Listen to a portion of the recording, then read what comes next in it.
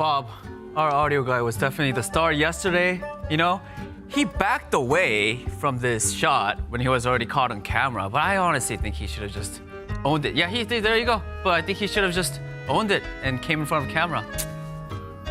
Hi guys, live from Burbank. It's Saturday morning and this is the Overwatch League. This is unreal! Beautiful stuff. They take him down with ease. I cannot believe what I've seen! And they've done it! I've done it for 5 years and I've never seen anything like that. Shutting them down one after the other. That's Hardy for you. Gonna look to make it happen, and there it is. Hello and goodbye. It's all over. Don't be serious. Come back around, full 360. Striker coming from the backside. Sheesh! This man is absolutely insane today. Oh, what? Oh, it's nasty.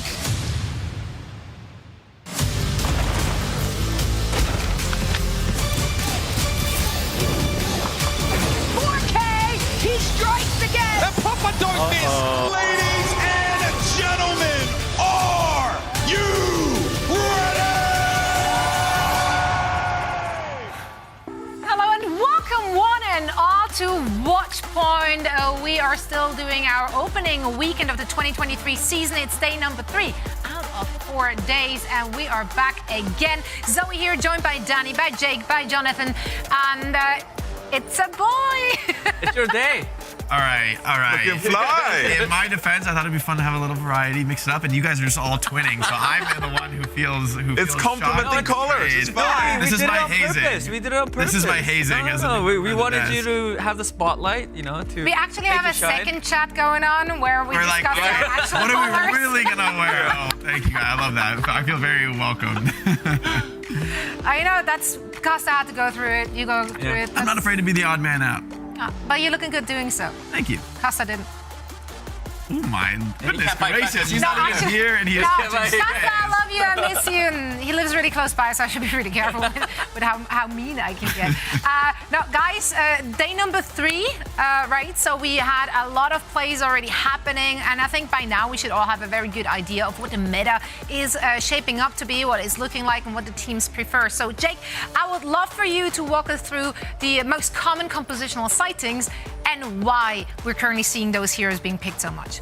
I'd be happy to, and for the viewers at home, this is a great opportunity to hopefully take some of these lessons learned from the Overwatch League and apply them in your ranked games. The first comp I want to talk about is Ramatra and Lucio. Don't need to worry about all 5 heroes in the comp, but you know, if you're out there with your duo queue, these are a great 2 heroes to pick on tank and support. They really enable each other well. Ramatra, he's so deadly when he can get on top of and stay on top of those squishy backliners. So Lucio, with that amp it up speed boost, is really going to assist Ramatra in, you know, catching and killing those backliners. So if you're on the Ram and Lucio pops a speed boost, don't even worry too much about the opposing tank. If you can, just run right past them and get on that backline and just punch them to death. It's pretty straightforward. Lucio can also help you getting into that backline and brawling himself. Lucio, a pretty threatening damage dealer in his own right. Yeah, absolutely. And I mean, we've seen a lot of Winston coming out from these teams as well. So that's another composition you can go with here, Jake. Yeah, you know, it's one I'd like to talk about as well. I'd say it's a little bit more difficult to execute, a little bit more complex, but it has been more dominant at the Overwatch League level. So if you're not afraid to bring out the Tracer and the Winston, I would highly recommend that as a duo comp. Just remember, as Johnny mentioned yesterday, it's not all about the dive. We call it a dive comp, which is accurate. You do dive, but you don't have to force it right away. The real strength of these 2 heroes in tandem is their mobility. You know, take your time, use your cooldowns to get around the map, get on those flanks, make the enemy feel your presence, that you're behind them, you're in the backline, but you haven't committed yet. They're still thinking about you, they're still worrying about you. That's one of the strengths of this comp. And you know, once you kind of pick them apart, pulled some cooldowns out, that's when you pull the trigger. Winston and Tracer go together on one target and clean it up. I need a Tracer friend. That's what I need. I'll be your just a thing Tracer. for you. Yeah? I'll be your Tracer, Danny. You're way too high up there, dude. I don't think we can play together. If you ask for my opinion, I would take Jake's Tracer over Reinforce's Tracer. True. That might Look, just I'll forfeit this one. I have traumatic memories of Tracer, right? I do not want to play Tracer anymore. When I play DPS, I'm sticking with the comfort zone. I play projectile. I'm not a pro anymore. I play what I like to play. As long as you're good at killing Diva mix, I've heard it's all right. I'll take those. I'll take those. By the way, Jake, thank you so much for walking us through those. I mean, that's just a high level, right, of those two compositions. There's a lot more variety and nitty-gritty details, which on a pro level you have to take into account. But, you know, it's great to have a little breakdown of that rush dive we're seeing so much of. And it's one thing to make the right picks. If you don't know how to execute and what synergies you need around those picks, you can pick meta heroes all you want. You're not going to win your games, essentially, right? But, yeah, take notes, everyone. This is for everyone's ranked games out there. Now, luckily, of course, our teams, they figured all of that out. And they are on track to put more W's on their board. So we've got two teams today actually making their first OWL 2023 appearances, Boston Uprising and Vegas Eternal. But I think the match that we're probably all looking forward to the most has got to be the last match of the day. San Francisco Shock and Atlanta Reign. I want to dig a little deeper before we're kicking things off with the first match of the day. Now, if we're looking at the San Francisco Shock, that is a championship org, right? But this season, they're rocking up with new players. Now, of course, this has been historically one of those teams which, under the guidance of Krusty, they've managed to like take different pieces and turn them into diamonds and make sure that they remain on the top of everyone's power ranking. Reinforce, do you expect to see the same level this year? Do you have faith in the players Krusty picked? Absolutely. I mean, they have some sensational rookies on this team, and I think some people are questioning the Shock because they went to map 5 against Toronto Defiant, a team they should beat realistically with the players they have. But if you look at the 2020 season, the 2021 season, San Francisco Shock, they started about like 50% win rate, 60% win rate, and they take a couple of losses early on in the season.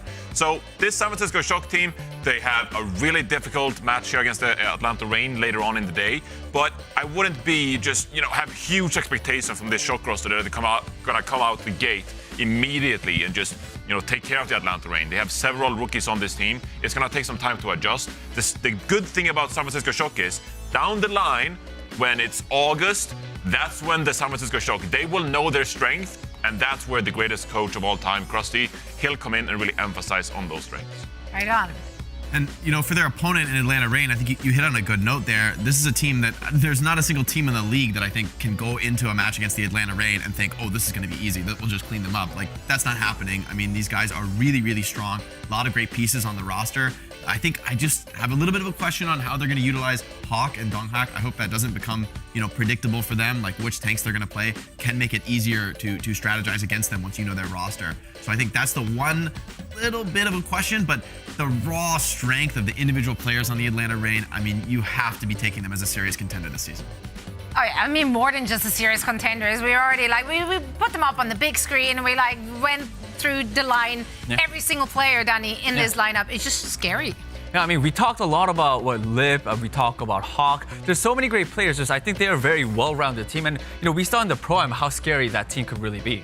Exactly. So we expect to see a lot more of that today. And I think overall, for the Shock, this is going to be a fantastic opportunity, I think, to really make a statement. Because if they play the Atlanta Reign close or even edge out a victory, they put themselves on the map again. I think a lot of doubters will shut their mouth if they manage to perform against what we currently consider one of the league's juggernauts in the Atlanta Reign. And now, before we discuss more match action, I do want to quickly run everyone through our new and shiny 2023 format once again to catch you all up.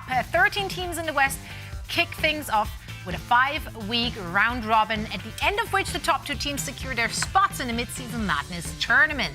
The next 8 teams will then advance to the double elimination bracket, the 2 winners of which will also punch the tickets to the Mid-Season Madness in Korea. Now over in the East, 12 contenders teams are fighting it out for a chance to face off against 6 OWL teams in a knockout stage consisting of 2 double elimination brackets. And those 2 winning teams will then join the Western region for the Mid-Season Madness tournament, which are we're just so excited. I can't stop talking about it, but that event will be taking place in Seoul, Korea. So let's take a look at that. Seoul, Korea. Seoul, Korea.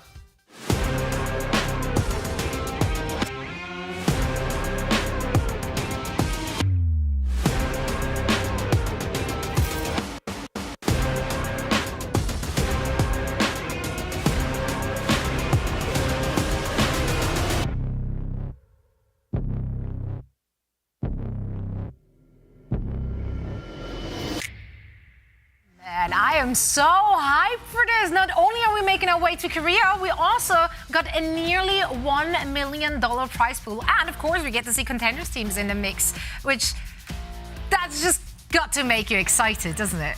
I feel like this is a historic moment in so many ways in the Overwatch League. I think people have been asking for a long time to see some contenders talent facing off against Overwatch League teams. Getting that in the East, which has historically been the strongest contenders region with so many great rookies, making it to the Overwatch League eventually. So for me, this is a really great moment, and the fact that we can cap it all off in Seoul, Korea, a historic moment for the Overwatch League. I'm really excited for this one. Danny, what are the things to see in Seoul, other than, of course, the Overwatch League Mid-Season Madness Tournament?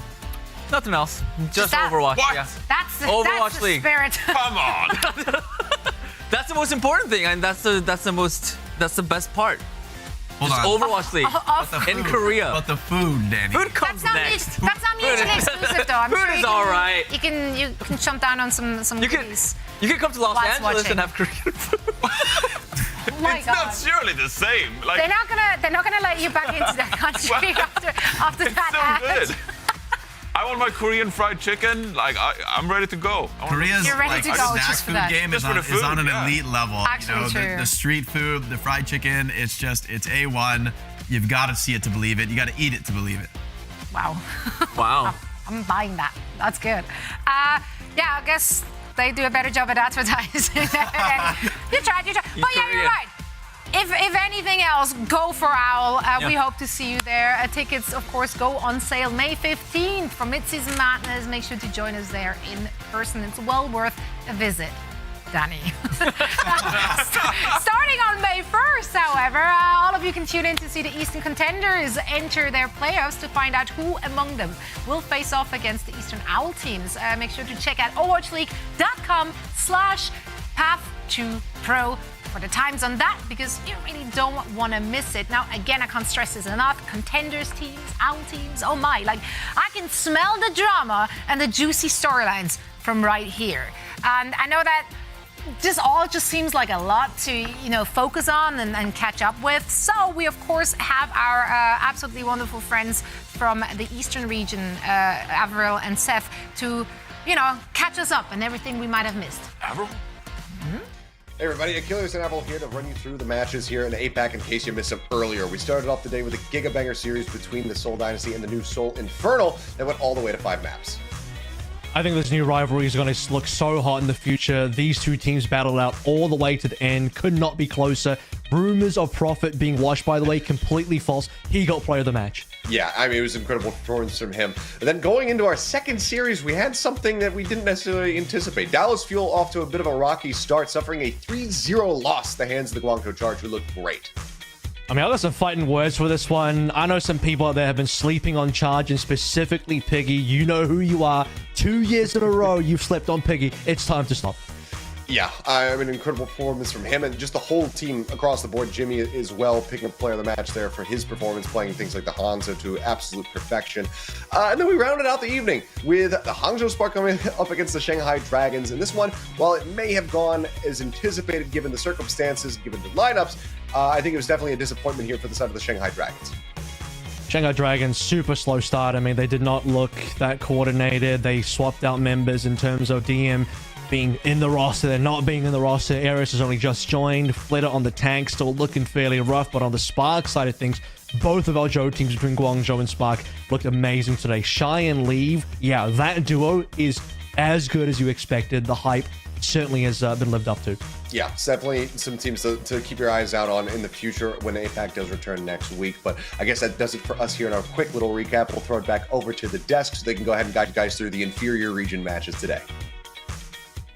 Did he just say? Excuse me. What? Sorry? I'm just thinking, Inferior region? usually the superior region would be in the top 3. Yeah, it's weird. But last season they weren't. So I was confused. I was like lost about which is the superior region.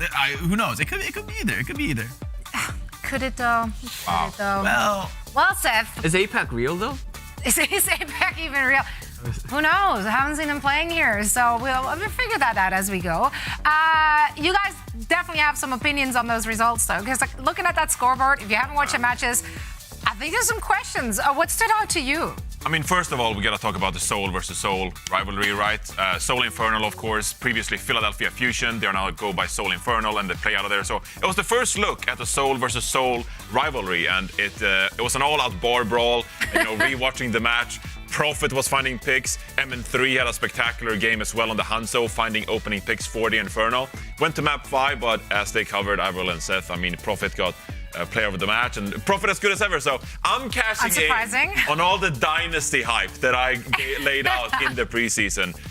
Dynasty get away with a 5-map victory over the Infernal. Yeah, I'm not gonna lie, I'm not really looking forward to discussing the intricacies of Prophet and Prophet. That's not gonna be fun. But Big P. They're fantastic players. I don't know about that one. We can just talk about the two Prophets as a duo. I think that'll simplify things, or maybe complicate them. Sort of depends how you look at it. But it's exciting to see that it's gonna be such a close rivalry. Maybe the beginning of something beautiful this season in the East.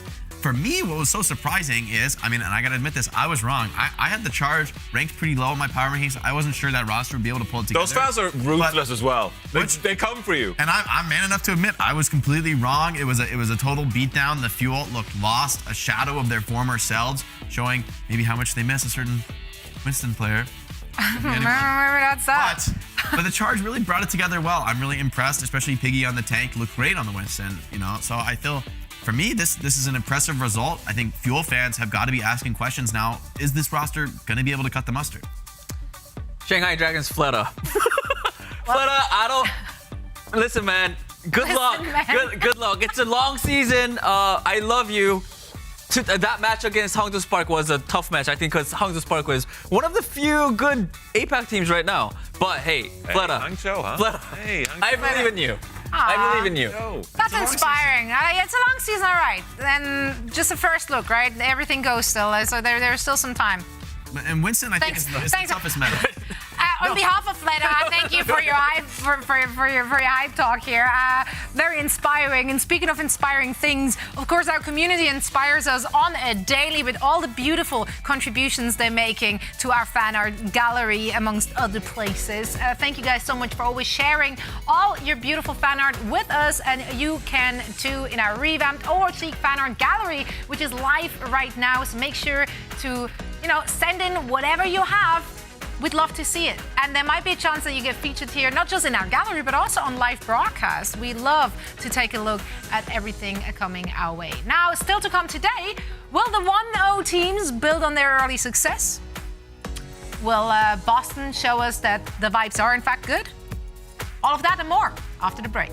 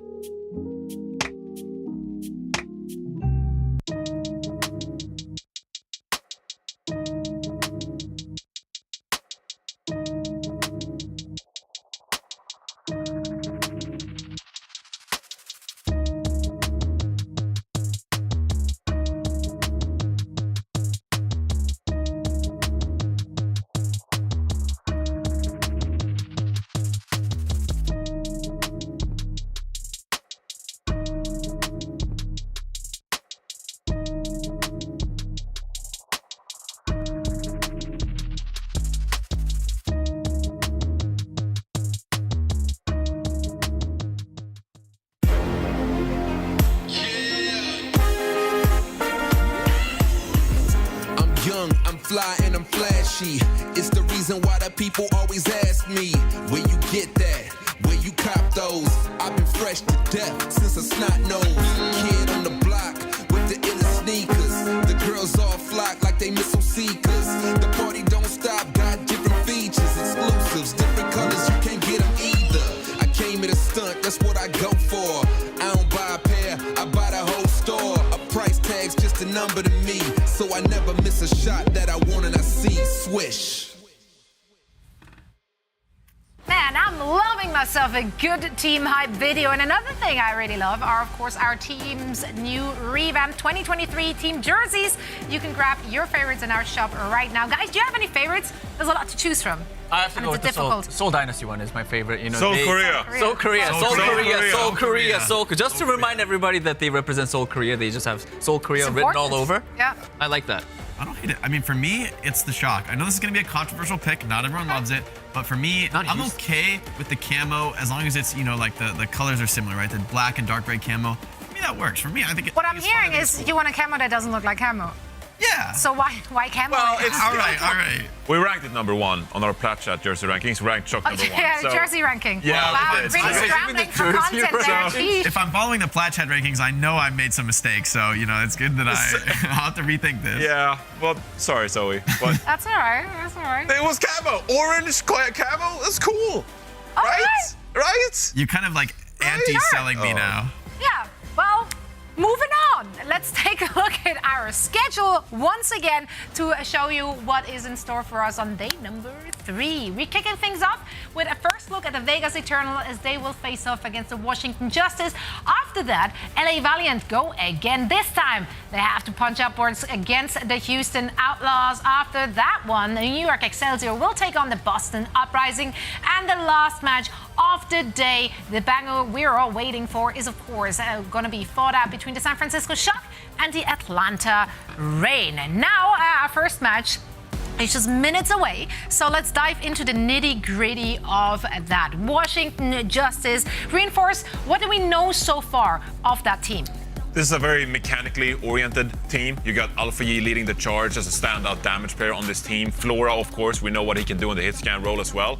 But also Mirror has seen more playtime with their first match against Delano Spitfire on Thursday. So Washington Justice in this matchup, I would be scared to take individual matchups against this team because they are all very individually skilled. And this is going to be our first look at the Vegas Eternal. What can you tell us about these players? To be honest, with the Vegas Eternal, I think this is the team that a lot of people have ranked at the bottom of their power rankings. This is a team with a ton to prove, not finding a ton of success. A lot of these players in the last season of the Overwatch League team, so really all eyes on them. They need to prove those doubters wrong. And this is a team in Washington Justice that it's conceivable they can beat. You know, this is not necessarily a juggernaut of the league that's going to roll through them. They don't feel great about getting stomped here, and I think Justice is going to be looking for exactly that, a stomp. So for the Vegas Eternal, it's time to put up or shut up. Yeah, it's definitely a lot to prove, I think, for both of those teams in this particular matchup. Let's take a look at our predictions for this one right after that, because, you know, I think before we see anything from the Vegas Eternal in the regular season, you just have to go with Washington Justice. Anything other than that is a little disingenuous, probably. Yeah. I also went on the same boat. I mean, I had to choose the Washington Justice. I think the earliest, I mean, we did see Vegas Eternal in the Pro-Am. It wasn't that good. I mean, I hope they had a couple of weeks to improve, so I'm looking to see how much they improve. But for now, I think I'm siding with the Justice. Yeah, I think there's just a raw strength difference here in terms of the individual players. Even though, you know, Justice roster is just coming together, I still have to predict them for this match. I just don't know if Vegas has the firepower necessary to make this a battle. I'm ready to see Alpha Yi continue to build his legacy in the Overwatch League. Washington Justice all the way in this one. Right on. We're on the same page here. Let's bring in our lovely casters for this one to see who they're siding with. So please welcome to the show, Dustin and Moxie. Thank you, Des. Thank you, Zoe. And I'm curious to see if your guys' predictions pan out in the matchup between the Vegas Eternal and the Washington Justice. Like we saw previously, the Justice looked clean. They started to get things working. Johnny, 100% correct. Moxie, Alpha Yi building that legacy as we speak. But, you know, we can't count out the Vegas Eternal just yet. You know, they have a lot of very mechanically skilled players on their roster. Yeah, I think everyone is sort of expecting the Justice to come out ahead in this matchup, and I hate to say it because it feels like we're betraying our contenders' roots. Vegas Eternal obviously are literally just Odyssey from contenders NA, from A sides, everyone, all of their 4 out of 5 players, and then they've also brought along Dove, who used to be old school Odyssey in the terms of circa 2019, then ran with a couple of other teams before coming back for 2021. So they already do have that synergy, and I think that's what it's going to come down to. That synergy from Vegas Eternal versus the individual mechanical prowess coming out of Washington Justice. Because like the desk said, Alpha Yi is already throwing his hat into the ring for a potential DPS Roll Star win this year, and he has looked absolutely terrifying. He has, but the Justice, enabling Alpha E has been a big talking point. Meanwhile, for the Vegas Eternal, there's been a bit of time since the Pro-Am Moxie, so there's a good chance we could see them improve a bit, Yeah, I'm really looking forward to seeing what Vegas Eternal bring to the table, considering, like you said, in the Prime, there were a couple of shenanigans afoot, and if Alfie does want to fall back onto the comfort picks of either the Genji or the Echo, Malthol has the hero pool to be able to mirror it. He does. Well, let's see if they can actually pull it out. The victory over the Washington Justice. Alfie obviously teleporting out of spawn and then swapping back to Tracer. Meanwhile, the Vegas Eternal rolling out with a Reaper instead of that Tracer with a Kariko as well, so they can go for a hard dive. Nice integrated from Teru to open things up, and already Alfie trying to capitalize, maybe force some cooldowns out of the Vegas Eternal, at the very least built some ult charge. And the meanwhile, Vulcan has dove already onto Mir, who has to jump out into a safe space and disengage. The point is unlocking, so Alfie wants to stay by this point to contest last second to make sure that it doesn't go in the favor of the Vegas Eternal, also creating that space for the anti-grenade of Teru to land onto Malthol and Vulcan on that front line. So they're still taking so much damage from the Washington Justice, who are just pressuring the Vegas Eternal the entire time, and they can't get Vulcan healthy. They're attempting to. Lucamino's fallen back to help Vulcan, but they cannot save him from Alpha Yi, who is terrorizing the Vegas Eternal. Yeah, 2 times Terra is able to hit those anti-nades right into Vegas Eternal, and you can see that it pushes Lucamino into using that Suzu. And the second that the Suzu is used, Flora comes in with a hack onto the Kiriko, so that you can't swift step in Vegas Eternal without the means of getting that Kiriko out safely. Have to look for the disengagement, allowing Justice to be able to cycle back up into that dive. Vegas Eternal rotating into the Mega Health Pack room to try to get that dive. Oh my god, an accidental Lucio just happened on the FD God. I mean, if there's any Lucio you want it to be on, it might as well be FD God. But no value found out of that Lucio ultimate or Lucio nano boost. Who could have seen that coming, Moxie? Well, the good news for Justice is that they're still in control of the point, and the booster has still spooked Vegas Eternal off enough so that Justice have the time to wrangle together another dive. An EMP comes out, but unfortunately it's countered by a perfect beat drop from Rack Attack as Lucamino and the rest of the Vegas Eternal rotate towards that point with a fantastic beat from Rack Attack. However, Alpha Yi the entire time has just been a nuisance to Vulcan, trying to dive towards that point, build towards that primal rage. However, Vegas Eternal did capture the point, so they do have it under the control. However, being down Vulcan does put them at a major deficit in the situation. They're still waiting for him to come back to spawn, and now he's returned. Yeah, but they had to disengage fully. The flip came through from Justice because they had a tank, so they could get aggressive. Eternal had to back up and wait for Vulcan to come back, and in the process, they lose Dove, so no hard engagement off of the Sombra hack to take Teru down. Teru's built up towards that nano boost. They have it ready to go into Mir. Maybe they want to use that early, and then Mir can use that primal afterwards. I mean, they have the pick of the litter at the current moment. Mir's jumped to the background, opted to use the primal rage first and jump back towards that point because it's just too much damage that he's taking at the current moment. Dove has been poked out. Now that nano boost comes onto Mir, so he wants to force the swift step from Lucamino, but he has no Lucio to swift step to because Rack Attack was pulse bombed by Alpha Yi, and now we're up to 83% of the board. Mir goes incredibly low, but just jumps back to Teru after Teru picks off Vulcan with that DPS and a game plan. You got 90% of the board now. Malthol does get one. He does have a Reaper Death Blossom to come back into this fight with, but there's not a lot of percentages to go. 96, 97. Maybe they could touch with somebody here. They do so. Now that Kitsune Rush comes out from Lucamino, they touch the point. Vulcan goes deep onto Flora to prevent him from using that EMP, and they do have the point under the control, so they get that flip. Yeah, flip does come through Vegas Eternal, however, have to keep in mind that they're up against an EMP, and Rack Attack so close to Sombra cannot afford to get hit. The problem is, Flora's right behind him, and that Sombra has not been found out. No, they haven't seen him just yet. However, they did lose Alpha Yi earlier on to a nice pick off from the Vegas Eternal, who have actually a good ult bank to work with. Yeah, good ult bank from Vegas Eternal. We're going to have to see that they can really put that to good use, though. They have a lot of point percentage to make up for. Now Malfa comes through, tries to pressure out Mirror, who then gets EMP'd by Dove, but do they have the follow-up damage? They do. Washington Justice, you know, usually we don't see a lot of these quote-unquote eco pushes, but in fact, it's not one of them because Flora uses an EMP to come back through. Malfa tries to go for Death Blossom, but he's booped away by FD God and peeled by Flora, and Alpha finds Vulcan. The rest of the Justice rotate towards this point. Now the Vegas Eternal desperately trying to cling on to this round number 1. Eventually, FD God boops away Rack Attack. Overtime ticks down. Can anybody even touch here? Rack Attack is not there. It's going to be the Tracer that, or I think it was Dove that touched in that situation. Then Enebus comes back onto Mir, now dives onto Rack Attack and easily finds him after he was towards that point. Flora also chases down Luke Mino, so now there's no more supports and no more ultimates. The Vegas Eternals' hopes on round number 1 are fading as we speak. Eventually, the Washington Justice win round number 1 for the Vegas Eternal. Really good, clean plays coming through from Washington Justice, identifying that the Kiriko Luke Mino is going to be a target that they can go after. And you saw it, right? The second that we saw Alpha Yi coming in with that pulse bomb, trying to attach it on to Rack Attack on the Lucio, they do so because Mirror has created that space.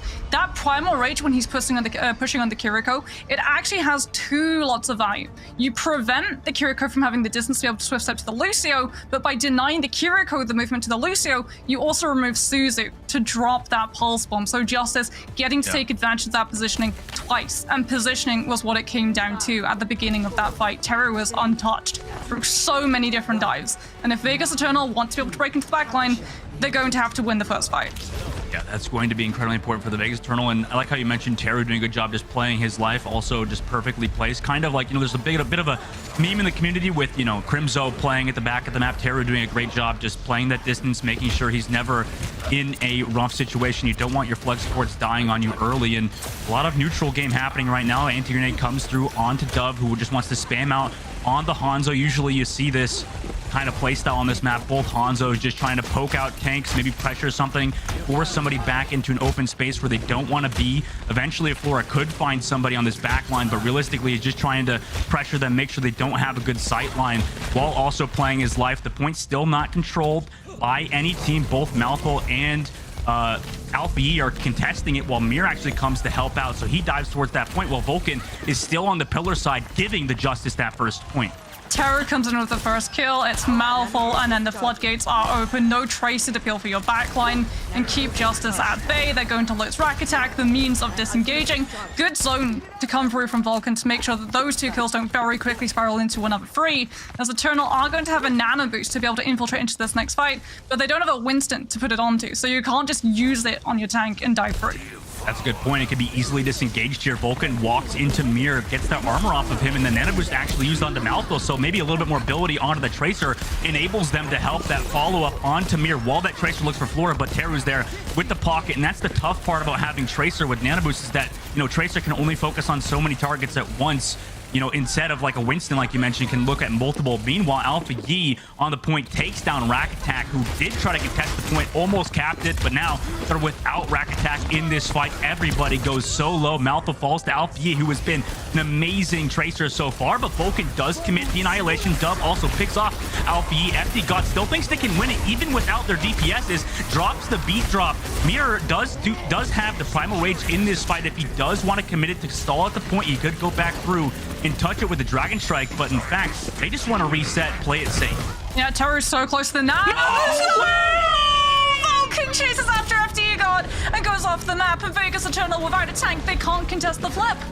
That is brutal. FD God, yet again, just showing why he's a god in these situations. Finds those boop off the maps that enable his team. Alpha Yi also getting Luke Mino and Dove. I mean, you just see him constantly in that kill feed, and Justice, off of that boop, they have a good ult bank to work with. Yeah, they've still got the nano boost. Alpha Yi's got the pulse bomb. Luke Mino will have a nano boost, but again, there's that problem. Who do you put it onto? It has to be Malfield, right? They're the only person that Justice can't just easily disengage. But Terror, the second he sees a nano Tracer coming through, is just going to send Mirror in.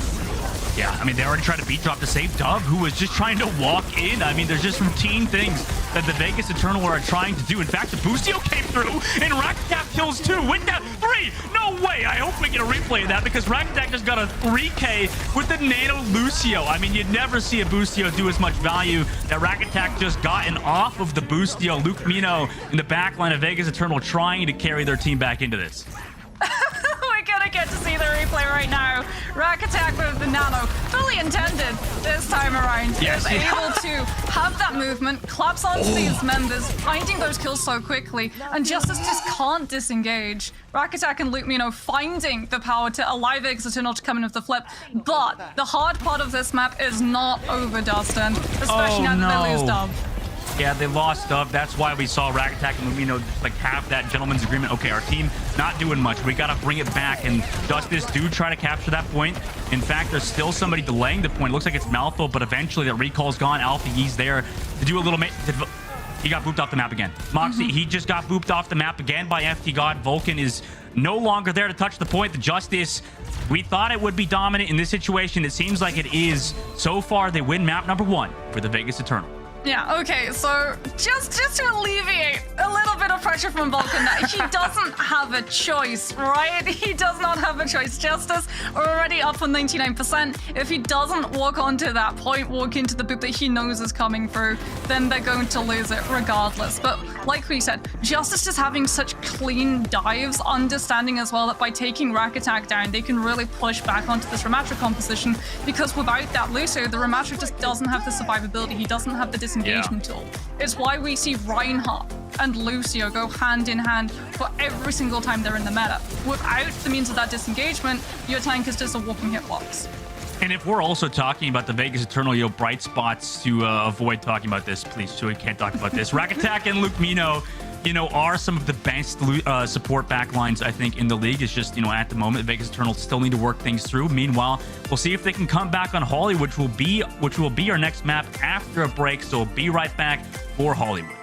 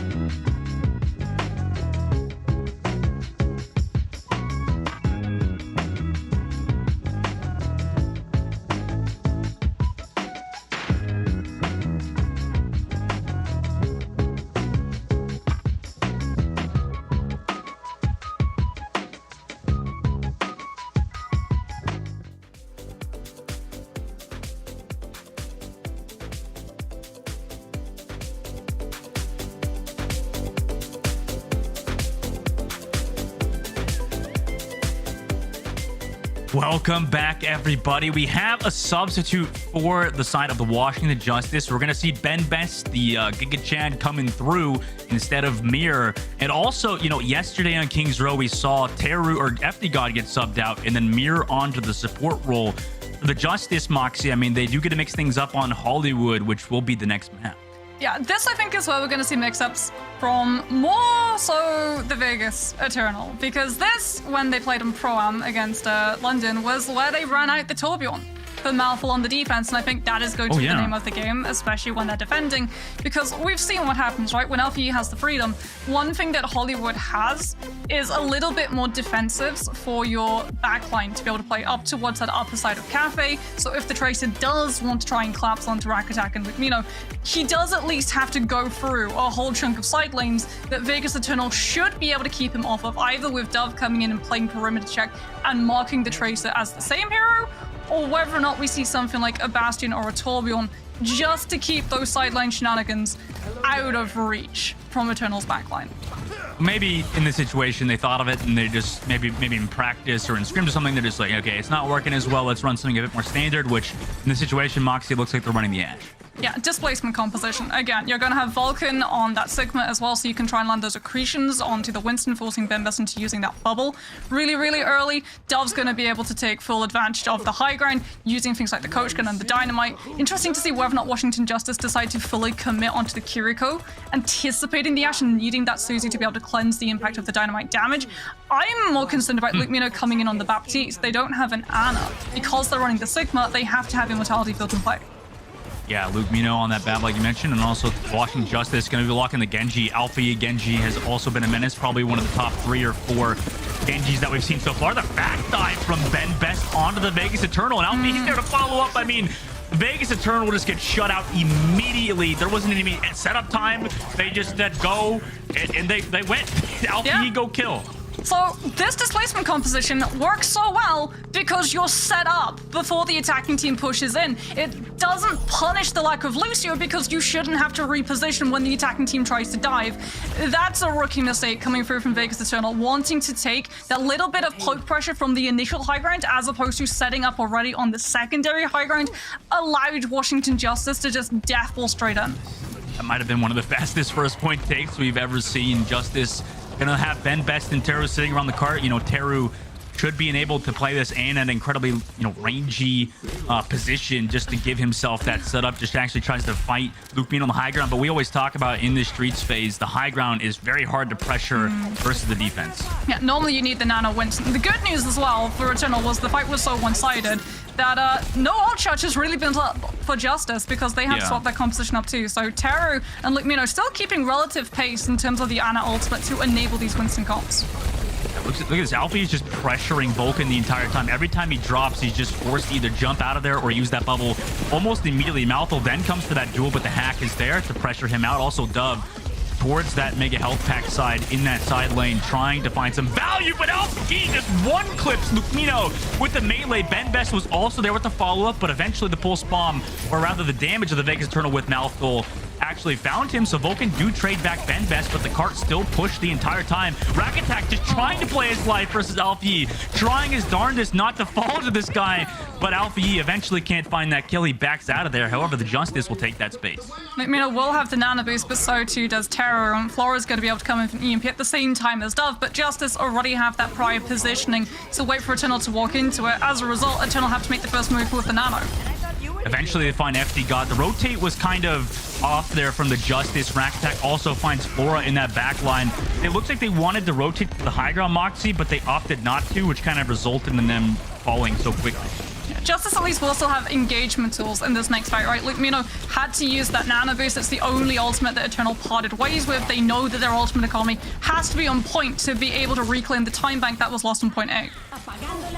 Now the actual Vegas Eternal want to go aggressive. They use the EMP from Dove to go dive on that back line, but a nice nano from Teru keeps FD God healthy in this fight, and it results in BenBest finding Rack Attack towards that cart, and they're getting the payload pushed during the fight as well. So BenBest still holding onto that Primal Rage, can zone out this backline of the Vegas Eternal. Rakatak still has a beat drop. Vulcan also with the Primal, but they rally just to secure this. FD God does not want to lose this point so fast. EMP comes out to Vulcan, but Vulcan's able to pop the Primal Rage before he died in that fight. BenBest is slept by Lucmino, who is fighting for his life versus both BenBest and Alpha E. Eventually will fall, but maybe he's stalled enough for the Vegas to trade back Teru, so that could give them an opening here. But when Alpha E is still in this fight, I'm not sure if the Vegas Eternal could do this. They lose both Vulcan and Rakatak to Alpha E, and Flora hit Alpha E also finds Malfo, giving the Washington Justice this second point take. Rakatak now is off of the Lucio onto the Brigida Eternal, seeing that they just don't have the grind to be able to give. There's no point in running the Lucio. You have to go for the counter dive Brigida because Alpha Yi and BenBest have just been too oppressive into this backline. Malfo has the pulse bomb, but Eternal just don't have the high ground at the moment. They're still trying to chase these straggling members of Justice that continue to apply pressure onto Eternal's regrouping members so that the payload just gets to move unoppressed. As this pulse bomb, and Malfo did find that opening pick, so the Vegas Eternal could go aggressive here. They get the hack onto Teru. Alpha E pulse bombs the shield of Rakatak, but it actually connected to the back of it. The sleep dart did come through from Lucmino, but he can't. Alpha E just 1v2'd in that situation. Obviously with the pulse bomb, that does matter, but Alpha E a menace at the moment. He's just unstoppable at the moment. He really is. That's why we're seeing Rakatak go on to that Brigida. Lucmino will have a nano boost, Dove and EMP. This has to hit members of Justice. Vegas Eternal have to have a fight that resets the tempo. Otherwise, Justice are just going to keep pushing Alfie to the forefront. And Teru does find Dove, who tried to do something in the backline. I think he might have gotten hacked there as well, or at least Brigitte bash 2 from Teru. And that Dove says, what the heck, guys? How'd you know I was there? The dive did come through from BenBest. The nano boost onto the backline of Lucmino. Lucmino did get a nano boost onto Rakatak to keep him healthy. However, Teru still finds Malfo too. So Justice just finding pick after pick. The Vegas Eternal really not finding a foothold here to recontest this point. They will be able to have this EMP. That could be an opening because the Justice don't have ultimates. There's the EMP from Dove. But does it connect on anybody besides FD God? It doesn't look like it. In fact, the Vegas Eternal are the ones losing HP in the situation. EMP and Alpha Yi connect so clean towards the end. The sleep dart did come through from Lucmino, but Flora is there to find Rakatak as well. And with Vulcan Primal Raging on the point, it should give them some time here. But BenBest gets hacked and anti-grenaded, so great delay there from the Vegas Eternal. Dove desperately trying to find Flora, forcing that translocator out of there. FD God wants to end it here with the rally, but unfortunately, it looks like it's going to end up to be a waste. The Justice want to wait for BenBest to be back in this fight. Oh, Alfie though, he's got a pulse bomb and he's still challenging the members of Vegas Eternal.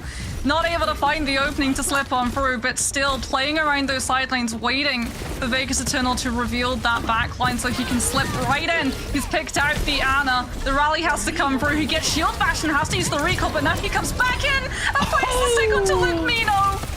What a pulse bomb. Malfo does trade back FD God, but Alfie in the lobby with BenBest Primal Raging. I'm not sure if any team could deal with that at the current moment. Justice are on fire.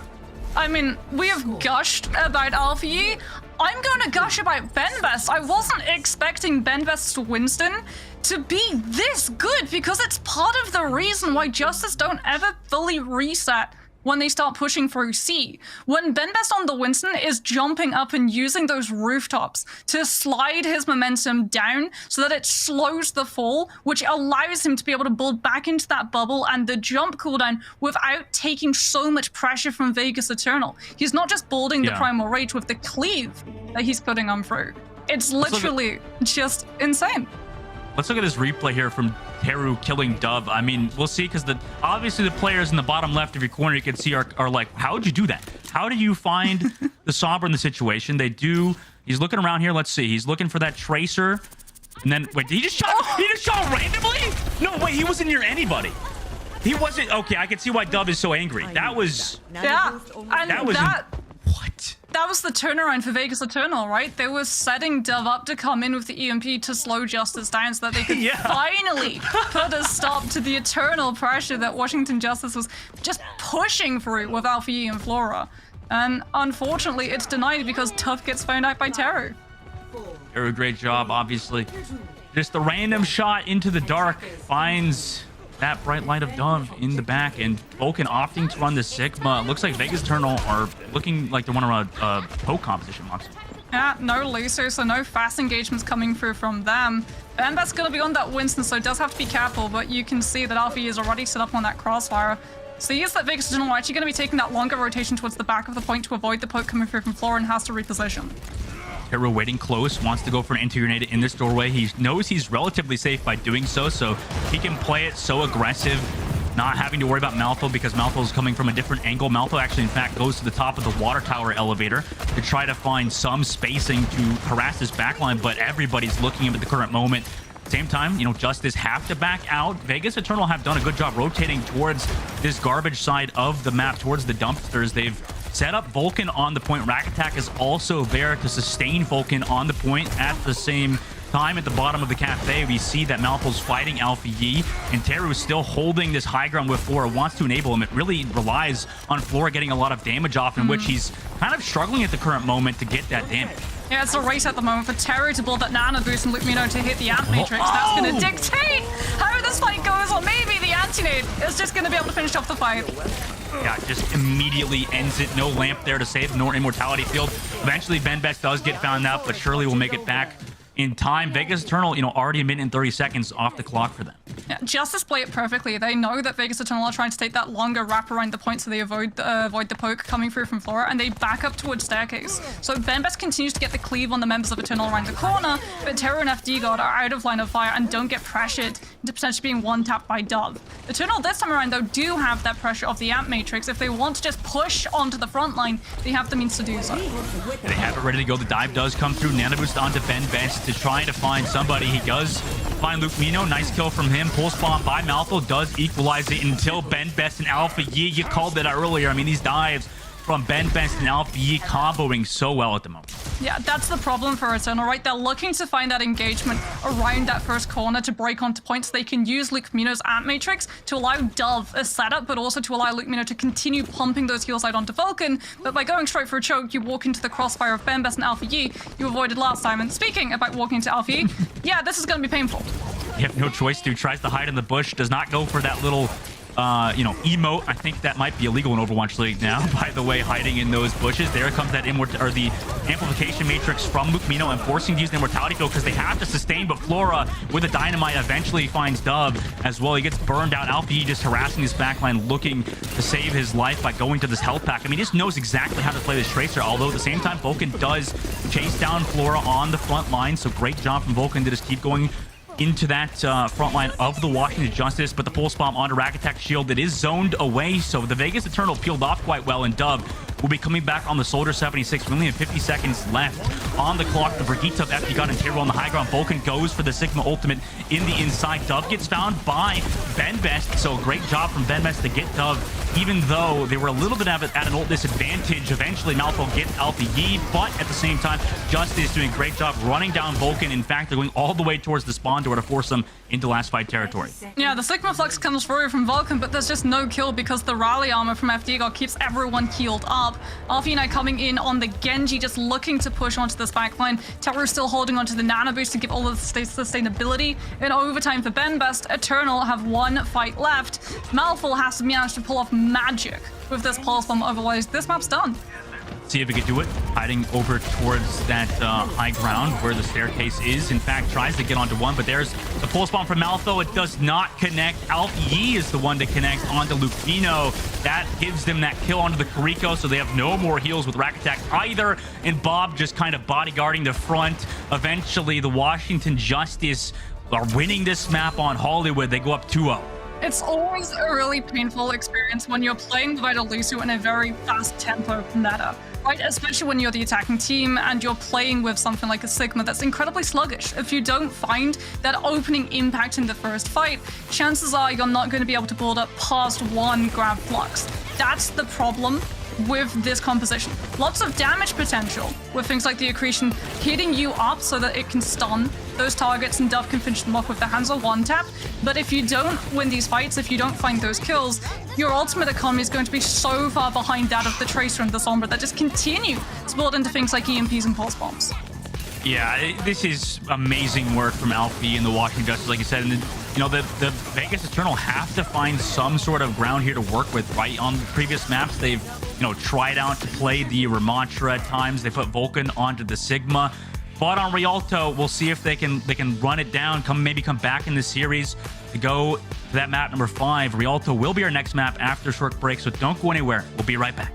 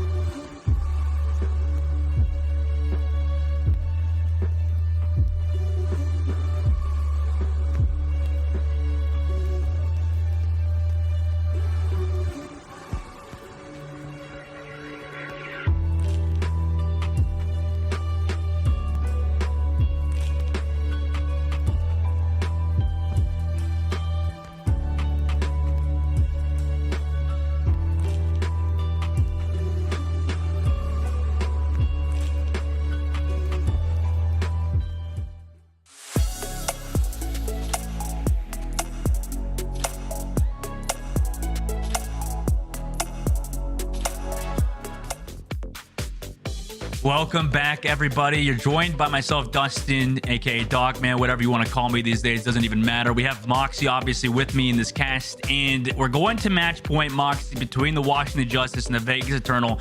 Justice look amazing at the moment. They've obviously just subbed out BenBest to put Mir back in, but it seems like either tank that is playing at the moment, the consistent player has been Alpha Yi and the Justice.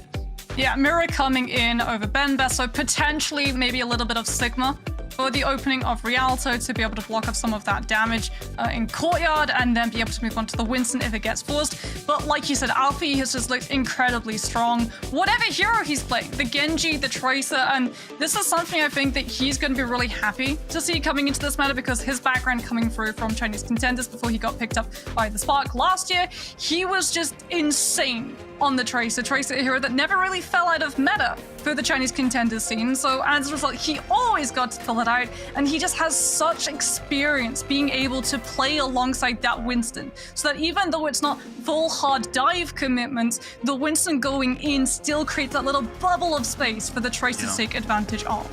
Yeah, it's those small things, like you said, that really matters. And because he's had so much practice in Chinese contenders, he's become such a fantastic player. And for the Justice overall, they look incredibly clean at the moment. We'll see if they want to lock, that Winston dive that we're talking about, Moxie. That seems to be a mainstay at the moment, even on a map like Rialto potentially. Well, Vulcan has also been a little bit partial towards the Diva, especially when we saw them in Pro-Am. So not surprised that it is going to be the Diva to come through. Not only do you have Defense Matrix to try and eliminate some of Teru's utilities, which were the absolute bane of Vegas Eternal on the first control map, but you're also going to have the ability to spy check Flora on the Sombra. Yeah, that spy checking has been maybe not a little bit lackluster, I guess, for the Vegas Eternal, but it seems like Flora is playing defensive and just always hacking Dove as he tries to come in. The Justice seems like they want to lock towards the Diva for Mir, which is not out of his hero pool per se, but have we seen Mir on Diva yet, Moxie?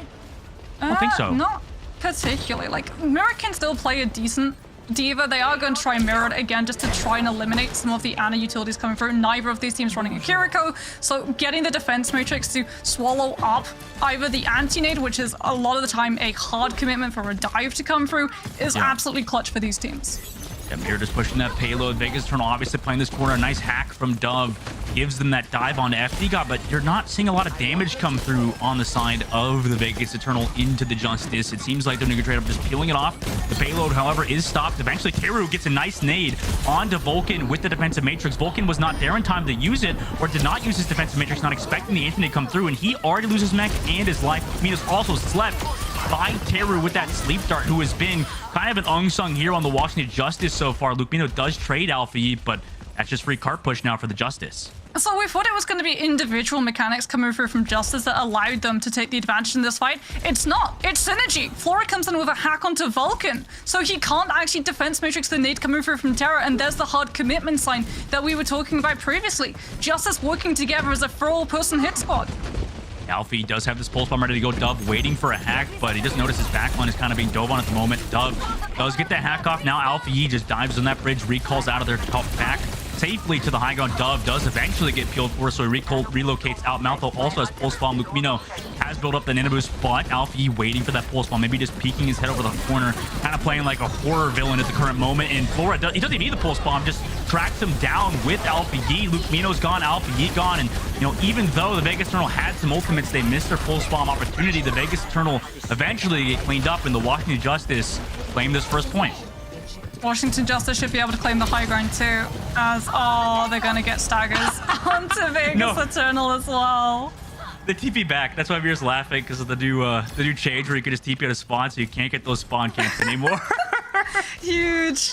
Absolutely huge. Stagger denied. Vegas Eternal will at least have their full team composition, unless Dove gets found out before they're able to set up this EMP.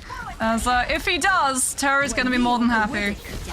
We're ready with that EMP. Then there they go with that EMP onto Lukmino and Rack Attack, but it's a good nade from Lukmino to keep them healthy with the Rack Attack. Heals from the Brigitte, that little bit of passive healing that the Brigitte does. Vulcan, though, is counter dove, eventually does get the Div Bomb off and gets deleted during the Div Bomb, but does kill Flora, who tried to hide behind FD God's shield, however, could not, so he does fall. But the Justice still have this card pushing. Yeah, Vegas Eternal still in full retreat mode at the moment, so that more of their players don't get staggered without that tank, as Terra now has to have the peel come through from Mirror Defense Matrix to make sure that Malthul isn't able to find the kill onto the Ana, and as a result, Justice just kept stormrolling on. I'm not sure if Mir meant to hide from that EMP, but it worked out amazing. I assume he did mean to do that, and now he has D-Bomb in this fight. Most of these Divas usually don't use it very aggressively anymore. You kind of use it as a second life, and also to get back at the mech you play around your Diva Bomb. Pulse Bomb on a Rack Attack, We've seen it time and time again. Alpha Yi connects with that pulse bomb onto Rack Attack, and without him in this fight, you don't have that predicted healing. Vulcan also loses mech yet again, and now Alpha Yi just dives immediately on a Luke Mina, requiring some peel there, as again the Justice kind of steamroll on through. Have 4 minutes and 25 seconds now in third point. Vulcan now is going on to the Zarya.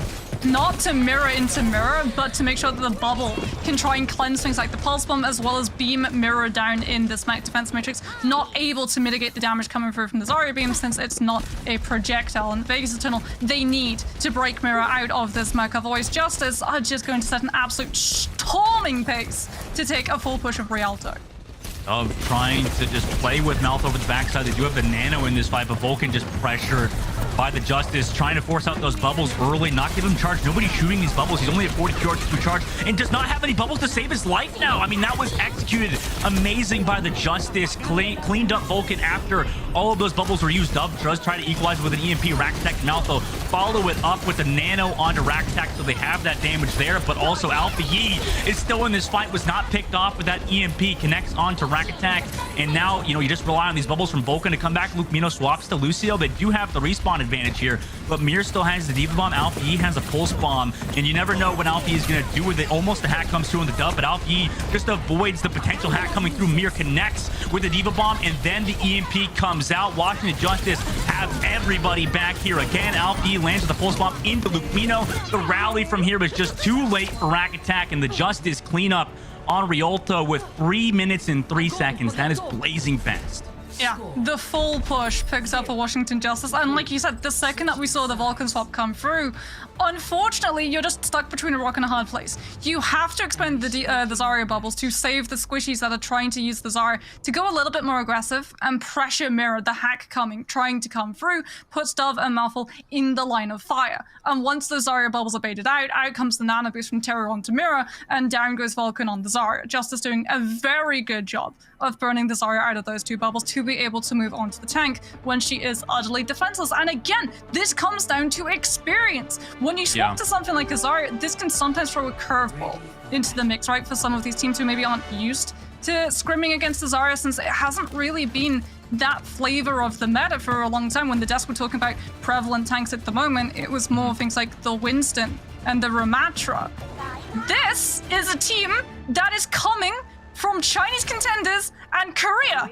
They are used to going up against Winstons and Zaryas because it was the meta in Overwatch 1. We had double bubble where you played Zarya alongside Winston. So they were already incredibly experienced in coming in and knowing when to burn out the bubbles. But talking about coming with something maybe not experienced for Eternal to go up against, we need to find the bingo card, and we need to scratch off one particular square, because Justice on the defense, they're doing a little bit of trolling, a little bit of shenanigans from the team, as FD God has locked in the Lifeweaver, his first ever appearance in Overwatch League.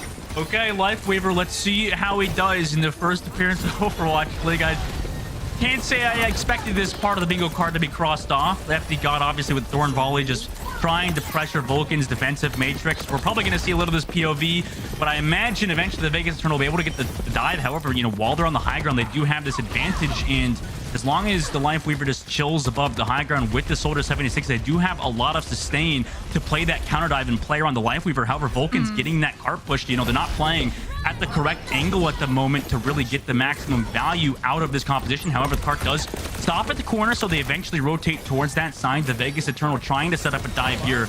I'm assuming onto FD God, although he does use the pedal to get up to the high ground. Dove does try to find that pedal, maybe with the hack on the low ground or onto Mir, but he's pressured out eventually, and there's just too much damage right now into the backline of Vegas Eternal. They try to rotate all the way through the high ground.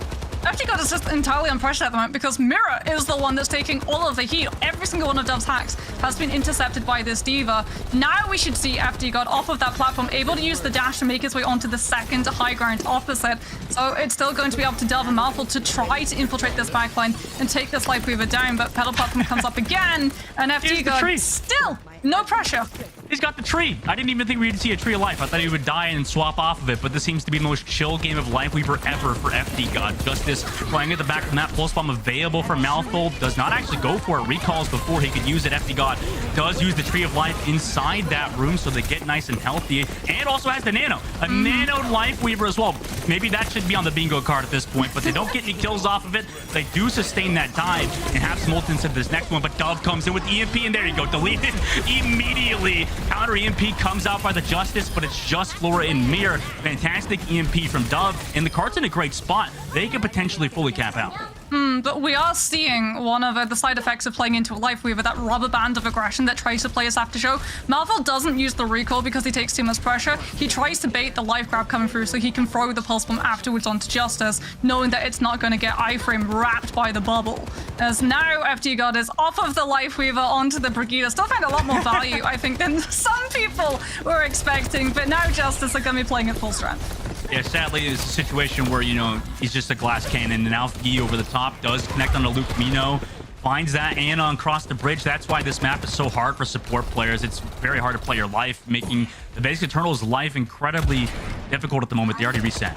Yeah, and I mean, Vulcan with the defense matrix has the means of ferrying Eternal Squishy to safety, but then you're going to be entirely out of defense matrix when this tac visor comes through, and it's just going to be such a pain to deal with. Rakatak at least will have the rally to try and sustain the health bars through it, but if Luke Mino lands a sleep dart onto the soldier, that's going to open up the fight entirely because you're still going to have ultimate economy, but there it is.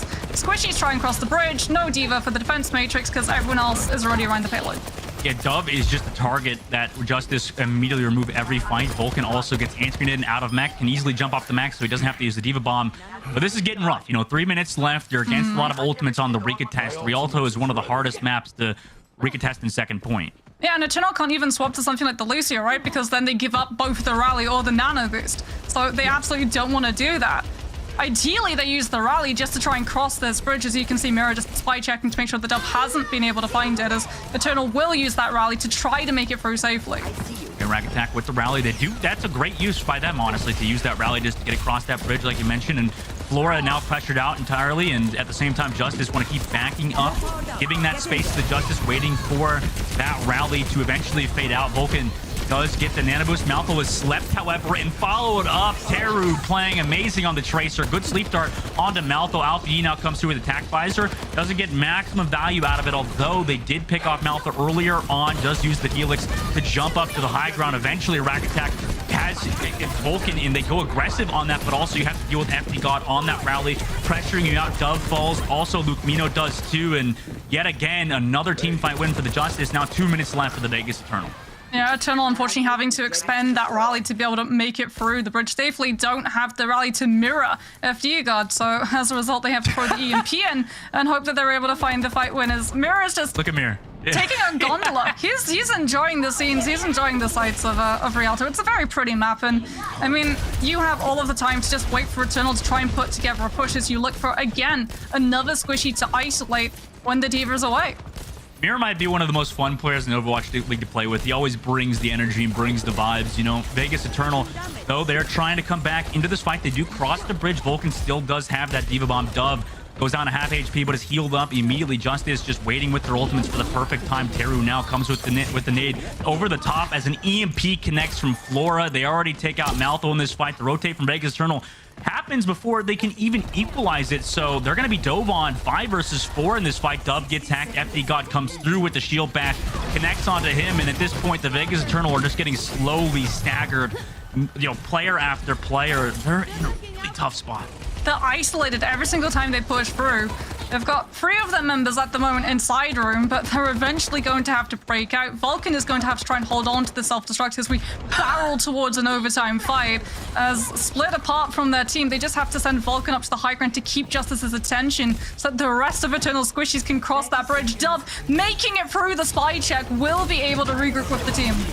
Okay, good. They get that off. Also, the Nano comes through and an aggressive play happens with Vegas Eternal, but Vulcan is slept and also disengaged. Although the sleep dart doesn't last as long, Teru did a good job relocating back. He knows a Diva Bomb is available, so he doesn't want to be caught in the open. That's why he's playing back, even though he knows they have the advantage. So that's just intelligent in a gameplay from him. They're trying to take the fight now in the open, so they're giving the Vegas Eternal some space here. Rakitek still has the rally to keep Luke Mino alive. You know, the longer that this fight goes on, the more ults they actually have to use. The EMP is still available for Dub. Pulse Bomb comes out in Maltho and it connects on to FD God, so this could be some sort of sign for the Vegas Eternal that they are in a great position to find that opening pick. FD God no longer here. Alpha E still has that attack visor. Teru also with the nano boost. They can go for a nano visor play, and they do so. Alpha E pops the nano visor, gets Maltho, also connects onto Rack Attack and onto Luke Mino, and then onto Vulcan. Nano visor for the end of Rialto. What a way to end it. 3-0 for the Washington Justice. Yeah, the ultimate economy, it's just so lopsided in Justice's favor because they continue to, oh my god, Flores got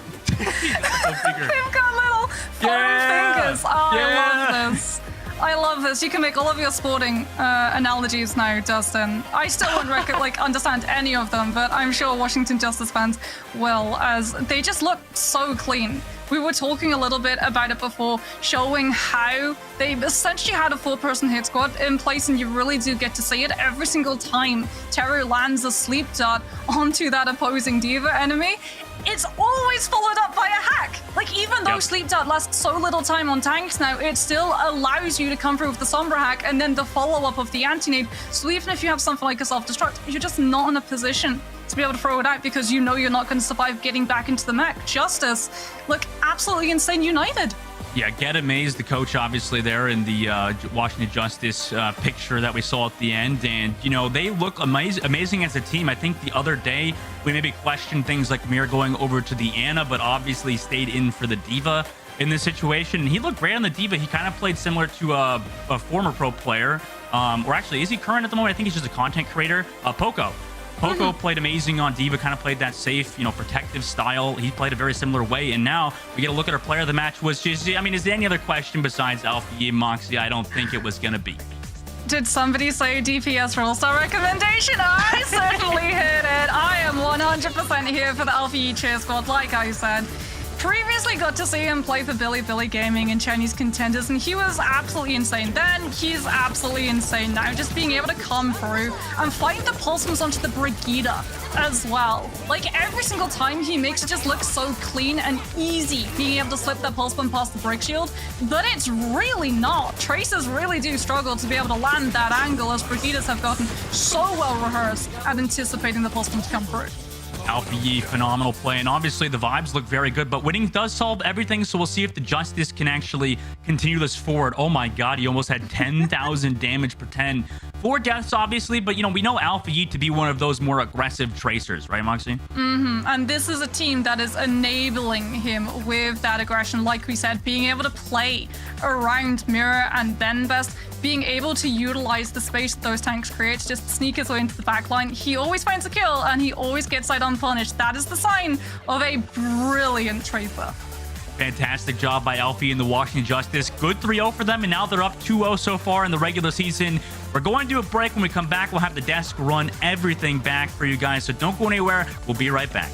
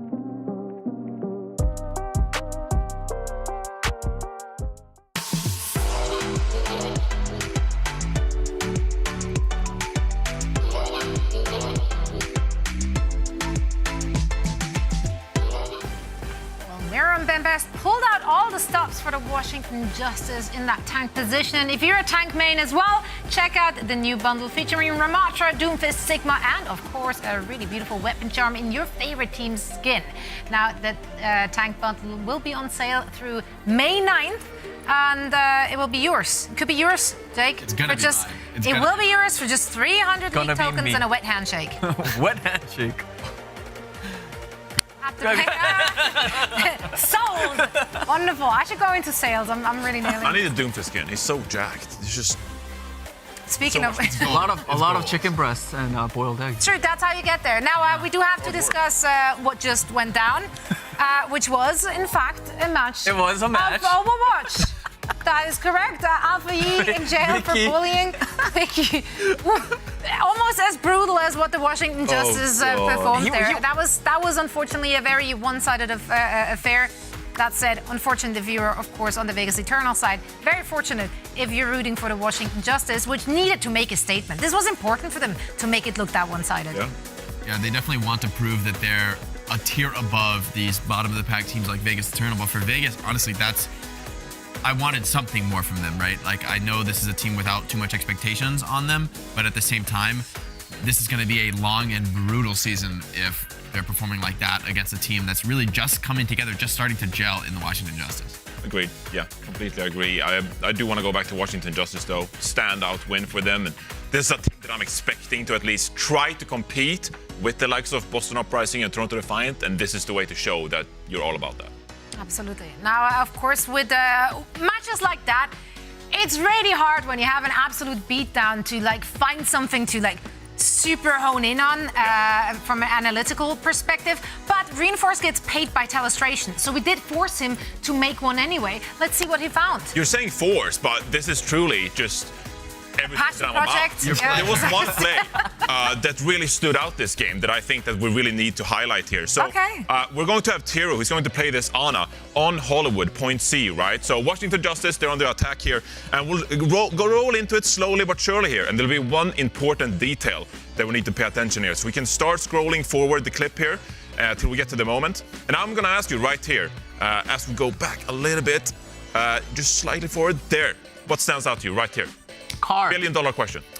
I'm rich. I never actually saw that. Bingo, right there, okay? It says right here, I'm rich, okay? Nice. This is really important because Tiru, in this split frame, he acknowledges that, and he thinks Dove is rich in ult charge. So immediately, the Washington Justice, they react to this clue and this information. As we play this clip forward and just roll it up a little bit, we're going to see that suddenly Washington Justice, Tiru comes out, they're rich in ult charge, and immediately the hunt is on. We're seeing the Brig here, we're seeing the Sombra, the Tracer, they're seeing, oh, the Tracer's there, Malthel is on Tracer. That means that a Sombra that is rich on ult charge is probably going to be lurking nearby. So now, using the Tracer's position right here, how do we find the Sombra? How do we find the Sombra? I missed this lesson in the Overwatch school.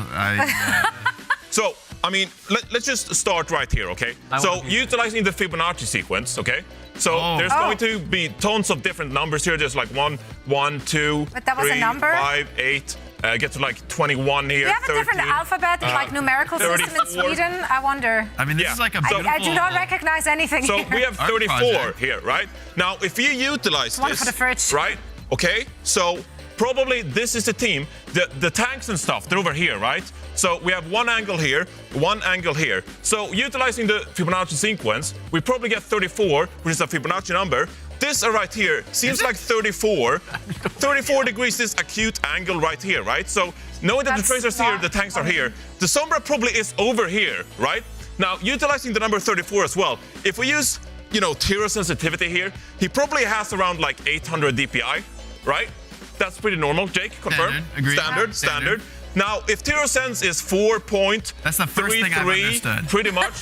Repeating, of course, 4.33. If we times that number, we get to about 3,200 using these numbers, right? And then, using like a 10 times 3, we get to about, 4,300 something. So something like that. So, we just play this out. He's using all this math. Boom. That's how you do it. Yeah, saw that. Johnny, I think you might have a future coaching. Maybe only for It's the just Vegas math. Eternal, though. It's just math. It's very simple. It's just our little 800 pigeon brains don't quite grasp it the same way 800 as... times 34 was, what did you call it, 4,000? Is it Well, so really? you do 800 times 4, that's 3,200. Oh, okay. Then you use 80 times 3, Okay. which is 240. So 3,200 plus 240, 3,400, and so 34. Obviously. Is it a combination? I don't know. Yeah. Those are all Terra's numbers. rich. Indeed. Someone's There rich, is lots of numbers, love the lines. Yeah, that was a telestration, just like that was a match. And we now have an interview as well. This one, however, is with the ever so beloved BenBest, who's now joining us for a quick word. First, of course, congratulations, félicitations.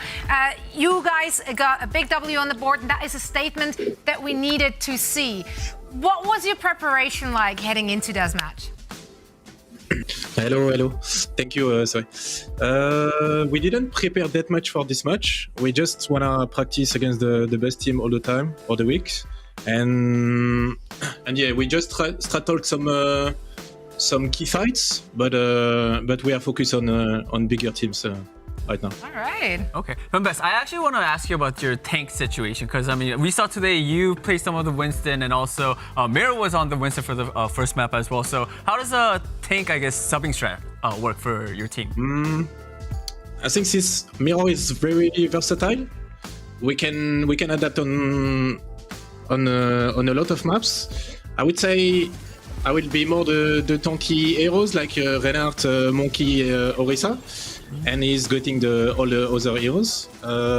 He's pretty decent, so it will be hard season for me to play, but I'm really happy to have this mate with me.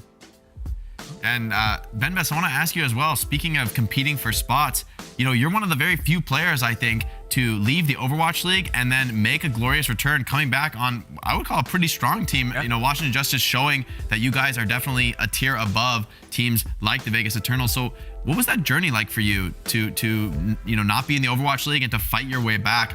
That must have been hard. Yeah, really hard. So during the 2 years I was not in league, I had a lot of opportunities, so I knew I can come back and I have the level for it. I just get fucked by the visa sometimes, so I keep trying. Don't we all? Yeah. The fans helped me a lot to continue to not giving up and believing on me. And yeah, I try hard, never give up, and I come back this year. Let's go. Awesome. Very impressive. Wow. BenBest, thank you so much for taking the time, and we are just so happy to see your face back in the league. Much to come for you and your team. We can't wait to Me too, see more. sir. Thank you so much. Thank you guys. Right, BenBest from Washington Justice. Never give up, never surrender, and you too can make a glorious return or get your start in the league maybe next season. Who knows? Now, if you two want to dominate in solo queue, what you need for that, obviously, is a really sick skin. We got just the thing for you, and that is, of course, the first legendary skin of the 2023 season.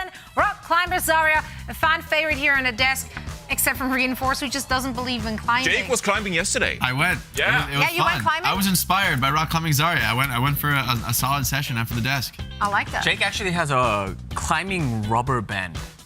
A climbing Oh rubber yeah, a band? grip strength trainer. So I've got. It looked like a rubber You band. need a with, grip like, strength bigger trainer, holes. and then there's one And for you do this. extensors as well. And it's good. actually It's good very balance hard. for if you play video games all day, like a couple of us. Maybe me. Like some. That sounded so sad. No, we're with you. We're just not as good. So I guess it doesn't count then if you're not on the same level. Anyway, people are definitely on the same level, or maybe even above you, Jake. That's for you, bingo.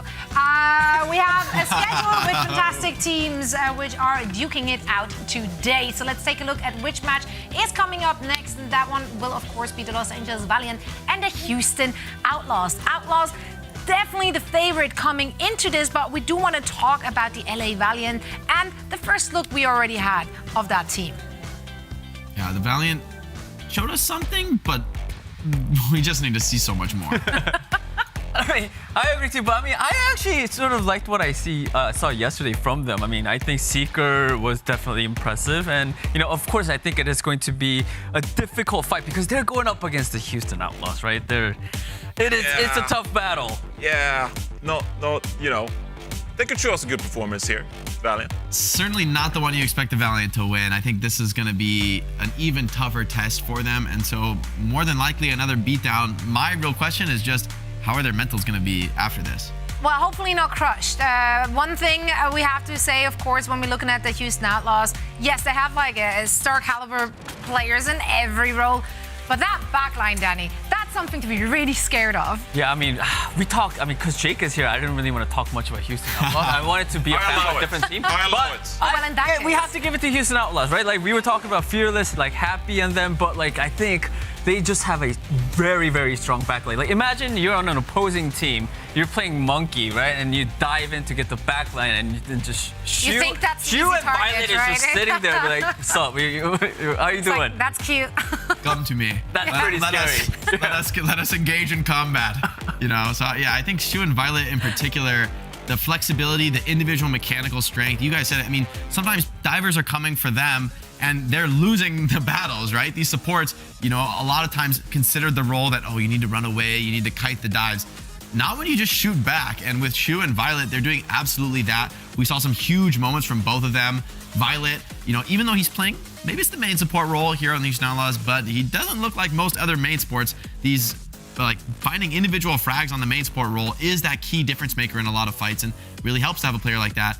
Shu, of course, just on another level. I mean, he had that moment on Shambhala Monastery, just 1v2ing Kevster's Tracer and Funny Astro's Lucio. It's not even funny. That's ridiculous. Yeah, can't kill me if I kill you first. That's his mantra coming into all of that. And that's why it's so hard to bet against the Houston Outlaws in this meta, especially. But just looking at those players, they should be way, way, way ahead on every role when we're looking at stacking them up against the LA Valiant. And that's why my prediction had to be the Houston Outlaws. Same. Nothing more to say. Houston. Too good. I don't even... You guys know. That did a thing. You know. I'll go with Houston as well. Jonathan, please. No, I'll go with Houston as well. But the big story for me in this match, actually, is that the LA Valiant, they did play a lot of Ramatra yesterday in their series, and it's something that the Houston Outlaws struggled against in the Pro-Am. So the big question is for me, we talked about Shu and Violet in the backline of Houston Outlaws. Can Krawi, the tank for the Valiant, and the rest of his team, can he get into the backline and really put some pressure on the Houston Outlaws?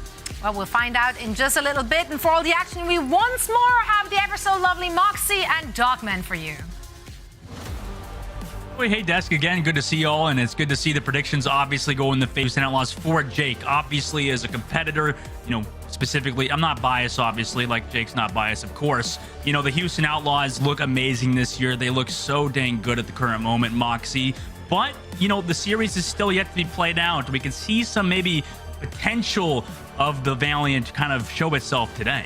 I mean, let me tell you, if Atlanta Rain have lit being the big bad evil of the end of a D&D campaign, Shu and Violet are the two just hitting nat 20s on every single skill check, because my goodness, like the desk said, this is a backline that just do not die, and they do not care about rotations. They will wait. They will hear the boss music. You will hear and see the arena just start to darken as all of the lights just drop down as that dive comes through, and you have to try and find the initial pick on Tashir. He is still going to be standing. He is going to be hitting those sleep darts, those nades, and Los Angeles Valiant, they have a tough task ahead of themselves, because if Curry wants to stick with this Ramatra, well, Ramatra players know the pain of the Ana sleep dart probably better than the Winston mains with how big that hitbox is. For sure. And, you know, obviously with the likes of Shu being able to hit those shots, it's incredibly important. I like you mentioned the hitbox. I mean, that's why a lot of coaches will tell a lot of these Ana players that are maybe a bit newer to the role, like, not to spam that sleep dart. Really use that cooldown on those large targets that can get hit easily, because that'll give you a higher percentage to hit that sleep dart. Because, I mean, that ability, it's on a 14-second cooldown. Yeah. That is not exactly short. I mean, I like this adaptation, though, coming through from Valiant. They're obviously very much aware of those larger hitboxes, and Kari coming out on something like the Junker Queen, that when she released, a lot of people were saying that her hitbox was incredibly thin. For a tank, is definitely going to be harder for Shu to be able to land those sleep darts onto. Okay, let's see if it works out for the Valiant. Obviously running Nos here onto that Torbjorn too, so they can play maybe back of the map as well with that shout, kind of play more counter dive comp until they get that Junker Queen Rampage. They rotate all the way around towards the car side. This is actually, I like this spot for the Valiant because this Torb turret does find a lot of value. The anti-grenade did connect on the Valiant, but really no dive yet for the side of the Outlaws. They want to make sure that turret is gone. In fact, both teams have changed locations. We have over here the Valiant at the main of the Houston Outlaws and Outlaws at the main of the Valiant. So at the same time, Fearless goes for that dive onto Nos, who does have to use his E earlier up in that fight, and Outlaws actually are setting up the dive the entire time. Shu waiting for that nano boost to go off, but in fact, they're just building that ult charger, building the nano. They don't go for that dive just yet. Valiant just slowly rotating around this point, kind of begging the Outlaws to go for that dive first or finding this pick. So the longer this fight goes on, I think it's favoring the Outlaws until the anti-grenade does get hit. Shu very close to that nano. He's already 90% building it. He's waiting for it. The Valiant do have that point first under the control. They go back to recontest this point to actually make sure it does not flip for the Outlaws as Fearless trying to jump in. He gets the nano. They connect onto Nos, also onto Crawley, and eventually the Outlaws do flip that point and find the first team fight win. Yeah, Outlaws playing that patient game, like you said. Valiant do pick up that first initial point, but Outlaws don't take the bait of going for that dive, because the second that Fearless is removed from Shu's side, Quarry's just going to go for the shout, Light is going to speed, and everyone from Los Angeles Valiant are immediately just going to push onto the backline of Shu and Violet, who only has one sleep die. He's not going to be able to sleep every single member on Valiant's side, so good patience coming through from Outlaws, and it nets them an EMP into this next fight as well to try to keep up with Liar when he comes in with the sound barrier. Just added a new mythical Overwatch player, 5 sleep dart Shu, happy over the top with an EMP, looks for that Kitsune rush, connects onto 3 members of the Valiant, and in fact CJ falls first. Crowley does come back and in fact trade that out, but Happy does trade on Denos. The pulse bomb trying to get connected there from Seeker, but it was immediately deflected by Violet in that shield, and now Crowley gets pressured out by Fearless already halfway through. Houston Outlaws move up to 50% on the board. Yeah, good counter EMP to come through on that rush from Valiant, knowing that everyone from Valiant are going to try and brawl up on that rush. They're going to try and get aggressively into Outlaw's face, so they're going to land right into the EMP as Happy is just waiting for these members. Does get spotted out, has to use the translocate early, but it's still denying time for Valiant and allowing Outlaws to build even more percentage. 70% on the board, so the Valiant are going to need to win this fight right here. Now the Jagged Blade does connect onto Happy, but he doesn't actually pull it back, so Happy falls back out. There we go, a nice Jagged Blade on the Shu. They still have the Rampage. Sleep Dart's out, so he can go for the Rampage after he wakes up, and in fact, he does so into that back line. Great re-engage by the Valiant to force out those cooldowns from Shu. Fearless does trade back to Nos, though, so the Outlaws still want to delay this point, but eventually they'll cap it out. No, in fact, the Outlaws just touch a little bit, get more percentage on the board, up to 92 as the Valiant switch it. Valiant have a really hard fight ahead of them, though. They're coming in against a Nano Boost, a Primal, a soon-to-be built up EMP, and a Pulse Bomb. CJ will be able to Suzu one of those, but Shu with that Nano Boost can immediately push Fearless into Valiant's side, and if Liar throws in that Sound Barrier to deal with the Nano Impact, you're not going to have a BMP. Very early Nano. Pelican also connects with the Pulse Bomb. Liar just had no chance to live in that situation. Fearless with the Nano, then pops the Primal Rage just to sustain them on this point to find those follow-up kills. Liar's V-drop could not be used in that fight, in that situation, and unfortunately for him, he's not even going to use it at all. It looks like they do touch it, though. Nos does touch the point, force the translocate back, but can anybody else here touch? It looks like eventually Nos does touch, but he does lose his life for it. Eventually, Seeker might go to touch. He goes for the Pulse Bomb first. Nobody else can touch, though. Violet flails him off, and the B-drop gets no value. Violet with 2 denials. The first, the shield bash onto the Sombra, and the second, the flail connecting onto the Lucio. So no overtime contest to come through from Valiant's side. I like the adaptation to come through. I like that we're seeing the Junker Queen as Valiant understand that the dive, this composition, is at its most vulnerable when Outlaws are playing aggressive and Shu and Violet don't have the 2 avenues of peel. The problem is Outlaws have very quickly identified Los Angeles Valiant's game plan. There's only so many ways that you have a Junker Queen initiating into a fight, and all of it comes off of that speed boost. Yeah, that's a very good point, because previously a lot of teams will mention how that character Junker Queen, Ramatra, both a little bit telegraphed at times. The Houston Outlaws opting to put Violet on the Brigitte yet again, so very similar composition on the previous one, except they have Pelican on the Echo. Nos should have a better time dealing with this Echo with that Tourbillon turret when you're in control of the fight. The second you lose it, that Tourbillon turret is going to be out of every single engagement just with the Echo coming with those stickies. And there it is. Turret's gone. It's already out of the fight. Nos gonna have to wait for that cooldown to come back online. These anti-grenades come through. Outlaws kind of just playing it slow. They keep building up towards this nano. Instead, in this fight, it might change. The game plan might change with Pelican playing aggressive. The point has now unlocked. The turret's still pressuring out Pelican, so he has to deal with that first. Turret gone. Anti-grenade connects onto Crawley, Nos, and Seeker, forcing him to fall all the way back. Liar's not even with his team. Dropped down for some reason. Pelican trades him back, and now the Valiant are in prime position to get dove on by the Outlaws. Crawley does trade back Violet and also shoot 1 and 2 Jagged Blades. Maybe turn this fight for the Valiant. Crawley doing a great job on this Junker Queen. They shout back into this fight. Outlaws do have this point, but eventually Nos finds Fearless and they reclaim it. So nice job by the Valiant. CJ's going to have that Kitsune rush as well. Outlaw's going to have to wait for things like that nano boost as well as the EMP to come through. This is the saving grace for Outlaws. Liar is not going to have the soundbar. He was so far removed from his team in the last fight, he hasn't been able to get the healing necessary to build it up. Now he's reliant on CJ to get this Kitsune rush. Shoes building towards that nano boost. Pelican also with the copy. There's that Kitsune rush early. I like this from the Valiant. Making an aggressive play before the Outlaws have built any ultimates in. It works. Violet goes down without that speed boost.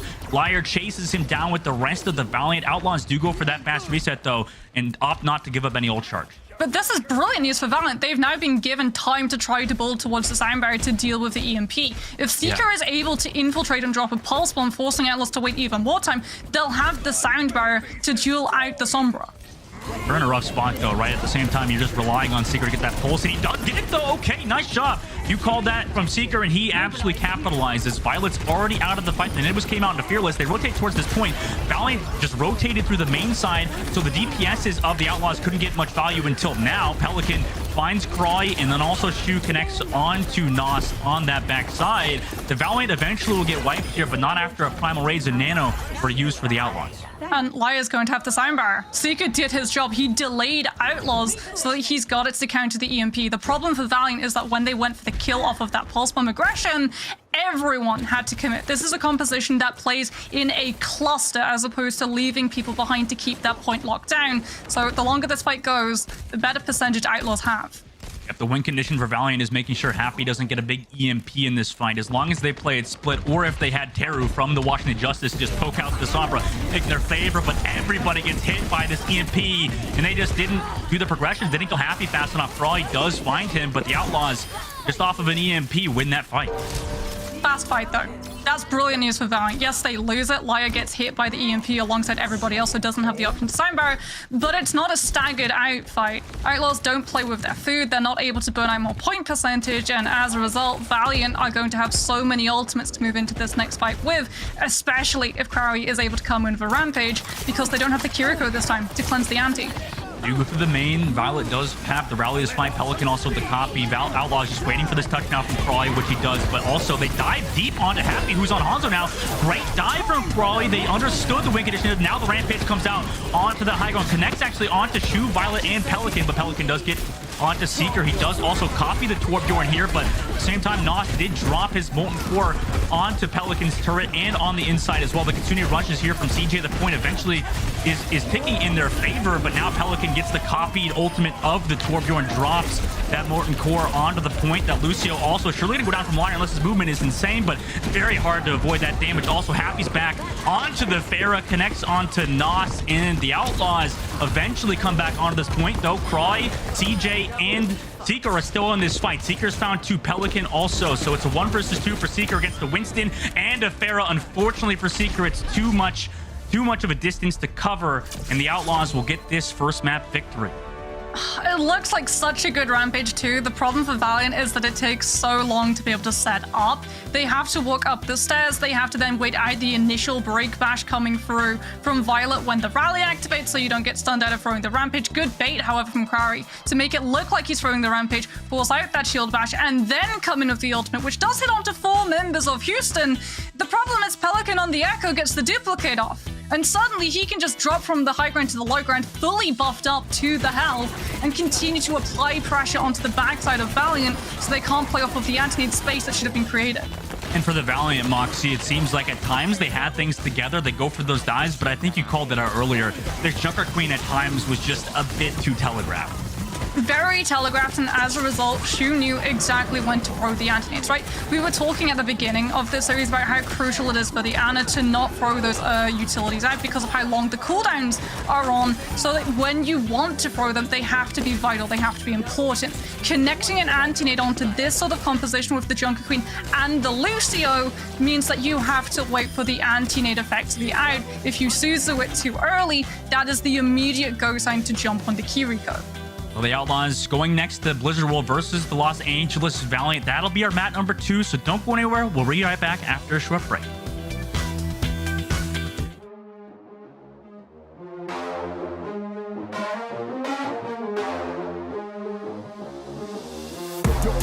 Yo, crank that volume, turn it way up. Get your weapon, get your blade out. Damage, then you gon' pay up. Yo, crank that volume, turn it way up. Get your weapon, get your blade out. Damage, then you gon' pay up. Yo, crank that volume, turn it way up. Get your weapon, get your blade out. Damage, then you gon' pay up. Yo, crank that volume, turn it way up. Turn it way up, turn it way up. Crank that volume, turn it way up, way up.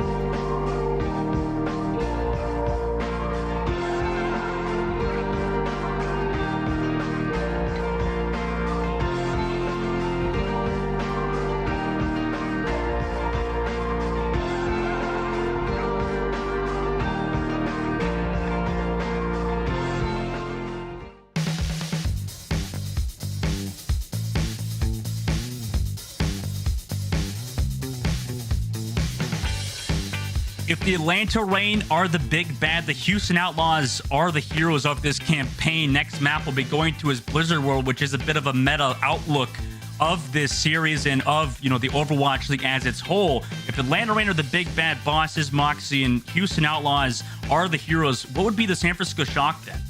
Probably the DM, because like every single time Shocker that backs up against the wall, they just go, okay, Rock's full, proper kills everybody. And that's how they win their games.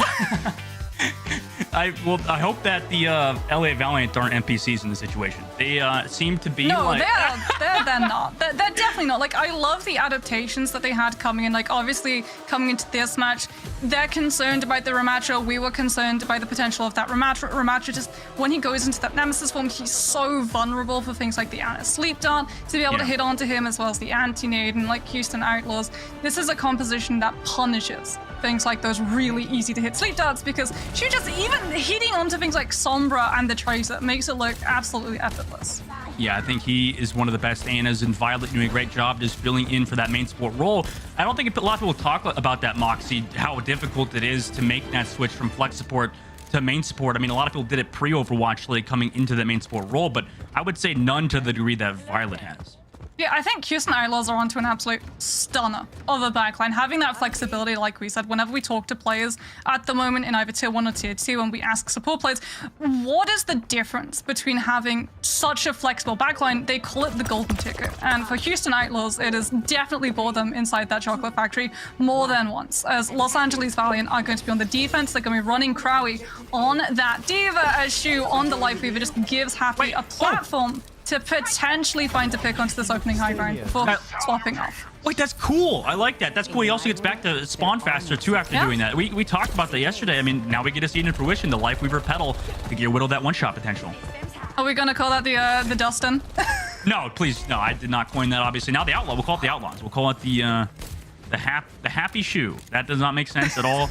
But the Outlaws, they have Genji now for Pelican. It's taken them some time to figure out the composition to run. Happy over the top does have the hack. They're actually pinging out the Sombra, so the hack could come through on the Seeker right now, but no, he translocates back, avoids the fight for now as the Houston Outlaws just try to rotate around Fearless's anti-grenade, so they're going to wait for that to go off, wait for that dive to come through. The hacks keep coming onto these DPS of the Houston Outlaws, so it's slowing them down, but now Fearless goes for the dive. Crawley already very close to losing mech, has that pocket, and Lyre actually picks Pelican off with an anti-grenade, so great job disengaging for the Los Angeles Valiant, not dying to that dive. Now going to come back into this fight strongly, 4 versus 5. Nos is looking for that Sombra, who has to back up, and the Outlaws slowly getting staggered, but they're waiting for their player to get back from spawn. Fearless gets poked down by Seeker, and the Los Angeles Valiant are playing this, yin and yang so well at the moment. Nos, fantastic pulse bomb as well. I mean, Seeker on that Sombra is impressing so much. The difference coming through from the hacks, like when Phyllis has already created that space and it's Pelican who's the danger, the threat to come through with that Genji dash and finish off these kills. It's the Genji who gets hacked. It's the Genji who gets denied. But then when the dive isn't yet to come through and Phyllis still needs to make the space, it's the Winston that gets hacked. So Los Angeles Valiant doing a very good job of identifying certain threats at different times. Fearless just taking that damage for Shu to get that nano boost, but they have so many ultimates here. Like you mentioned, Seeker on the Sombra being a nuisance. They do poke him out, though. Great job from the Outlaws to pressure him out. Now Fearless goes in with the dive, knowing that Seeker still has to get set up for this EMP, but now that EMP lands for Seeker onto the front line and backline. The DPS is in support, so the rally now comes through from Violet to come back into this fight as that Kitsune rush from CJ sustains this point for a bit longer. Seeker just trying to get some heals on the coaster, waiting for the Nana boost stock. Now they go for it. Lyre has to hit the sleep dart, and he does onto Fearless, who has that primal rage, allowing Croy to come back with this nano. Find Violet, also Shu uses the sleep dart. The defensive matrix is there. Happy finds Lyre. That's only one, so the Los Angeles Valiant are in a great spot unless Fearless can get something more with this primal rage. Does CJ get booped off the map? He swift step perfectly back towards his team and also is hiding from Fearless, but eventually Fearless does find him. This point already one tick for the Houston Outlaws, but Croy keeps training it back. I mean, Croy, how many kills has this guy gotten on the Diva? Just time after time again on the Diva, making these adjustments, coming back into the point in last second to make sure the Outlaws can't touch. They do have a blade. Does Pelican opt to use it in this situation? They have 3 members here, but they're down their tank. Pelican just trying to play his life, knowing with this double heals, he can play as aggressive as he wants to. Happy, both Sombras just catch each other in the passing lane. Happy has to fall back, had the EMP. Pelican still has that blade. In fact, wants to go with it. Lyre goes incredibly low. Diva Bomb to peel. Pelican has to dash back. Crawley with a perfectly placed Diva Bomb also kind of connects on the Pelican, but mainly Fearless is out of the fight. They just have Happy with the EMP. Los Angeles Valiant get 4-man EMP, and that is enough for Pelican to get those dash resets. Houston Outlaws took him a bit, 30 seconds left on the clock, but they'll capture that first point. Oh, Pelican's so happy that he gets to play Genji. The biggest smile on his face as Houston Outlaws are able to unlock that point. It looked a little bit dicey, like he said. These adaptations coming through from the Valiant, really understanding the composition that Outlaws are putting onto the table. Unfortunately, they're understanding this next fight too. Shu is going to have a nano boost, Phyllis is going to have a jump, and it all comes down to whether or not they can retain this high ground hold when that dive is committed, as Lyre has to continue to just put that pressure onto Fearless, trying to force things like the break pack out early before the dive can properly engage. So those ultimates, those resources are denied from when Pelican or Happy tries to assist. Yeah, but Seeker actually gets pressured out, immediately countered by the Outlaws, so they pick him off early. And although the Valiant have been looking good, especially with Crawley on this Diva swap, that pick there surely is going to result in some cart space lost. Yeah, especially because Valiant, they're playing CJ on this Kiriko. They don't have the Brigitte to be able to either flail or bash the Winston when the nano boost comes through. Those Outlaws are yet to actually fully commit onto this high ground. It is just Crowy keeping that hold up. But now that you've moved past the Diva, you got to move on to backline. This backline of the Valiant just avoiding Fearless's dives perfectly. Nos almost dies on the front, eventually does the Pelican, who gets that dash reset and then goes immediately into CJ. So 2K for him. Lyre does hit the sleep, but not without Crawley gone already. 3K for Pelican in that fight, and pretty clean second phase, although first was rough. Houston Outlaws now have 3 minutes in third point. Seeker's going to be able to come in with an EMP to potentially try and shut down Pelican's blade, as the nano boost has been going on to Fearless, not the Genji, but Valiant not running something like a Zenyatta or a Lucio means that you don't need the nano for that blade to come in with the kills. You don't have to chunk through the extra shielding, as now we're going to see the swap onto the Zenyatta. This is a glass cannon. If you can land the discords, if you can land the volleys, you're going to be able to recover. If you can't build up to a Transcendence or keep your Zenyatta alive, Yolana is going to struggle to be able to keep the sustainability for the team. How is Pelican getting these kills so fast? I mean, it's so amazing to just watch Pelican back on the Genji, obviously on the Rain plated quite a bit, and you know, with Genji kind of being out of, well, not out of meta, but just consistently in flux of if it's meta or not, it means he had to change a lot. Incoming EMP from Seeker, however, connects onto Shu, Fearless, and Violet, so that's a great EMP from Seeker. Should shut out this fight for now, but Pelican just continually playing as aggressive as he has been, just wants to hold as many aggressive angles as he can to set up those dashes. Yeah, he's chased off of that angle, though, by the Discord Orb connecting onto the Genji, and Valiant should be able to find a foothold. Ooh. Have to keep an eye, though, on Happy, who is in the back line, currently waiting for the EMP to connect onto both these supports so Pelican can find that blade space. I mean, I don't mind this so far for the Valiant with that Discord. Obviously happy with the EMP, just waiting. He's just been sitting in the backline the entire time waiting for that EMP to come through. But with how these backlines of Lyre and CJ have been playing, I mean, they know exactly how to deal with it. They're playing split at the moment, only connect onto Lyre, so CJ should be able to come help Lyre. Also with the nade comes through, Diva Bomb to peel again. I mean, we don't see that. It's kind of uncommon. Crawley to toss that Diva Bomb back. Ju does connect onto Lyre on the front line. Happy does hack the health pack here, so nobody on the Valiant can then use that health pack as Seeker gets pressured off. That's only one member down. You still have Lyre coming back from the spawn, but Moxie, look at this. Shu has that Nano Blade ready to go with Pelican. We could see a fantastic Nano Blade play happen until Seeker comes through, spoils everything, and hacks him immediately. Seeker and Crawley come through with the follow-up, and Pelican, realizing his backline is gone, just gonna have to reset. Yeah, Outlaws were posturing up for the Nano Blade, and that hack coming through from Seeker denies its existence and allows CJ to build up the ultimate. Transcendence is going to be on the table, and this adds an extra flavor for Outlaws to have to deal with before the Blade Wombo combo comes through. So far from the Valiant, and we'll see if CJ can actually use that Transcendence perfectly against Pelican's Blade, or if they try to force it early, maybe with a Fearless dive. With that Primal Rage, they're playing it slow, then comes Fearless with the dive, but he gets left dark, so that sleep is gone. After that, Lyre gets taken out by Pelican, so although they had the Transcendence, they could not save Seeker and Lyre from the damage output that was that Genji Blade and the Primal Rage. Happy and Fearless combine as well for Nos and CJ, and the delay comes through, but they're going to cap out with time, which means that if the Los Angeles Valiant cap out, they can actually, you know, come back in the series and have a chance on their attack, but not capping out with over a minute is not exactly ideal for the Houston Outlaws. Yeah, a good turnaround from Valiant, swapping over to that Zenyatta on point C, where it's harder for the dives to properly be committed at the early stages of those fights, so you have less avenues for that Sombra to be able to find the Zen early and hack him down. However, Outlaws able to wait for that Nano Blade, and it's Fearless actually who comes in with the gorgeous primal. You don't need to bait the Transcendence early if your Winston player just gets to juggle the Zenyatta out of line of sight of the rest of his players. Take a look at that replay. I mean, if we have it in the situation, I would love to see it because the Houston Outlaws as a whole looked incredibly good. I might have called for that incorrectly. Here we go. We can actually see the replay from Pelican. The dive came through early from Fearless with the nano boost and just one dash. Immediately right-click CJ right after. That's the high sensitivity players. That is Pelican on the Genji. Obviously, you know, a lot of these Genji players have incredibly high sense, and also we get to see that nano, they called it a nano Jax. Is that fair? Poor Ajax, man. I mean, it did connect onto Crowy. That's like the worst case. Immediately got burnt down because, unfortunately, you timed it at the exact time as the D.Va mech got stripped off. That's so sad, man. That should revitalize. You should get mech back.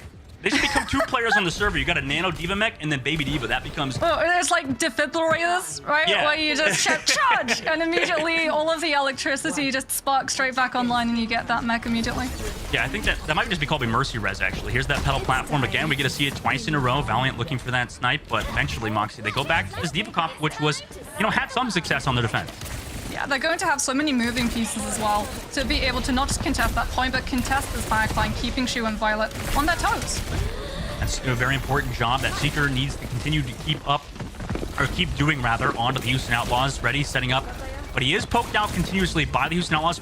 Fearless is left on that front line, but it's really not in a dangerous position. Knowing that Sleep Dart cooldown is out should give them a potential early dive. It looks like Outlaws are setting themselves up for that potential. They're kind of putting themselves in like a two-option play where they either want to go aggressive or fall all the way back, especially since Violet can always swift step, try to swift step to the Winston, but Fearless kind of gets caught out. The Suzu used early and a nade to keep him nice and healthy. The Valiant, knowing that cooldown is out, can push forward until that Sleep Dart connects for Shu, so Crawley slowed down. Fearless goes for that dive onto Lyra, but that backline has been continuously peeling through each other so well. Fearless is the one to go down, and again, the Valiant with these counter dives, whenever they're set up for it without any ultimates, the neutral games, they are winning. CJ wants, in fact, that duel with Happy, who's forced to translocate back, who has built that EMP. Lyre has built a nano. They could continue this pressure. However, they don't even have a tick, and the EMP comes out onto everybody of the Valiant. In fact, the nano boost was used, but I think it was canceled by the EMP, so Lyre's nano kind of wasted in the situation. Crawley tries to equalize it to go forward to maybe give them a tick, but they cannot find it. And the Houston Outlaws, a phenomenal EMP Happy, got off, reclaimed the point. It's not just the EMP, it's also when Fearless is out of the fight, Happy comes through with another hack counteracting Crowy on that engagement. As now we get to see, here it is. Wyatt with that nano tries to send it, and it is indeed cancelled out by Happy's activation. Was going to put it onto Noz, so that Tracer could just continue to pressure Shu and Violet on the back line, but it is not to be. And Valiant now will have to come into the Kitsune rush, but Outlaws can just hold their ground. They've got a rush to be able to counteract. I feel so bad for Lyre because despite those nano boosts, he's been playing great so far on Ana. Now the Los Angeles Valiant have those ultimate nano boosts, comes out onto Fearless. Seeker also gets pressured out immediately, does not have a translocator, has the peel there, but it's just too much damage to deal with. The nano Winston, the Tracer, and the Sombra all shooting him, and Chew on the Ana pressuring him at the same time. Los Angeles Valiant now have to reset slowly. They could potentially get staggered here, however. You know, they're continuously going forward. Outlaws don't want to go inside. This is too strong of a defensive angle for the Valiant to have a foothold. Outlaws at least don't have that nano boost anymore. Lyre's coming up to one of his own, but you can't really get the same damage from a D.Va nano as you do a Winston, since you don't get the cleave option, as it is going to be dive for dive. CJ gets hacked, but the Kitsune rush has still been able to come through to contest Violets. Yeah, Fearless coming in with the Primal Rage to disrupt that Kitsune rush. Pulse bomb into Crawley, but now we can use the D.Va bomb. Great job to just use that. Now can remech safely inside unless a hack came through for Happy, but Happy's so close towards that EMP. But he is EMP'd by Seeker, who had it earlier. Lyre also still has that nano, like you mentioned, so they can continue this fight if Happy tries to drop that EMP. This time, Lyre opts to use it early so he doesn't get caught out. He does eventually fall to Fearless, but he got the nano off before he died, so he kind of did his job. Crawley trying to find some value on the point, but he just existing here kind of gives Valiant the space to reclaim this point and pick off Pelican with Seeker. They already got 2 ticks. The Houston Outlaws want to recontest. It looks like they do potentially want to look to potentially force ultimates, but the Valiant have none, so the Houston Outlaws just want to build some ultimates in the situation. Back on out of there, have Violet with the Swift Step, and just continue to build those ultimates. They can try and hound down for staggers if they really want to, though, as Valiant has already used that Swift Step, but you can see that Valiant just don't want to lose these players, not more than happy to just wait for Outlaws to put themselves out of position in these really aggressive motions coming through from this defensive team, trying to control all of these side avenues of that choke, as well as keep those health packs hacked out so that it significantly impacts the amount of room that Nos and Seeker have to stay away from their supports. Dive ready to go. Shu with the nano boost ready to go on Fearless. He's actually kind of poked out. Shu has to use the nade to keep him healthy in this situation. Maybe was a little worried that Fearless would lose his life. The nano now comes out into Fearless. They can go for that dive onto Liar. It's perfectly placed after the pinks came through from his team, and Fearless 2K onto CJ and Liar. That's going to be a fast reset for the Los Angeles Valiant. Yeah, Outlaws being able to control all of the side avenues also forced Valiant to stick towards the main road and allowed Outlaws to just quietly build up that nano boost from all of the poke pressure that Fearless is taking. And then because Valiant don't have the side avenues, when the dive comes through, it fully connects onto every single member. As Valiant at least will have ultimates to try and break into this next fight, but they have to be careful that Outlaws don't get to take that immediate initiation. Happy has the EMP, and Outlaws can just wait for Valiant to try to move through this choke to use it. I would like the Valiant to play a little bit more proactive here, potentially set up a dive onto somebody so the Outlaws aren't so free, especially with that backline of Shu and Violet. Whenever they're able to do as much as they have been, it enables Pelican to find these pulse bombs. But in these type of situations, Valiant have come back. The Suzu comes out from CJ. The hack also from Happy here onto CJ. But he does have that Swift Step to go back after the Suzu was used. He surely should fall here, but no. The heals and peel there is on to CJ, who still have that Kitsune Rush. They don't want to use any ultimates because they know Happy has that EP. Now the Nanoboos comes out to CJ. They peel off Fearless, who was incredibly low, but comes back into his team. The Kitsune Rush is here to keep him healthy. The Valiant also commit their own Kitsune Rush to fight at this choke. Happy trying to pressure this backline, and Shu also is there to connect onto Liar, but Croy does trade back Fearless after getting slept. Now Shu's in a rough spot, does have that peel of Violet so they can live, but now comes that Diva Bomb, forcing Shu to hide behind the pillar. He's in a rough spot, but at the same time, the EMP from Happy comes through. He does eventually die, but Crawley and Nos are there to capitalize. Although Pelican, you know, whenever he's in these fights on Tracer, you can't count out the Outlaws just yet. Crawley will also lose the mech, drop the pulse bomb to zone off this help for Crawley, and that's a great fight for the Houston Outlaws, but there's still one more available for the Valiant. The problem for Valiant is that they only have one ultimate to be able to win it, and Outlaws are going to immediately just pull back so that Nos isn't in distance of being able to drop this pulse bomb onto one of those key support members. Houston Outlaws playing towards the high ground, waiting. Shu so close to the nano boost, throws the sleep dart. It's going to be defense matrix by Curry, but it still limits the aggression that Valiant have to push onto this high ground with. He comes through, touches that payload, nano available in just a second for Shu. Nos does have that pulse bomb, but he's just playing the low ground, pressuring out Fearless. Goes for that pulse onto the shield, and actually sort of hits Fearless on the outside of the shield, so it causes that nano boost to be used onto Fearless early for that damage reduction. Happy also set up in the backline. I mean, they're just getting collapsed on at the moment. Liar goes down to Fearless, overtime picking down. Fearless will also have that nano, or that primal rage in a moment. Crawley falls, Seeker does as well, and the Houston Outlaws will go up 2-0 over the Los Angeles Valiant. Yeah, Valiant just don't get the space to play as proactively as we would want to, and I'm sure they wanted to as well. Outlaws doing a very good job of just pushing Valiant into taking that side room around the Mega so many times, and every single time they're walking into Fearless, they're walking into the Winston Cleave that connects onto every single member in that room and allows things like the Primal to have so much more impact.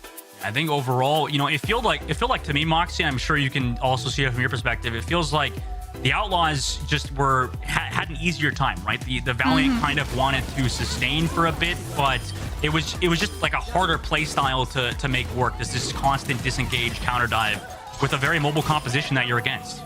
Yeah, again, like they didn't really have any way of being able to push Outlaws into giving up those positions early, right? Because they don't have the side rooms, because they don't have those angles to send Nos and Seeker undetected to push Fearless into using things like the Winston jump early to be able to keep either his backline peeled for or that payload in limbo. The only time that we actually see them really be able to break through the choke is when one of them goes for that sneaky C9 play, the same sort of style that we saw coming through from them against Titans and Junkertown, when Fearless, mid-primal rage, suddenly realizes, hold on a minute, the payload's uncontested, and has to jump back. Yeah, it's just it's so funny watching Fearless and the fact that Los Angeles Valiant yesterday got those C9s, and the next map would be going to a Savannah. You know, the Valiant, they get to put Seeker potentially onto a Sniper, so we could see them win the next map. Maybe that's some copium. I don't know. I'm just trying to help out our boys in chat that are Los Angeles Valiant fans. We'll go into a short break. When we come back, we'll see you on Havana.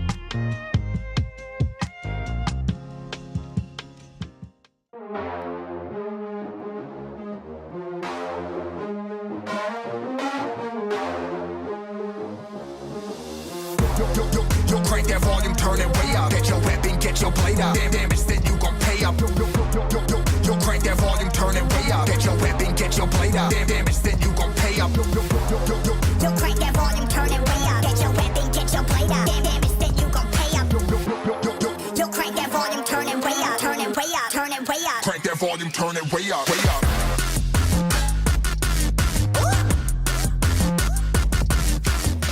Welcome back, everybody, to the Overwatch League. We have Pelicans, obviously amazing stats, and I'm sure you guys all watching are having a fantastic Saturday or weekend in its entirety, because this guy is a treat to watch on the Genji, Moxie.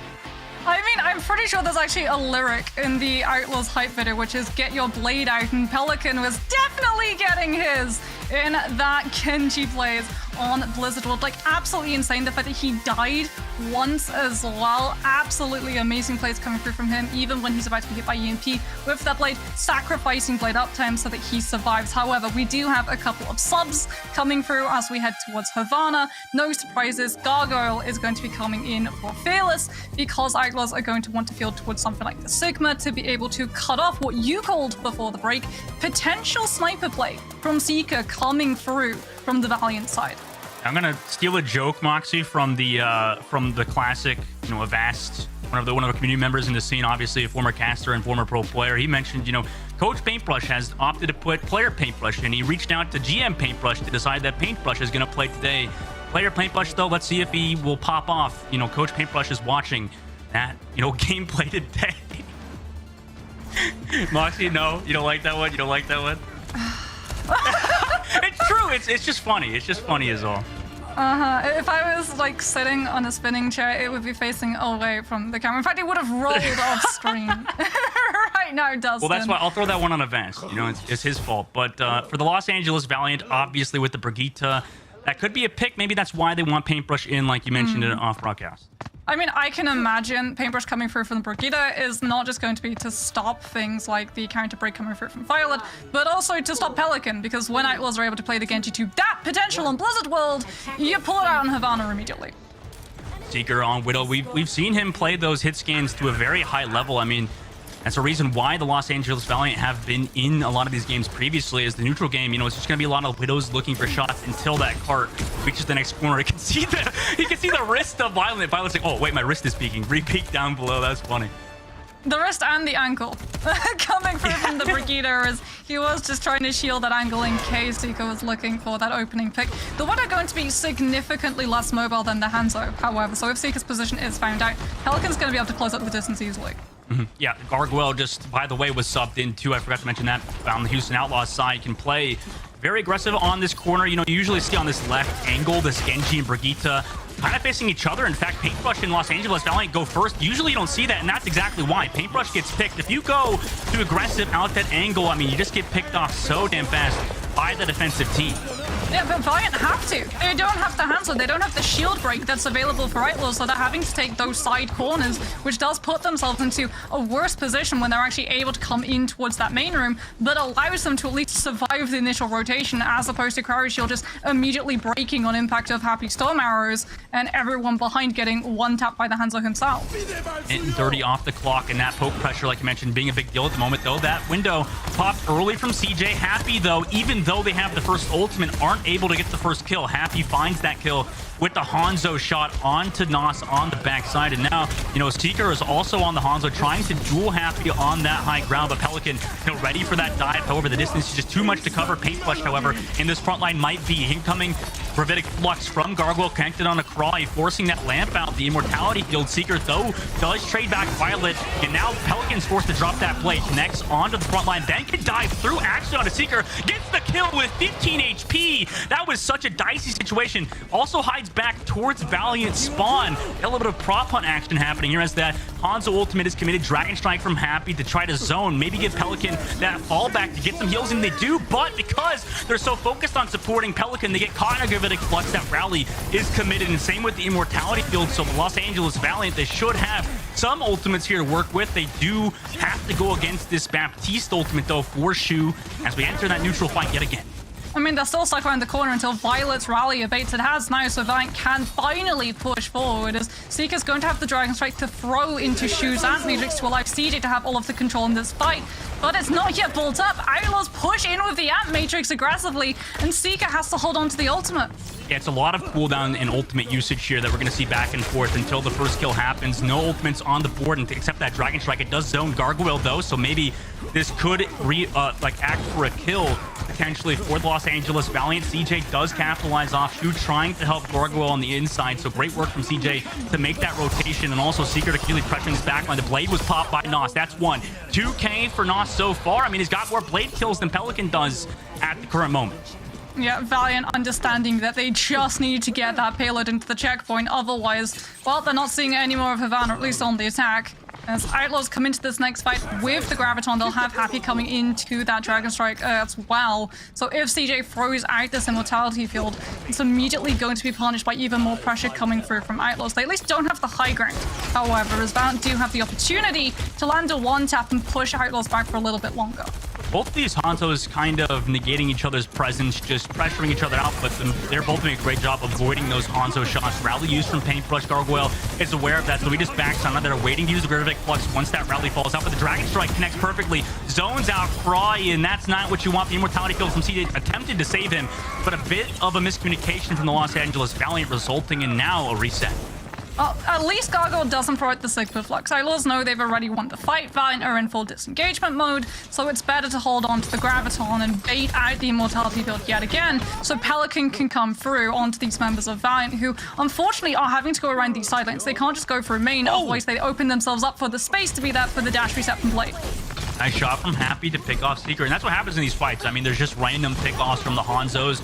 Now Croy then comes through the top, already throws that rock out, but without that Hanzo pressure from Seeker, they're going to be waiting for him to come back to spawn. Does Pelican want to get those stagger kills? He's deciding between going with his team on the front line, but there's the Immortality Field. He opts to go for this Hanzo. He's looking for him at least at the current moment, but in fact just looking for the Genji, noticing the Hanzos regrouped with his team on the low ground. Pelican taking some poke from the Amplification Matrix, so he jumps back up to the high ground, but no cart space is being taken. Meanwhile, CJ up into the air from the Gravitic Flux, and they delete the Immortality Field in time for that Gravitic Flux to find maximum value. Great work from the Houston Outlaws to find that, and now there's the minute and 30 seconds left for the Los Angeles Valiant in the streets phase. And Pelican gets all of those kills without expending the Blade. It's all off of shurikens and dash resets. This Genji is doing so much, and Valiant now are going to find it so hard to make it out from spawn alive. Yeah, but they're playing it smart, you know, waiting, biding their time in this situation. Maybe they'll get poked up by Gargoyle. Gargoyle is literally using the cover of the spawn door. So Los Angeles Valiant, they're going to need to use some ultimates potentially here to pressure out the Outlaws at least, but they just opt to make that long rotation, and now this gives... that Amplification Matrix, also the Gravitic Flux from Crawley is used, but it doesn't connect. Now Pelican drops the Blade. Immortality Field is there, but it's deleted immediately. And Pelican goes a bit too far. He's traded out by Nos, so that's a nice kill from him with that Dragon Strike. They should find a little bit more. Yeah, aggression coming through from Pelican, good Dragon Strike coming through from Seeker to make sure the Outlaws aren't able to make sure that the Genji survives that Blade. And now it is going to be Valiant having to use these ultimates as they have 28 seconds left and no way really of being able to get back into a fight when they actually manage to move over towards payload. Nos coming in towards the Blade, Paintbrush towards the rally, but Seeker is the one who has to touch the payload and keep it in play. And Outlaws finally are pushed away from the spawn hold, but it has dented Valiant's time bank and ultimate economy significantly. Moxie getting choked up as a Los Angeles Valiant fan right now. They have to come back into this point with that rally with the Blade. It could be huge, but they're against that Dragon Strike. Nos comes in with Dash just to touch the payload in case nobody else on his team can. There's that rally from the back line, but Seeker picks off Shu. Although they were split, he does find that kill. Incoming Gravitic Flux forces the Los Angeles Valiant into the air, but this time the Immortality Field has enough health to keep them healthy. At the same time, Gargoyle has used the rock to pressure out the front line. Now the Dragon Strike comes for Happy, so Nos' Blade has to be big, but he drops down below. Does he find the kill? No, he doesn't. He gets bashed by Violet, and unfortunately for the Valiant, they require Nos to get a little bit more value out of that Blade. Pelican connects on the Seeker. They got that cart a bit further, which is something for the Los Angeles Valiant. But now they'll be going to the defense. Houston Outlaws stop them on second point. It's a good sign for Valiant, though. It's not a full halt to come through from Outlaws' side, so they do have space to be able to work with, as well as significant advantages of the high ground that the defensive team on Havana are immediately gifted the second that you fall back towards places like on point A and also on point B. The problem for Valiant is if we see another fast push coming through from Outlaws. If they're immediately able to take control of this first fight and Valiant aren't able to find those first picks from Seeker and Noz, then Outlaws are just going to have so much time to be able to push into B and bank up ultimates to be able to break Valiant's defense. Outlaws just look so clean at the moment, and they like having Pelican on the Genji. Obviously, maybe their play instead of a Tracer on this map, it's pretty good for the Los Angeles Valiant. Moxie, I mean, obviously they swapped Seeker onto Hanzo because of that shield pressure. This time it looks like he's going to start on the Widowmaker, though, again. Yeah, no worries, like no surprises either that Pelican is coming in on that Genji instead of the Tracer, because you literally just get to use those dash resets to find those blink opportunities. It's insane how mobile you can be when you're able to find the kills, as we're going to have a look at Pelican's blade coming through. Look at this as well. Valiant do everything they can to keep the distance between themselves and the Genji, but the second that the flux from Gargoyle comes through, Valiant's order has been entirely disrupted. They don't have a cohesive unit. Paintbrush isn't able to find a Breakbash or Flail to push Pelican back, and he just gets to use those dash resets, and the members of Valiant turn into stepping stones that one by one Pelican crushes into the dirt. That's why he gets MVP considerations. Pelican, one of the best Genjis and players in the league overall. Setting up the catalyst was breaking the immortality field to allow them to get those kills. And now for the Los Angeles Valiant, they rely heavily on Seeker to find these opening blows. The Outlaws do get that space to push up forward. See if the Outlaws decide to go aggressive at this angle. I mean, they have the means to. Again, Happy is on the hands, so more pressure onto Crowley and Paintbrush, who's having to actually help the Sigma survive this aggression coming through from Outlaws. Crawley does get killed. Pelican gets the deflect though onto Crawley, who had everybody of the Houston Outlaws just on him the entire time. Outlaws now back up, or sorry, the Valiant back up all the way, trying to give Seeker some space, but Seeker kind of panic mode at the moment, just trying to find something. Pelican shutting everything down. That's why they're in panic mode, is because you never know when Pelican's just going to dash on you. And Outlaws, so far, so clean. Seeker is the play for the Widowmaker. Like, if you can find that first pick, if you can find a pick onto the squishies away from Gargoyle Shield, the Widowmaker works. If you're not able to find the first pick, you're essentially down an entire DPS. Now we're going to see the swap come through into the Hanzo, but the damage has already been done. Outlaws are essentially not stopping when they're able to push through point A, and as a result, they have 5 minutes in the bank to be able to pull these ultimates up, and Valiant are going to very quickly run out of room to give up. They're going to have to throw ultimates in to keep this fight in play. Again, Happy's building up towards that Dragon Strike. Still, the longer that the Valiant stay here, the worse it gets for them, as long as this guy's getting ult charge. And now he's built it. He's built the Dragon Strike, ready to go, waiting for it, as you see in this angle. Jumps down, drops it off, so that forces them to at least drop and take some damage. So Valiant now have to rotate into an amplification matrix that was set up, but Seeker finds that first kill on the Violet. Pelican, however, does deflect Seeker's Sonic Arrow back into him. Crowley does find Shu, though, but you still have to worry about Pelican. They do have to rally, they do have the damage, but that goes to show how many ultimates you need just to shut out Pelican on the Genji. Where's the peel for the blade now? They used Amp, they used Rally. Pelican is going to have a blade, and Gargoyle is going to immediately be able to soften the members of Valiant up with this flux. It's going to come down to Crowley. He has to be able to use the accretion to cancel the Sigma ultimate out, otherwise CJ is going to be forced to use the lamp, and Pelican gets to play. Rotate, or the Outlaws rotate all the way around the outside again. They maybe just want to keep fighting at this angle. Here comes that Gravitic Flux on a Crawley, but a nice rock. You mentioned that's what Crawley has to do. Good shutout from Crawley, but he's taking so much damage. Needs those heals. In fact, the Immortality Field is forced early, so now Pelican's Blade should land flush. That's one. Crawley also just actually takes himself out, so Pelican doesn't get that value, or doesn't get the ult charge value, and that's a 2k for Pelican. Now 3 minutes and 40 seconds left. There's a stagger kill onto Seeker. If Nos dies here, I mean, it's all over for the Los Angeles Valiant, but he does escape with his life, and they have that Gravitic Flux and Genji play for the next fight. I mean, are they even going to be able to get past Outlaws as they just set Gargoyle up to keep Valiant's time bank out of the way? As the blade comes through from Nos, they have to find the kills, they have to find the value. As Outlaws just back up, they know even if they lose this next fight, they have the time bank to be able to play until the blade is gone. That's the rough part for Nos. I mean, yeah, that blind blade, that's what we usually like to call him, the blind blade of Nos, to try to go aggressive, to find something, but eventually he's getting poked out of the high ground. Here comes that Gravitic Flux from Crawley, avoids the rock so he does not get hit in the air. The boop out of that amplification matrix. Nice job from Paintbrush there, though Happy finds him, so although they had the positional advantage, it's not exactly resulting in much. until, you know, Crawley trades it back. Happy with the Dragon Strike, though, does get CJ. Pelican also finds Crawley. Seeker still alive here, tries to make something work, but when Happy's popping off, it's hard to do literally anything. The Houston Outlaws, fantastic work for them, 3-0 over the Los Angeles Valiant. I mean, we mentioned it, right? Valiant needed to dent the time bank that Outlaws had access to on point A, and that dent did not happen. Moving forward into point B, all Outlaws have to do is just keep Valiant pressured, forcing them to expend ultimates to be able to win those fights and keep that payload from moving forward. And the second that they fall, the second they give up that defense on the high ground, Outlaws get to move in and intercept the regroup. So like you saw, the blind blade had to come through from Nas, and even though it doesn't find kills, it at least allowed Valiant a little bit of room to be able to move, but they had to use so many ultimates to be able to break that space. They didn't have any to keep the payload in play.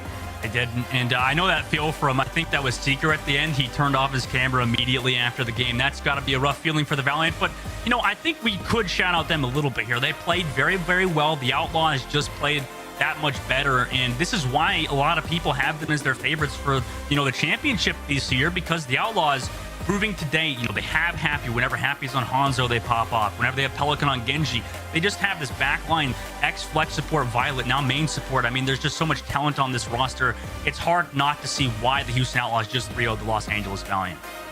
Like, you look at this Outlaws roster and you think, where is the weakness? So many of these teams are thinking, okay, when we see a dive come through, we approach the backline. But Outlaws, they have a backline so stalwart that you do not dive them when you see that backline. But their front line is exceptional as well. And no surprises after the plays that Pelican was able to put on.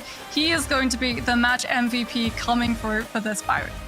Pelican, let's see the stats. Pelican played amazing in that matchup on, you know, Tracer, on the Genji, on pretty much every character in its entirety. We'll see the stats after the highlight, actually. You know, even on Torbjorn at points was on the Echo. You know, and at times the Echo dies incredibly fast, but Pelican did a great job, you know, playing that diverse hero pool that you mentioned, Mox. He was that one player as well. Him coming through with that duplicate stopped the Valiant from being able to pick up any momentum from that rampage. He was the player that every single time Valiant made a play, he was just waiting for them to make the move, and then he came in with that disruption, whether it was a blade, whether it was a duplicate. It just had so much impact and effect that it stopped Valiant from being able to find any impact they've been looking for. Yeah, Pelican, absolutely one of the best players that we have in the league, and you know, without hopefully being a fanboy here of Pelican, obviously, you know, he joined the Atlanta Reign after I left, and now to join the Houston Outlaws, his stats are amazing. 8.5 thousand damage, 2.2 deaths. Usually, we always talk whenever it gets about that 2 to 3 deaths marker, that's when you know this player is elite at just surviving.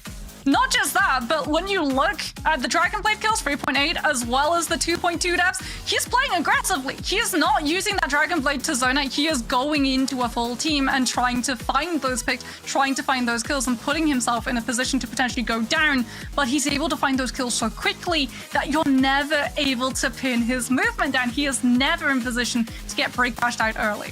Fantastic work from Pelican and the Houston Outlaws, 3-0 for them. But we'll be going to a short break. When we come back, we'll have the desk run everything down, or everything ran back for you guys, hopefully. And maybe we'll see some new faces talk to the desk after a short break, so don't go anywhere. We'll be right back.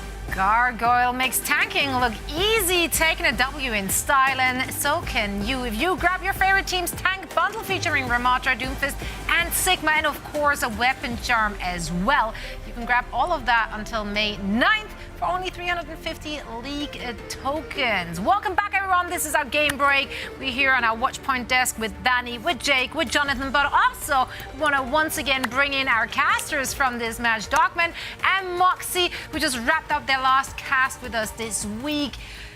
Week 1, 3 days down. How are you guys feeling? What's the general consensus of the opening weekend? It's good, honestly. I think behind the scenes, we like watching the desk. All of your guys' segments are a lot of fun, and obviously to come in and fill in for Overwatch League is a great time. Myself and Moxie enjoyed those games as well. This week has been amazing. I mean, what do you guys think so far on the desk? Has this week been a killer week of Overwatch League or what? Yeah. I mean, it's been a killer week. Like, some teams have really killed and others have been killed so far. But, you know, so you're quite right early. Yeah, sure. Awkwardly, yes. Yeah, I mean, you got to show both sides of the coin there, right? Moxie, which team has impressed you the most and why? Okay, Jake's gonna be super happy. I said it during Pro-Am, I'm saying it now. Houston Outlaws just look absolutely unstoppable. Why are we propping up Jake? Yeah. Jake's ego is inflating to the size of the moon, man. This is not good. This is bad for Houston Outlaws. It's bad for the rest of the league, to be honest, you know? Oh, he can throw hands back at you after your compliment. Oh, that was a compliment. Now. Yeah, that was a compliment. Jake, you were obviously coach of the Outlaws, now back on the desk. You know, do you think that war room without you has improved or gotten worse? I mean, everything looks good. It seems like to me that they've kind of fallen quickly in stride. There's really been no issues. I mean, it's a very new roster, right? A lot of new players coming together, so it would have even been understandable to have some hiccups, but there's so much raw talent, so much strength, and I really have a lot of faith in the staff there. The team behind the team, they're smooth sailing so far. I mean, I won't jinx it. So far. Like, it's you know, it's a long season. We're just at the beginning, but you can't ask for more right now. Sounds like a jinx to me. Gotta be real here, Jake. Anyway, Dogman, Moxie, it was such a pleasure to hear you both calling the action. Of course, make sure to follow both those beautiful people over on social media. It's been great having you. Thank you so much for joining for a quick chat. Thank you, Zoe. That's so nice of you to say. Thank you, guys. Thank Take you. care. Love hearing from them, and what great matches they got to call. And we are now here to discuss what just went down between the LA Valiant and the Houston Outlaws. Now, unsurprisingly, of course, Outlaws is running away with it, but Too good. What is your personal story of this match here? I mean, really, we're just looking at different synonyms here: a shellacking, a beatdown, utter destruction. You know, it's you're going all out. Shellacking. I like the segment. Synonyms with Jake. Yeah, that's all we need. That's all we need for the Houston matches so far. So, you know, it's a long season. They've got other tough opponents ahead. So, you know, I'm not going to get ahead of myself, but it's looking good. Smooth sailing. And it was great to get a win with Gargoyle in particular. We know they can perform with Fearless. We know they look great on the Winston comp, but maybe those off-tank comps could have been a weakness. But I mean, that Sigma comp, especially the attack, they just plowed through the defense, which can be really difficult to do on a map like Havana. Absolutely. Now, Jonathan, as I said before, you are getting paid per illustration, so naturally we're going to get another one in. But this time, no more math. No more math. No numbers. All right. No more math. I promise. No more I promise. acute I'll be serious this time. I promise. I'll be serious this time, okay? Knowledge. Teaching the viewers. Informing the viewers what's going on, all right? So we're going to take a look at the Houston Outlaws here and what they're really emphasizing on and what they're doing well in some of these fights is giving them a small advantage. So we're right here on Blizzard World. It's a point A defense here for the Houston Outlaws, and they're playing this Sombra Tracer composition. Crucially, what I'm going to talk about as well is Violet on this Kiriko. He's going to have a lot of impact. Now, the LA Valiant, they're sort of like mirroring this composition as well. They're playing Sombra Tracer. And what I want you to keep in mind here is they're not playing a sniper. They're not killing like a one-shot kill kind of character like Cassidy, for example. And so there's actually quite sustained damage, which means that Happy on this Sombra, he's going to have a field day when it comes to building this EMP, because there's no immediate threat of him just dying out of nowhere. Crucial as well, you're playing Kiriko, of course, so you always have this Suzu ability if you want to make sure that Happy stays alive if he is endangered right here. So we can just play this out for now, and we can just see how Violet is sort of staying with Happy on the Sombra, keeping him alive, and slowly but surely Happy is going to continue to build this EMP really quickly. I mean, we're 30 seconds in, he has 30%. And as this sort of progresses towards this first fight, we're going to get to an overhead perspective right here. And the fight hasn't even started, but if we pause right around when this camera flips right here, we can see that the Houston Outlaws, they're already taking a fight here. Fearless has obviously gone in already, but they're contesting here before we've even reached the point, right? There's no dive target here on the side of the LA Valiant, so they're kind of just taking a fight just for the sake of taking a fight. Now, if we look at Happy's positioning, Happy's actually standing up here, and he has this line of sight over the LA Valiant. So, as you can see already, we are a minute into the fight, and Happy has already built 75% ult charge into this EMP, and because you're taking this fight before they're contesting the point, you have one more fight. So we can play this out, and while Fearless is going to go down here, you're one man down, Happy has built this EMP so quickly that by the time the Valiant get to the point, Happy already has it. And the LA Valiant, they are not ready for this at all. Just such a quick build from this EMP, and a point of emphasis. Bonus, well, here's Liar losing his nano because of this EMP, right? Extra feels bad. But you can really see how the Houston Outlaws, they emphasize building this EMP, and it gained them a huge advantage winning this first fight already with Happy's EMP. So great job by them. Yeah, I love that, Johnny. I think there's two key ingredients for folks at home wanting to replicate that. The first, giving a ton of heals to the Sombra so she doesn't have to spend all her time invis running around. She can just, frontline, farm damage, like you said, no sniper. And as well, they're fighting for every inch of space. They're not letting the opponents come to the point. They're just constantly trading. That's how you get the EMP up so quickly. Yeah, and part of the backline to keep players like him alive and in action is, of course, Shu from the Houston Outlaws, and he's standing by with a winner interview with Danny. Alright, 슈. 자, 오늘 잘 들리는지 마이크 테스트부터 한번 해보겠습니다. 들리시나요? 네. Alright, good. I am hearing him, and he is hearing us. So let's jump right into the interview. First of all, of course, congratulations on getting the win. We've been talking so much about Houston Outlaws and how stacked you guys were. So I wanted to ask you a fun question. Like, in your eyes, what is the weakest role if you had to choose one in the Houston Outlaws? 일단 첫 번째 질문은 저희가 지금 중계석도 그렇고 저희도 중계진들 모두 다 휴스턴 팀이 너무나도 강한 팀이다라고 얘기를 너무 많이 해서 좀 재밌는 질문으로 슈 선수에게 굳이 한 역할을 꼽자면 제일 약한 역할이 있다면 휴스턴 팀에 어떤 역할인가요? 역할이라는 게 정확히 그러니까 뭐 탱커진이 제일 약하다. 내가 봤을 때 아니면 뭐 힐러들이 제일 약하다. 아니면 딜러들이 제일 약하다. 딱히 어려운 질문인데. 힐러라고 하죠 뭐. It is a difficult question. I couldn't hear that answer. 뭐라고 하셨죠? 힐러라고 하죠. Alright, he went with the supports. Can I ask you why? 왜 이유를 살짝이라도 그래도 말씀해 주셔야 될 것 같은데. 그래도 아직 저희 힐러 합이 엄청 잘 맞는 편은 아니어서 이제 아직까지는 힐러인 것 같아요. 지금까지는. If I had to choose, it has to be the supports, because I think there are still some things that we have to work together to sort of, I guess, team or support synergy in specific is somewhat we are sort of still lacking. So if I had to choose, then that to be supports. All right. Another question for you, Shu, is we're just getting started with the season, but I want to ask you, like, what would you say is a successful season for you personally? 자, 두 번째 질문은 일단 아직 이번 정규 시즌 시작한 지 얼마 안 됐지만은 슈 선수가 보셨을 때 이제 이번 정규 시즌이 끝날 쯤에 이번 시즌은 굉장히 좋은 시즌이었다라고 말할 수 있다면 좀 어떤 상황이 돼야 좀 그런 말이 나올 것 같으신가요? 저는 무조건 스테이지 두 개 중에 하나는 우승을 해야 그 말이 나올 것 같아요. I mean, I think I'll probably say it's a successful season if I win at least one of the two tournaments that is going to happen. I think that's very doable, right, guys? Do you guys? Oh yeah. Reasonable. Very reasonable. 네, 제가 봤을 때 사실 저뿐만 아니라 많은 중계진들도 다 뭐 당연히 쉽게 이루실 거라고 생각을 하신다고 합니다. Alright, I'm going to end the interview right here. Shu, thank you so much for your time. And again, big congratulations on the win. Shu 선수님 감사합니다. 감사합니다.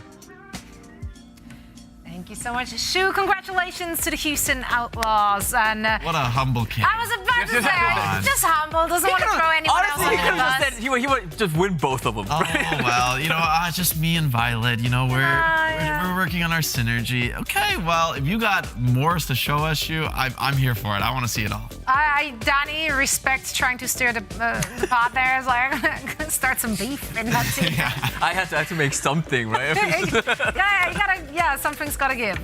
But for now, they do look unstoppable. Yeah. I have not seen synergy issues there in the backline, but if he says, oh sure, more to come. We're excited. Great showing once again, of course, from the Houston Outlaws. Now shifting gears, taking a look at our schedule to see what is coming up next. We of course have the New York Excelsior, who will go up against the Boston Uprising. It's going to be the first time we're going to see the Boston Uprising in action. On the other side, though, the New York Excelsior, we've already seen them play once. Jake, who stood out there and who are you looking for to really pop off in this match today? It's got to be the DPS line as well as Kellen on the Winston for the New York Excelsior. I think Fitz, Kellen, Psycho, these guys need to come together and find strong dive synergy. I think that was a point of strength in their match against the Atlanta Reign, but will it be enough to take down the Boston Uprising? I'm not so sure. This is a very stacked roster.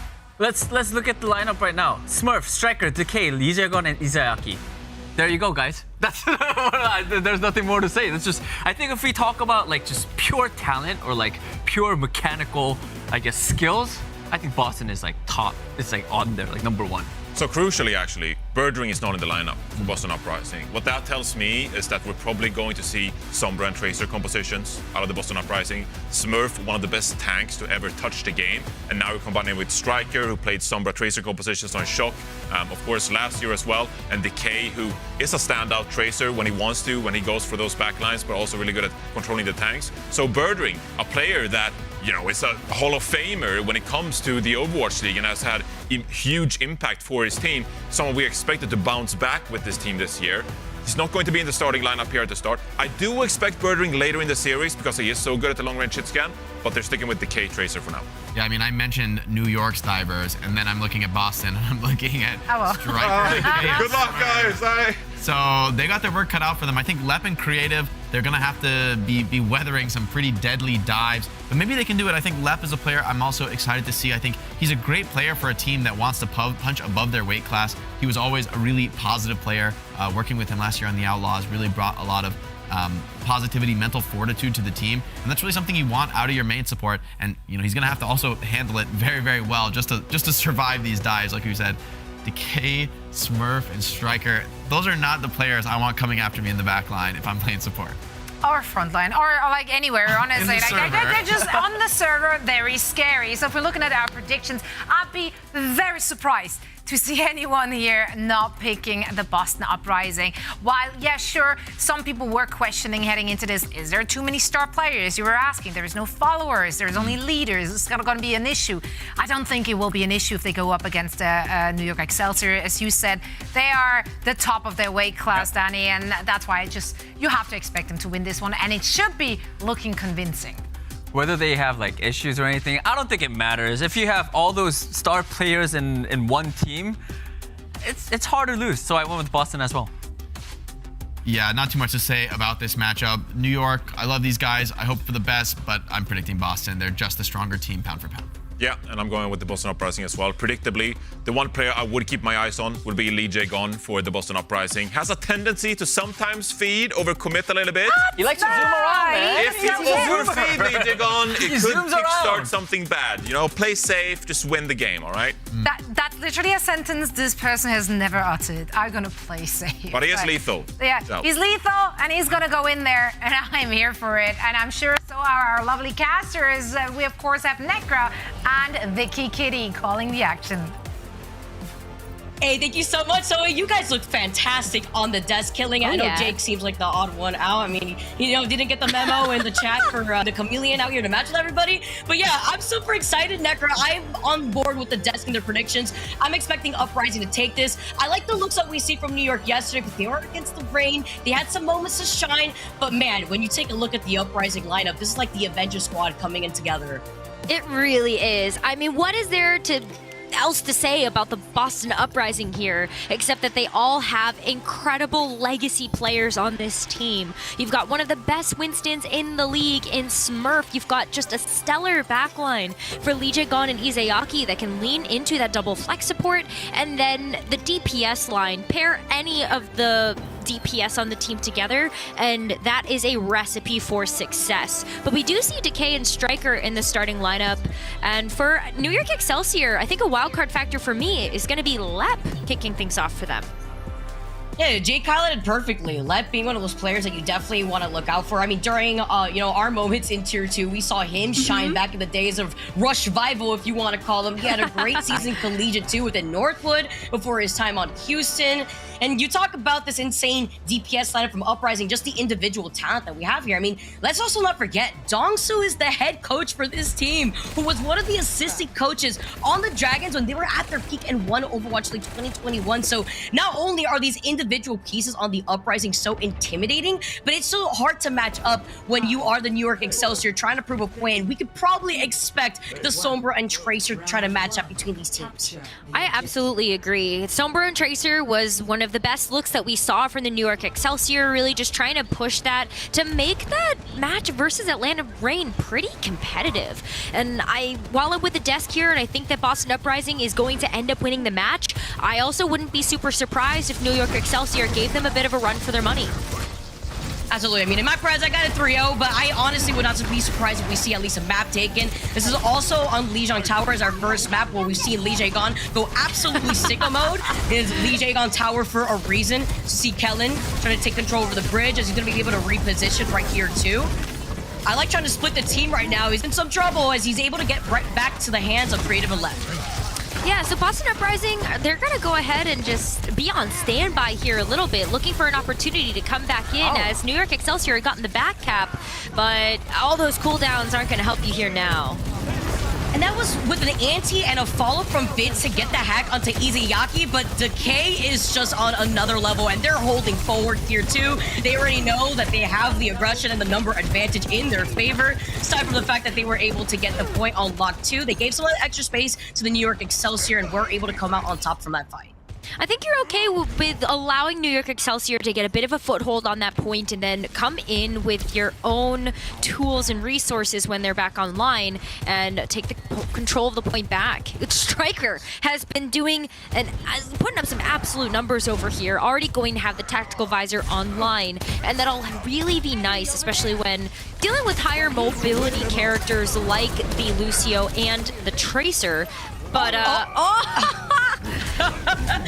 I'll see you in the pit. Izayaki going down off the map. Kellen coming in with the primal as the rest of the Excelsior move on to that point. Smurf will have the shadow for the next fight as Lee Jae-gon's trying to get away. He did not get hacked, managing to get out of the grasp of Fitz, who's going to have the EMP for that next fight, Necra. Oh my gosh. Could you imagine if the hack had actually gone through onto Lee Jae-gon? What a stagger that would have been. But he is able to get back to the rest of the team, and the sound barrier is going to be very, very important, as you did call out the EMP from Fitz. So Fitz just trying to look for a position. With Boston Uprising playing in the white room here, it might be a little bit more difficult for Fitz to come in and grab every member of the team, but you really are looking for Lee Jae-gon. Oh, there's that EMP. Decay gets sent down. The backline did get hit with the EMP, and just in time, here comes that sound barrier from Lee Jae-gon. That shatter catching Kellen and Lip as the New York Excelsior still have control over that point, but not for long as the rest of the Uprising are now trying to clear this point here after Lep gets hacked. One last member here as the reset is going to come in from Fitz. Boston Uprising now ready at 52% incline. This has still been very, very back and forth, and it comes down to whether or not you're getting the value out of your ultimates. Creative with a huge pick on the Striker may just be the opening that New York Excelsior need right now in order to get back into this one. I'm expecting another flip here, even if it's going to be just a raw fight. even in that fight too, would have been the EMP that would have come online. So I like the call to try to find an opportunity to try to disengage while Smurf is holding the front lines here. Nano boost from Izayaki, anti onto Smurf. Kellen's out of this fight though, so number advantage now still in favor of Uprising. It's just gonna try to get right back into this fight after Creative and Kellen get taken down. In the immediate swap up, Necker, we are seeing this back and forth consistently between the Uprising and the Excelsior. Yeah, I think a lot of that is just Boston Uprising wanting to give a little bit of that point away in order to get themselves into better position to actually take these fights. But they're still going to be able to get that progress back, and Striker has the EMP online this time. Lep doesn't have that sound barrier, so it's going to be a little bit of an uphill climb for New York Excelsior to deal with this particular ultimate, especially if you just get the front line here. Kellen's going to be a sitting duck. And I was always so scared to play on that bridge too, when you have to look out for Lee Jae-gon. 95% now, they gotta touch the point. Striker's got that EMP ready. But it doesn't have that to match. So only Psycho's caught in that as overtime is activated, but Kellen gets put to sleep after popping the primal. Here comes the pin, and nobody touches the point. Psycho and Fitz were also right there too. They were winning. All right. They were winning the fight. New York. Oh, come on. Oh, my goodness. Okay, moving on. Moving swiftly forward. We're going to Control Center now. I gotta see a replay of this. So this is the final fight. You see the EMP go through. Lep is on the other side of the map. And Kellen is blocking everything down. A frame too late. He saw what was going on with Kellen. Saw him get pinned, says, oh, wait, I can't help because I gotta touch the point, force it into overtime when he was the only one there. I firmly believe if Lep had actually gone back to the point there and not let that overtime expire, New York Excelsior could have won that fight, and this might be a little bit of a different story. But we do have to move on, Vicky.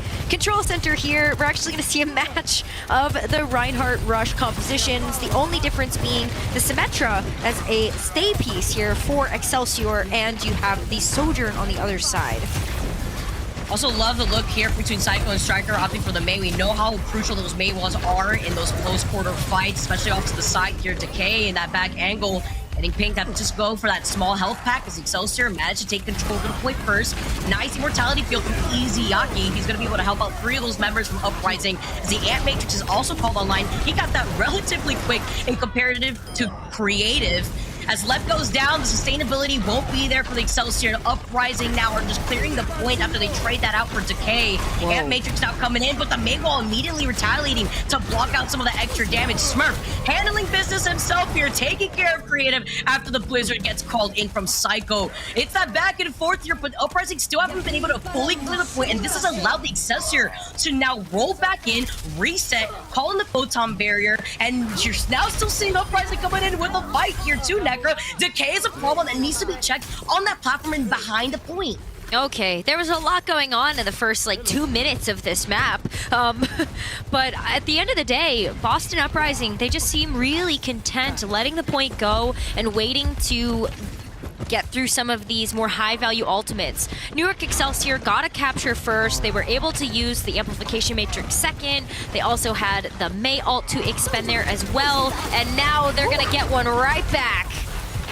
Oh, Kellen said, I am out with the swiftness avoiding that Blizzard. Nice answer back and disengage for Excelsior to now re-engage with the sound barrier. Psycho now finding Smurf, forcing the Uprising to lose out on all that extra space. I love the answer right there and the retaliation from Excelsior. They were able to react nicely to that Blizzard now. They were. That was a really smart way for New York Excelsior to identify they could just back up, kite away from some of that damage.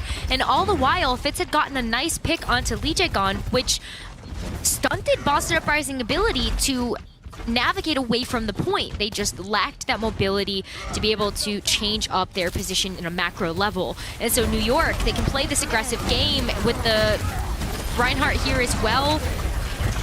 Looking rough. Yeah, Fitz being able to find that first pick onto Izayaki. They do trade that though for Lep. Nice immortality coming in from Creative, who's about to have the Ant Matrix. This could turn things around here for the Excelsior. The trade-off as Smurf took way too much damage. Fitz finishing off the job with Creative. Uprising again, it's a reset while the Excelsior are already at 78%. Yeah, this is going to be the last fight for New York Excelsior here, and they have a lot to be able to throw at this one in order to keep control of the point. Kellen didn't expend the Earth Shatter in that last fight, even though he did have it available, and that's something that you could pair on top of the Blizzard from Psycho to just do a ton of dot damage here. Oh, Psycho in between the walls. He tosses out the Blizzard, forcing them to get contested in that choke point. Fitz getting the follow-up too. Look to your side. Nobody from Uprising were able to touch. There was so much pressure and damage too. That Blizzard from Psycho nicely placed to prevent the Uprising from forcing it into overtime. This is a great example and reminder to everybody that Psycho is known for the Mei. It has one of the best Mei that we have ever seen in the Contenders Tier 2 scene, and I love to be able to highlight such a pocket pick for this player because you can't use it in every situation, but when you are going to be able to match the Reinhardt Rush versus the Reinhardt Rush, Psycho was just absolutely on point. Got those Blizzards up and running way faster than what we ended up seeing there on the other side. I remember some cheeky plays from Psycho back in the T2 days on Kings Row with that Mei. His Echo Tracer obviously on another level there too. But I love the adjustments that we're seeing right now too. Decay, Striker gonna match that with the Excelsior. Kellen already getting hacked and hit with the anti to start off this fight. And this is exactly what we heard Reinforced talking about, is that we should see the Sombra Tracer versus Sombra Tracer from both of these teams, knowing that Decay and Striker are in the starting lineup for Boston. And so to be able to see this mirror match here, it's going to be really important who gets this point first. That's the way to start this off, Creative! Yeet! Sending Decay right back to the spawn. We'll be able to come back quickly here, but the point with a number advantage and the space already got by Kellen here too. Kellen, Creative rather, is a problem in that backline after Lep is found easy. Yaki make it too onto Striker. VJ gone tower. I mean, Lep has made his way right into that conversation, taking the point first with the rest of the Excelsior. This is huge for Excelsior. Not only did they win such a massive fight, they're able to get that point capture first. Creative is almost to the nano boost, and at this point, New York Excelsior are outpacing Boston Uprising in their ultimate charge and rotation. Kellen does get taken down here, but you still have tools to be able to throw at this in case you want to try to keep control of this point. The nano boost onto Psycho. He's trying to find an opportunity to lay down some of that extra damage, but he's taking a lot of damage himself now. But they were able to find that first pick onto Easy Yaki. He won't be in this fight. He won't have the nano boost to allow the rest of Uprising to stay in contention and in power of this point. Decay and Striker, as Striker has the EMP. He landed it on 3, finding Leb and taking care of Fitz, while Psycho and Kellen want to evacuate here. Striker trying to cut off the rotation, but it's going to be a reset as Uprising stay on the point. So New York Excelsior had a really big lead there in terms of that ultimate charge, and unfortunately, they threw it away. Kellen getting taken down there was a sure signal that New York Excelsior shouldn't have thrown anything else at that fight, but maybe the hope was still there had they gotten another pick and then tried to invest those ultimates. But Boston Uprising now, they're going to be approaching that halfway point for their own capture progress, and Fitz already down.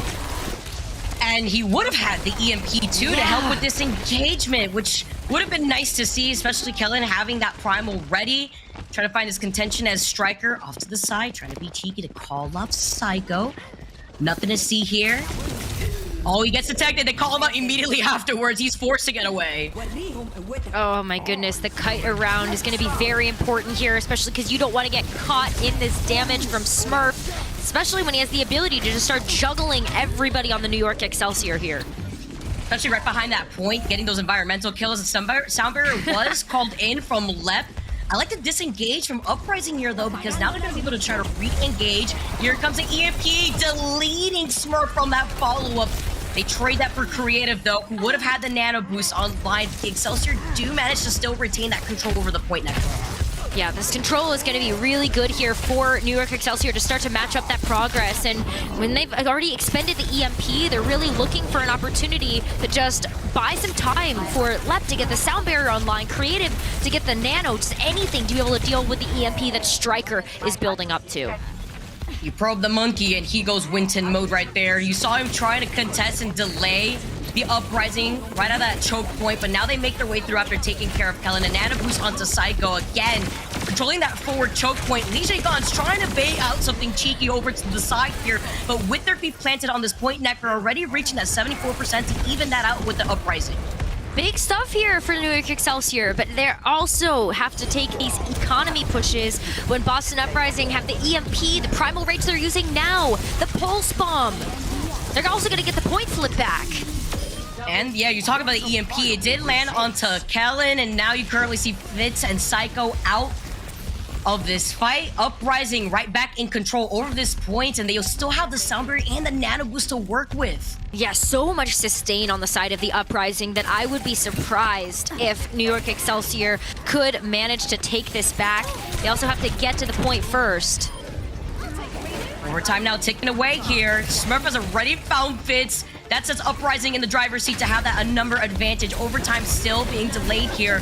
Huge anti, no recall here from Decay. He's hiding right behind the shield of Smurf as the Sound Barrier gets called in from Lee Gon. Striker Decay now finding their individual picks onto Kellen and Creatable. Izayaki Gon still Uprising with 4 men still alive. 99% overtime now ticking away. Excelsior need to try to contest. Psycho out. Doesn't look like anybody but Leb could do anything, but he gets him deleted the moment he sees them through the window. Oh, what a valiant effort, though, by the New York Excelsior, and what a fun give and take to watch as well between these two teams, Vicky. I like it. I mean, again, I saw New York Excelsior yesterday putting up such a good fight against a team that is considered one of the best in the leagues right now, the Reign. And here we have them, again, putting up an amazing fight against the Boston Uprising. But the back and forth in the economy at the very end did favor the Uprising that round. Oh, it really did. I mean, just 9 times out of 10, it felt like Uprising had an answer or just a way to be able to keep the advantage that they had built. And even though it looked so back and forth because Boston Uprising were giving up the point just for a couple of percentage ticks, they still had a very confident idea of how they would really like to be able to play on the 2 rounds that they did win. So Market's just a really great example of going in there with the EMP and just, yeah, keeping an advantage. Keeping incredibly close, too, if you look at the DPS lineup between Fitz, Psycho, Decay, and Striker. We do have King's Row for our map number 2, Necro. I'm excited to see how this goes down now between the New York Excelsior and the Boston Uprising. After they take that slight lead, we're going to see King's Row on the other side of this break.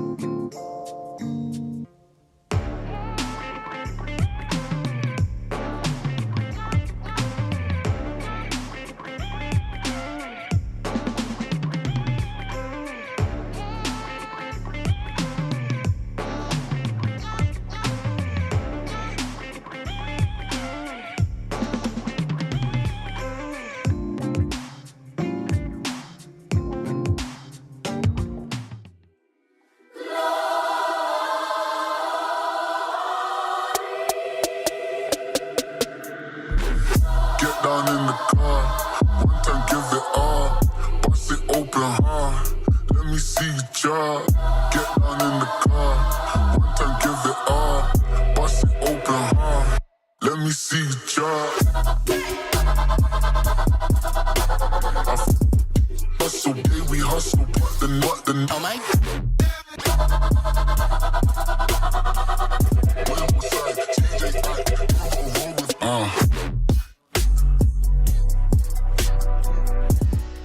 Sheesh, what an intro video. Talk about jamming it out here. Love to see this look right now to the New York Excelsior versus the Boston Uprising, although the Uprising have taken map number 1, Necra, and that was the first looks that we've been able to see from the Boston Uprising opening up their Overwatch League 2023 season. Excited to see more, but we are seeing some change-ups in the roster between both these teams. We are. So we've got Twilight now coming into the roster for the Boston Uprising to really allow Boston to play that double flex support lineup. And similarly for New York Excelsior, we've got Halo now going to be taking that place next to Creative. And we saw Halo and Creative in the starting lineup and in the match yesterday versus the Atlanta Reign. And I feel like they just showed us some really, really phenomenal backline when it came down to Creative playing the Ana and then Halo actually coming in and playing some of the Brigida and just really helping to make sure that the backline was going to stay safe versus another type of dive. Which isn't too surprising too, you know, seeing that our second map is King's Row, we can expect that, especially when they are on that high ground right before that payload is activated out of the garage. So I'm definitely expected to see that, seeing how also the New York Excelsior has been trying to match that with the Tracer Sombra. But since there's also a lot of verticality and a lot of open sightlines, Necra, wouldn't also be surprised to see Fitz sticking on that Hanzo. I think the Hanzo makes a really, really, like, it just really works for something like the attack. If you're expecting a big shield to come out, maybe you end up playing around Sigma or maybe even just having a Reinhardt there just to be able to break the shield. But I think it makes a little bit more sense to maybe use that as a Sonic Arrow first, try to feel out what's going on around you, and then you can switch over to something that might play a little bit better into what New York Excelsior was running yesterday. So Fitz with the Symmetric Teleport, I definitely expect them to go back into spawn and go towards, yeah, the Hanzo for now, maybe the Sombra later. And I like this decision here too, trying to see how they're going to approach the high ground here off to the right. Kellen already hacked by Striker. And when I got to see Fitz here, when he arrived from APAC land after being with the Dynasty for the last 4 seasons, I was always really excited to see how his Sombra was going to play against the other Western teams here. Sticking to the Hanzo though, so that way they can try to boot off the Uprising backline here. The dive coming in as Izayaki gets set incredibly low. Love the follow that we're seeing, but they do trade that out after Psycho was able to find Izayaki. Smurf answering back, finding Psycho now. That's 2 down for the Excelsior. It's maybe a reset right here. Number disadvantage in favor, though, of the Uprising. At this point, the Uprising can play a little bit more forward. It does create some space and time for Izayaki to get back into the defense. And I love the position that Twilight is taking in the window with the Ana, because Smurf can start to play around the Mandata statue, and as you can see, just if you watch Decay, they're going to be able to go through these health packs and just kind of keep this territorial control until Izayaki comes back. That's not good. Melted him off of that anti. Kellen taking full advantage of that. Yeah, Uprising losing out on Smurf first. It's okay. We will see if he can pull out a play here, as Twilight does have that nano boost ready, and he's got that pulse bomb ready here too. In this elongated fight, if they can try to delay this, Striker will be able to have the EMP in the middle of this fight. I think the EMP could be really beneficial for Boston to be able to kind of keep control of the defense, but it's starting to crumble. Maybe Fitz gets taken out here, but Psycho's still making quick work of the backline.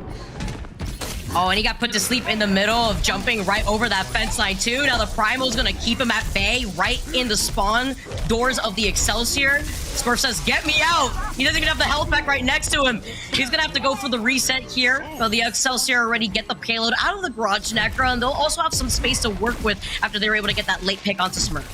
Kellen just like main tank diffed Smurf right there, like egoed him in a corner.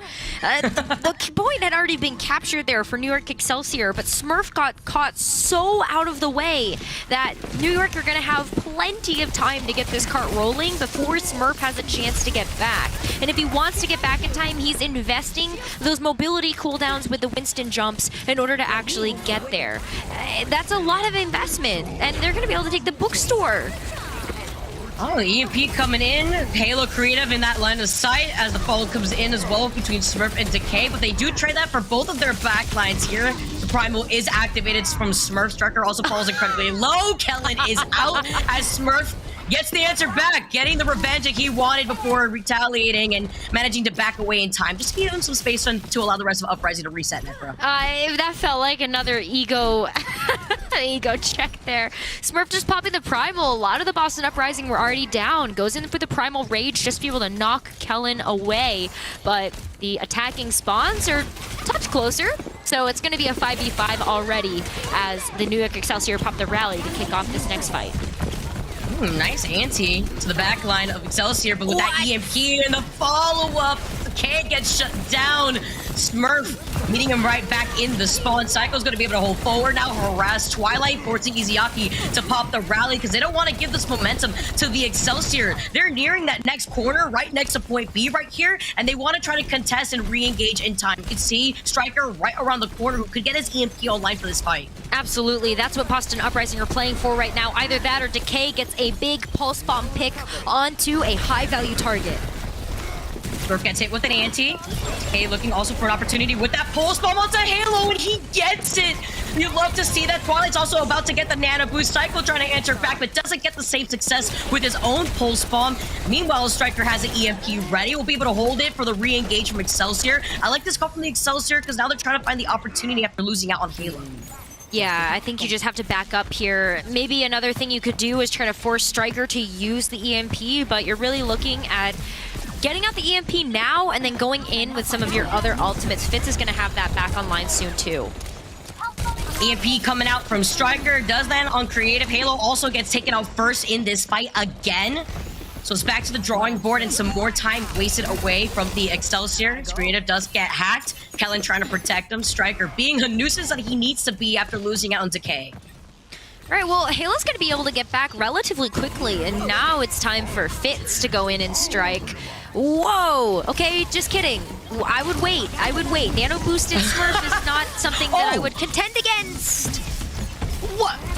What follow-up? What follow-up opportunity? I mean, Psycho was right there. Kellen was far away, but the follow-up opportunity after that EMP, they had the plan right there, Necker, but the execution was not what we're expecting when you land that EMP onto both Twilight and Izayaki. Yeah, I agree that some type of miscommunication might have happened there. Would have been even better for New York Excelsior to wait to utilize the EMP until they were able to come back into this particular fight. Point B attack is very difficult because of how much control the defending team can have around the high ground above this point, as well as their spawns being relatively close. So you kind of need every bit of firepower that you can put towards this fight in order to actually take it. And that EMP just felt like it would have been needed.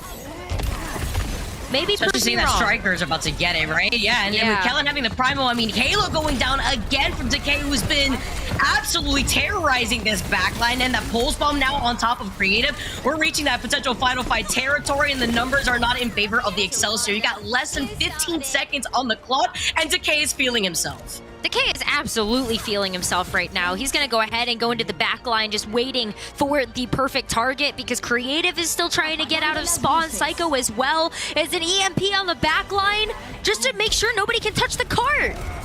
Halo again taken out first as overtime is activated thanks to Kellen, who's falling incredibly low. He manages to jump away, literally living with a pixel of health. Halo will be able to get in with the rally, but they need to touch the point first. They had to re-engage. Too much damage, too much pressure after Izayaki had also popped that rally. Uprising hold the Excelsior back before they get that second point. Yeah, that was such a tough position for the New York Excelsior to be in. As soon as you get that singular EMP into the front line, it's really tough to try to figure out who's going to touch from there. All your cooldowns are on lock. You don't necessarily have the mobility available then to try to cycle through who's going to continue to activate the overtime. And you also just didn't have a whole lot left in the tank in order to contend with the ultimates that Boston Uprising had available. Maybe the defense spells a little bit of a different story. I think New York Excelsior had some really bright moments on their attack, just might have gotten a little bit dizzy in terms of when to use the ultimates. You compare Fitz and Striker too, from what we've seen. Striker being able to get that EMP online a tad bit faster. He's been able to hack 15 enemies versus Fitz, who's only hacked 10. And then in terms of the EMP, it's very close. We haven't seen that high impact that we would have liked to see, but nonetheless, it is that timing, like you mentioned, Necro. Striker has been able to EMP 5 enemies versus Fitz. So far, he's only been able to EMP 4. Yeah, I think that just makes it a little bit tougher for them to be able to just kind of keep a good eye on what the ultimate rotation should look like here. But Creative is going to YOLO, and wow! Oh, he still got it! Okay. Oh, DK made that swap too. He deleted an anti. That was a nice little cheeky anti from across the field. A different approach so now, too. I love it. I love seeing that happen off the gates. Yeah. Never gets old. No, especially look at how much all-charge Creative got from that as well. 8% right off the bat, already climbing towards a nano, but Twilight's just trying to keep up. Fitz won't be able to keep up here. Decay fighting him off on the high ground, finding Kellen. It's clearing every corner of this point as Psycho is forced to call in the recall, trying to get away in time because they're going to have to give this space over to the Uprising. Look at the way that Decay, alongside Izayaki, has been able to control so much space in that archway. Now they'll be able to get that payload out without even having any sort of contention from the Excelsior's defense. That was a super fast take there. And Boston, at this point, are playing just to try to get past this archway, and then they should have some other ultimates online, like the Nano, give that over to Smurf, cycle through to the EMP, Decay getting a Pulse Bomb online pretty soon, too. So they just need to wait until they have their full team back. But Spawn's right there. It shouldn't take too long. The wait here from Psycho too is going to get that Pulse Bomb online soon. Fitz also opting to swap right back over to the Hanzo. So we're going to see through this archway as Kellen is still trying to contest on the high ground just to prevent more of that aggression from Decay, who is absolutely going to rain from the high ground, looking for an opportunity to keep harassing Creative, who has that nano boost online soon, Necra. Yeah, if you take that off the board, that spells a lot of success there for Boston to move forward. But I think you can just deal with the EMP. I don't think you need much else on top of that. Oh man, especially when it lands on 3, including the entire backline. Decay is just here to finish cleaning up everything else. What a mess they made there from the Excelsior after following with Striker's EMP. They literally have not been stopped once, Necro, since they got this payload moving. Yeah, they might not at all, actually. I mean, this is a Creative just now got a nano boost online. Maybe you're able to use that in order to help beef up Kellen's damage output. But otherwise, like, Decay could just land a big Pulse Bomb, has been holding on to it for a little while now, waiting for the right target. Okay, maybe don't use your ultimates now here, Boston. He got deleted. He got deleted off that anti too, and the follow-up hit from Fitz. Nice anti coming in from Twilight to answer back. That cost Fitz his life. No Dragon Strike on board, but it's a patient wait and all the time in the bank that Uprising could work with. Talk about 3 minutes, 35 seconds. Decay is still a problem that is trying to isolate Psycho here as the rally is popping Izayaki. Payload still moving along. Now here comes that nano boost that you mentioned, Necro, between Creative. Kellen also has that primal right after this nano boost is done to just go in for the reset. Here he goes, activated after getting hit with that anti. Fitz could also come in, clear that payload with his dragons, but he doesn't stay alive long enough because Smurf is able to meet him with a primal of his own. They also lose out on Twilight here. Losing out on 2 bodies only sets 3 up here to stay on the payload. 3 minutes and Smurf still has not been dealt with. Dragons coming in. He's looking behind him just in case if he's trying to go for a different off angle. Don't know where those dragons went. To Oblivion. Okay, it took a bit, maybe coming in from spawn. But now it's a bit of a split up here for the Uprising and some breathing room for the New York Excelsior. That's exactly what New York Excelsior was hoping for, because it just felt like it was one thing after another coming in from Boston Uprising, and they're going to have even more to throw at this point, as Twilight is going to have that nano boost online. Striker's going to have another EMP. This is a mountain of a molehill. I don't even know what else to call it here, and that's a great way to start here for Boston. This should be a cap soon. Already starting off here with the nano boost after finding that first pick. Striker, like you mentioned, has that EMP ready. Twilight getting rest of the back. The EMP coming in. Has been able to find Creative and Halo. No sustain left for the Excelsior. Well, Smurf is going absolutely monkey crazy out here. He's able to clear the entirety of the front line. Yeah, Psycho, you could have that on Decay, but the rest of the Uprising are able to walk through map number 2 here. Whew, what a map. New York Excelsior put up a heck of a fight. It felt like on their attack, maybe missing a couple of their ultimate timings, but Boston Uprising, they don't skip a beat here. That was a very fast attack push from them. It's just so difficult, too, when you talk about the amount of space bought in from Smurf at the very end, how the backline was being harassed. Halo, unfortunately, going down first a lot. You could see that pulse bump from Decay, finding its mark here. And then I believe this was the fault that we saw originally from the EMP hit 2. We saw it happen so many times, the communication flowing beautifully here for the Uprising team, but Decay basically created this King's Row as his playground. I mean, Decay and Striker just went in as the perfect pair. You know, whatever target was hacked, there was immediate follow-up there from the rest of the Boston Uprising, and they were able to get it onto the backline targets, which just completely negated New York Excelsior's ability to stay alive in those fights. So Boston, they're on a good start for this match. Yep, sitting at match point right now, we got Junkertown for map number 3 on the other side of this break.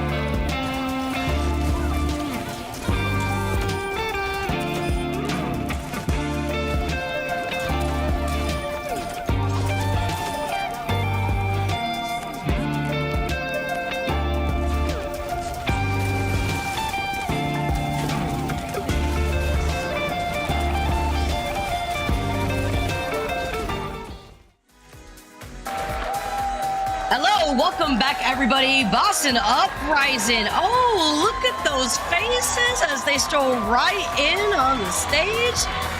I wasn't expecting this appearance out here with the Boston Uprising watch party. Shout out to everybody who made their way out for this watch party. It sounds super hype in there, Necro. Oh my gosh, the flags are waving. Look at this crowd. Oh man, I'm so excited even more for LAN. Are you kidding me? All right. Reeling back in after that hype walk-in. Boston Uprising are currently sitting at match point, Necker, and we are seeing some change-ups between both of these teams going into map number 3 on Junkertown. Yeah, wow, that is an opener, and I feel like Boston Uprising not only have the crowd behind them, but they've got the wind in their sails, Vicky, because they're on a roll right now. I've been able to win the first 2 maps of the series, and on match point here at Junkertown, this is where they're bringing out the big guns. That's right, we've got Birdring into the roster here. Striker's gonna take a little bit of a sit out. We're also gonna bring Kalios in as well, maybe play something like the Sigma on this map in particular. We're taking a small adjustment on the New York Excelsior as well, where we've got Psycho out, bringing Shockwave in. But this is the battle of the snipers. I can't wait to see if that's what actually comes to fruition here. Yeah, of course, with those open sight lines, I wouldn't be surprised either. Seeing Excelsior starting off on the defense here. Still not over that hype, man. I love seeing those watch parties go crazy. Uprising looking so happy too, getting that boost from the crowd. Yeah. Talk about staying cohesive. All right, you know what? Fake news out here with what was going on in scrims, let's almost say, you know, because they're looking pretty confident. They're looking great right now, Necra. We're getting started right now on their potential last map.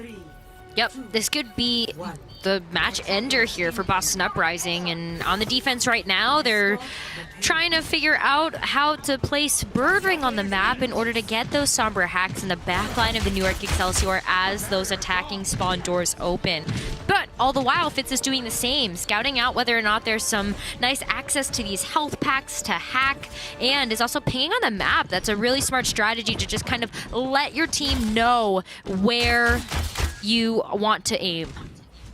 Aim big. You know, yeah, and what's nice too is the information that Fitz is going to be able to tell the rest of the Excelsior, or rather to tell the rest, yeah, of his team right here, depending on where we're going to see the positioning from Twilight. You can see him in the back now. Uprising on the other side currently. Shockwave going to be able to dive right back into that side room. T2K though, he has been an absolute problem. The change up here is going to be Shockwave right now with that Hanzo pick, trying to find Birdring on the other side after Kalios does get hacked. Just trying to re-counter the rotation too, and I like this call because you know that high ground is going to go in favor right now for the Uprising. Yeah, they have access for all of the stairs, even just where we saw Twilight sitting in the window. Got to reposition a little bit because Fitz is up there trying to contest Twilight on the high ground, but now you're just kind of corralling all of Boston Uprising into a building. Oh, they are sandwiched. Oh, yeah. I like the counter rotate. Now, huge anti coming in. Kellen was alive for just a little bit too long right before they finish him off with a pixel of health. As Shockwave also meets them right back in the spawn. The rest of Uprising are cleaning up the Excelsior in that side room. That was chaotic in such a small close quarter fight that they had to deal with, Necro. Yeah, and at that point, I kind of thought that New York Excelsior may be able to get the upper hand, right? They had everybody sandwiched in there from the Boston Uprising. They still had Kellen alive to be able to put up that shield and hope to get that damage down into the room. But all the while, I actually think that it helped to amplify the healing output of Twilight and Nisayaki. So they are on an absolute tear right now. Having the nano boost available, gonna have the rally as well. Despite the fact that Halo also has hers up and running, it comes down to these EMPs too. Like, do you get the timing of the rally right versus the EMP on Birdring or Fitz?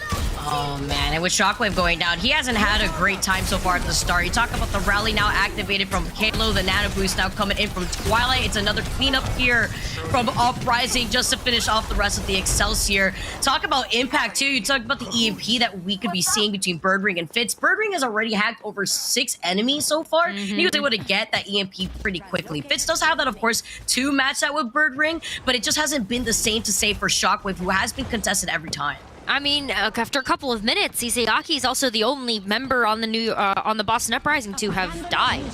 That's it.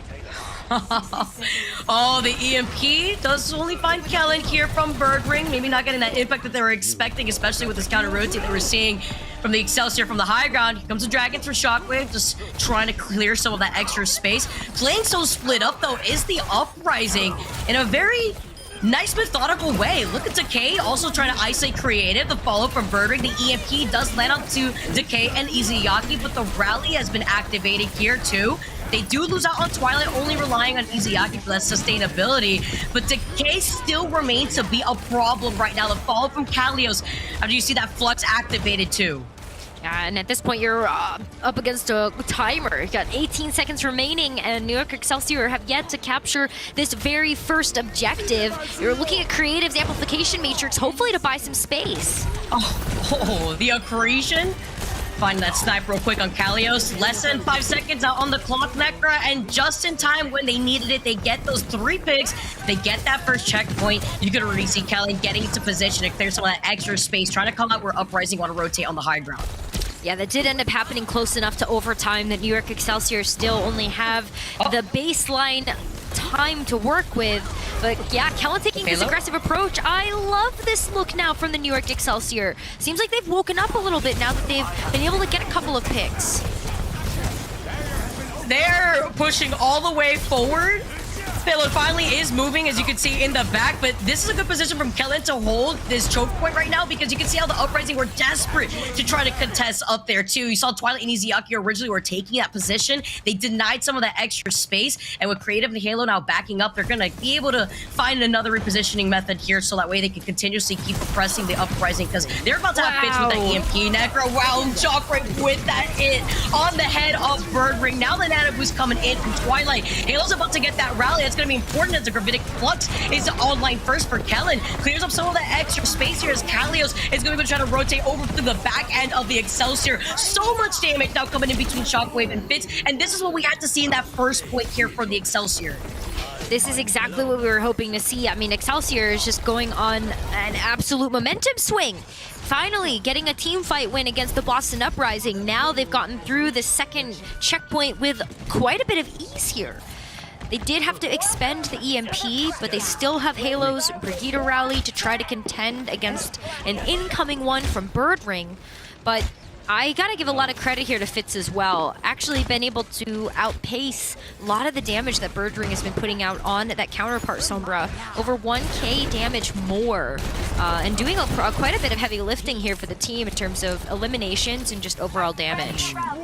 Yeah, the swap around too. He's been able to hack 16 enemies so far too on this attack. Beautiful. Gravitic Flux was called in. Birdring does have that EMP ready with the rally too from Izayaki. He gets shut down, but the EMP still lands on 4. Nice anti, no follow-up as the rally from the rest of the Uprising can allow him to reposition, allow Decay to take care of this backline. Now it's back to the drawing board for the Excelsior, but they did get a lot of extra credit on that second point, like you mentioned there, Crap. Yep, they still have to try to pass the class though, and it might be a little bit tough. They did get out a bunch of ultimates from the Boston Uprising though, so it's going to be Twilight's Nano as that last little piece of the puzzle as we approach a minute and a half remaining. And New York, they got to take a bit of an eco push here. They don't have a whole lot of gas in the tank, and when you're contending against that Nano Boost from Twilight as well, and you also just got staggered there as Creative gets taken down, you just need to go back to the drawing board and take a little bit of a breather. Get Fitz into position before you try to make your entrance again. I love watching accretions just coming out of left field. Both Kellen and Kalios have been on point with these accretions. Kellen landing 8, Kalios landing 6 out here now. So they try to go in for reposition. Less than a minute on the clock currently for the Excelsior to get that payload to the finish line, Necra. It's just been a little bit of economy, like trying to get that EMP back online. Kellen, of course, looking at the Gravitic Flux as a great option to deal with the high ground pressure that Boston Uprising is putting on them. Walking up the stairs first, I really like being able to try to pressure them down, at least over to the rotating platform, and then see if they're able to get something done there. But someone's got to push the cart. You can't, someone's got to push the cart. They're prioritizing their positioning, but you have less than 20 seconds on the clock here as Kalios has that Gravitic Flux here. Kelly's going to answer that too. Halo and Creative fell low. They get to restabilize now. Less than 10 seconds. The payload is moving around that core, but they gotta stay on top of that for the overtime. EMP coming in. Halo Creative get cleaned up. Easy Yaki went crazy at the end too with Twilight. Overtime, no one left here for the Excelsior after they got that team wipe on the team uprising. Looking great on this defense. I like the plan from the Excelsior though, Necro. I like how they're trying to prioritize that high ground positioning, but they didn't have a lot of time to work with after that contest on that first point. Yeah, they were just kind of running out of time on all fronts there, even though that second point did go by just a little bit quicker. I think ultimately, though, when you look at those final moments, you were hoping to see a bit more out of the Gravitic Flux. There was a fantastic answer on Boston as Twilight donated over the Nano into Kalios to be able to keep him alive, and then Kalios was able to clap back with a Gravitic Flux of his own. And smart targeting there from the Boston Uprising. They took out Creative before Creative could actually land down the Immortality field, and the anti on top of that, that was a clean team fight win for the Boston Uprising to be able to win that final defensive fight. Especially seeing the fall that we saw between Twilight and Easy Yaki on the high ground. I really like the positioning countered from Uprising whenever they call out where Excelsior are trying to get on the high ground. Trying to boot him off there too. Making a swap up now. Excelsior are going to be on the defense here. To see what we're going to see coming out from the Uprising, especially seeing that they have that momentum in their favor and how great they were in terms of that attack on that second point. Or rather, of their defense on that second point. Yeah, I think that was a really, really great kind of litmus test. And unfortunately, this may be the last round, but there are still some signs of life here on the New York Excelsior that may be able to bring them some favors. I didn't want to talk about it yet because it just wasn't worth it. We saw Life Weaver a little bit earlier today, which was definitely not on anybody's bingo card, but I don't expect to see it in this particular match. It was a great strategy, though, just to be able to pop Decay up, see if he could quick pop shot, and then switch. But Widowmaker Birdring? Birdring Widowmaker? Vicky? Oh, he's trying to look for an angle right now. I love how we also saw that previously from Outlaws, and then Valiant did it too. I want to see more of that probably go down with Lifeweaver. So just see if you can get that cheeky pick, but Birding may not need it. He does land those two pings here. Shockwave is able to get away. Birding trying to say, if you're going to check me, try to check me here. Looking down those line of sights down that middle area. Now you see Callie is trying to duke it out with Kellen Halo going in for the shield bash. Rest of the Uprising trying to counter-rotate over on the other side with Birdring still able to get in a defensive position, but they call him out. He rotated just a little bit too late. Necro and Shockwave was able to come out on top of that fight, but then Decay is harassing your front line. Can't ignore Decay out here when he's also about to get the pulse and clean up the rest of the team. Love the follow-ups that we're also seeing between Decay and Izayaki, because man, do I love me some Izayaki Zen. I do too, and those Discord orbs be looking mighty juicy for the team to follow up on at the moment. And so not only do you have the hack from Birdring, but just explosive glass cannon-like damage coming through from all sides of the Boston Uprising. That's a quick point A capture there, Vicky. The time to work with, look at that, 4 minutes, 40 seconds. Twilight's about to get the Ant Matrix, could clear up this high ground right with that window. Some Izayaki put in the damage, but Shockwave being able to find him as that single out pick right down that tunnel. It's another pick here onto Twilight. I love these angles that we're seeing now from Shockwave. Fitz now also finding Kalios. Is another reset and more time wasted from the Uprising. This was necessary too for the Excelsior because Shockwave is one of those momentum-based players, Necro. Absolutely. We saw Shockwave make an appearance on the Vancouver Titans last year and was pretty standout from the very beginning in terms of just what he was able to offer on that, like the Hanzo, just some of the other more long-range DPS heroes, and so it was great to be able to see that and still put up a stellar performance when he was back over on Ex Oblivione as well. So love to see him back in here, and the Hanzo just looking super clean. Throwing me all the way back, Necro. Yeah. Love those times here too, trying to shine. Fitz is about to get that EMP, but he needs help. He needs healing, so did Shockwave. The Gravitic Flux coming in from Kalios. Nice mortality from Twilight to let him to take that position on top of the high ground. Looking right through that window here too is Creative and Kellen. Ziaki backing up in time too to try to give that support over to Kalios while also fixated on the payload. You can't sneak that right through us here. Excelsior trying to contest them. Ooh, Twilight also being able to find Kellen at the very end. Dragon Strike coming in, Necro to clear up that payload. Oh, the EMP now coming in. That cost Izayaki. He got hacked in that EMP. No Transcendence as the Uprising now lose out on Birdring and Izayaki. The numbers swing right back in favor of the Excelsior. But here comes Decay, harassing Halo, taking care of Halo, and getting that second point. Oh, that looked like it could have been such a big hero play from Fitz if there was the follow-up on top of the EMP, but there just wasn't. And now we're seeing Boston Uprising one team fight away from being able to win the map, win the series. We see some switches from Fitz and Shockwave over to the Hanzo and the Widowmaker respectively. So they're really relying on their mechanical skill right now to be able to keep Boston Uprising from making it through to that final checkpoint. It also bypasses the Transcendence healing if they're able to just headshot. Oh, that was such an answer back because Decay has been a problem. He has over 2k damage over Fitz and Shockwave. He's died twice, Necra. He has 20 elims and has died twice. That was the second time we finally see him die. And that's with Fitz and Shockwave swapping over to the double sniper. That is unbelievable. Like, this is self-sustainability from Decay has just been really big there. But there you go. You've just doubled it, Vicky. There, third death there for Decay. And this is a great look right now on this third point. Excelsior to hold on this defense on this position that Fitz is currently sitting in, because right behind him is that different off angle that Shockwave is also going to be holding. So they could be covering a lot from the approach that Decay wants to go in with Birdring, who's going to try to find an opportunity to try to split up the backline that is the Excelsior now. Yeah, but you only have 2 minutes and 50 seconds to work with here if you are Boston. And when I say that, it's if that's not a huge time bank that Boston Uprising have behind them. We're perfectly out here. 2 minutes, 40 seconds. Graphitic Flux activated. The Immortality. Oh, he's stunned right out of it, too. Huge right there. Wonder if that was Kellen or Halo with the shield bash. High ground trying to be fought over by Decay. Teaching Fitz a lesson after he found his head twice. They're almost having a nice record out here. Izayaki with the Transcendence. Just a nail in the coffin after cleaning up the rest of the New York Excelsior.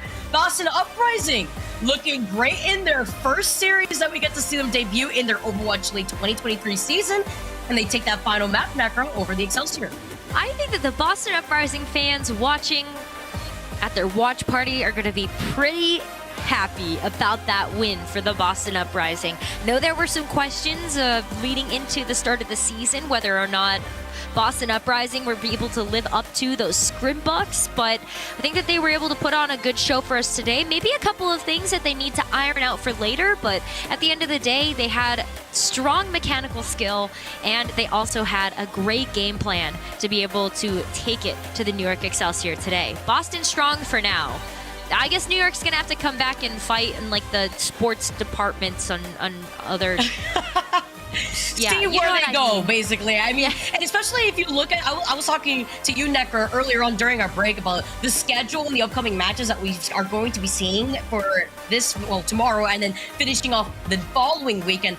Uprising are playing London, and you know, we've seen some weak sides of London coming out already at the start of the season. Will it remain persistent? But man, with the tools on Uprising, is going to be difficult to overcome if you're facing off against this team. Again, this team is on another level, and what better player to highlight after the performance on that previous map than Decay? We talked about him earlier. He died twice at the very end, and he got his revenge right afterwards. But he had only died once, right before the very third point. He's going to be our player of the match here. We get to see him on King's Row, where he also had a time of his life. Perez in the backline, specifically Halo, who consistently was the first one to die in a lot of these engaging fights here. But it's difficult because not only was it Halo, it was Creative that didn't have the best time against Creative, or rather Decay. So he had so many nice highlighted moments. Also, just splitting the team too from their backlines, splitting their attention. They were so fixated on trying to contest the rest of Uprising. The real problem here was Decay, Necro. Yeah, Decay is just honestly one of the best tracers in the league. I don't know if there's anything else that we really need to say about that other than the fact that Decay pairs so nicely with the hacks coming through from the Sombra pair, or just being able to follow up on things like the Orbs of Discord. I mean, okay, maybe Pulse Bomb kills not necessarily the most impactful, but you're really looking at Decay being able to get those eliminations and final blows that I feel like was such a huge difference maker for Decay being able to make the impact on the Tracer. Constantly there, like a shark, smell blood in the water all the time. Yeah, when you don't have that fly swatter, it could be so cheeky and difficult to try to find an opportunity to swat that Tracer who's harassing your supports. Smurf also gave him so much space to work with. Smurf also popped off in that last round, and you love to see it here from the Uprising. They do take the series in a clean 3-0 fashion. I don't want to see 3-0 Overwatch Snecra. We're going to go over to a break, and on the other side, our desk is going to take you through the analytics of that last match.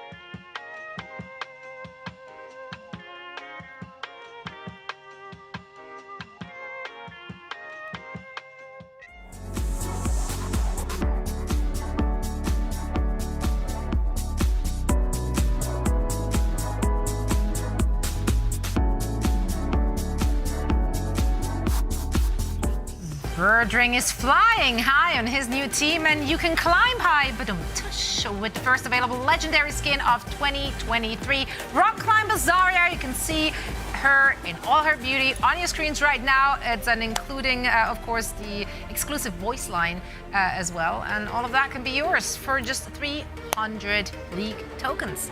Grab it now. I got mine already. You did? Of course. Wow. Was it nice? I'm a Zarya enthusiast, and aspirational rock climber. Never climbed a rock in my life. We gotta go climbing sometime, so you'd be good. Yeah. Natural. Yeah, I'm small. Like surely that's Oh, no. it's Actually, it helps. don't you need more reach? I feel like length is not. It's all about nimble, strength to weight close to the- ratios. You'd be good. Okay. You'd be good. I'm just gonna hit the gym.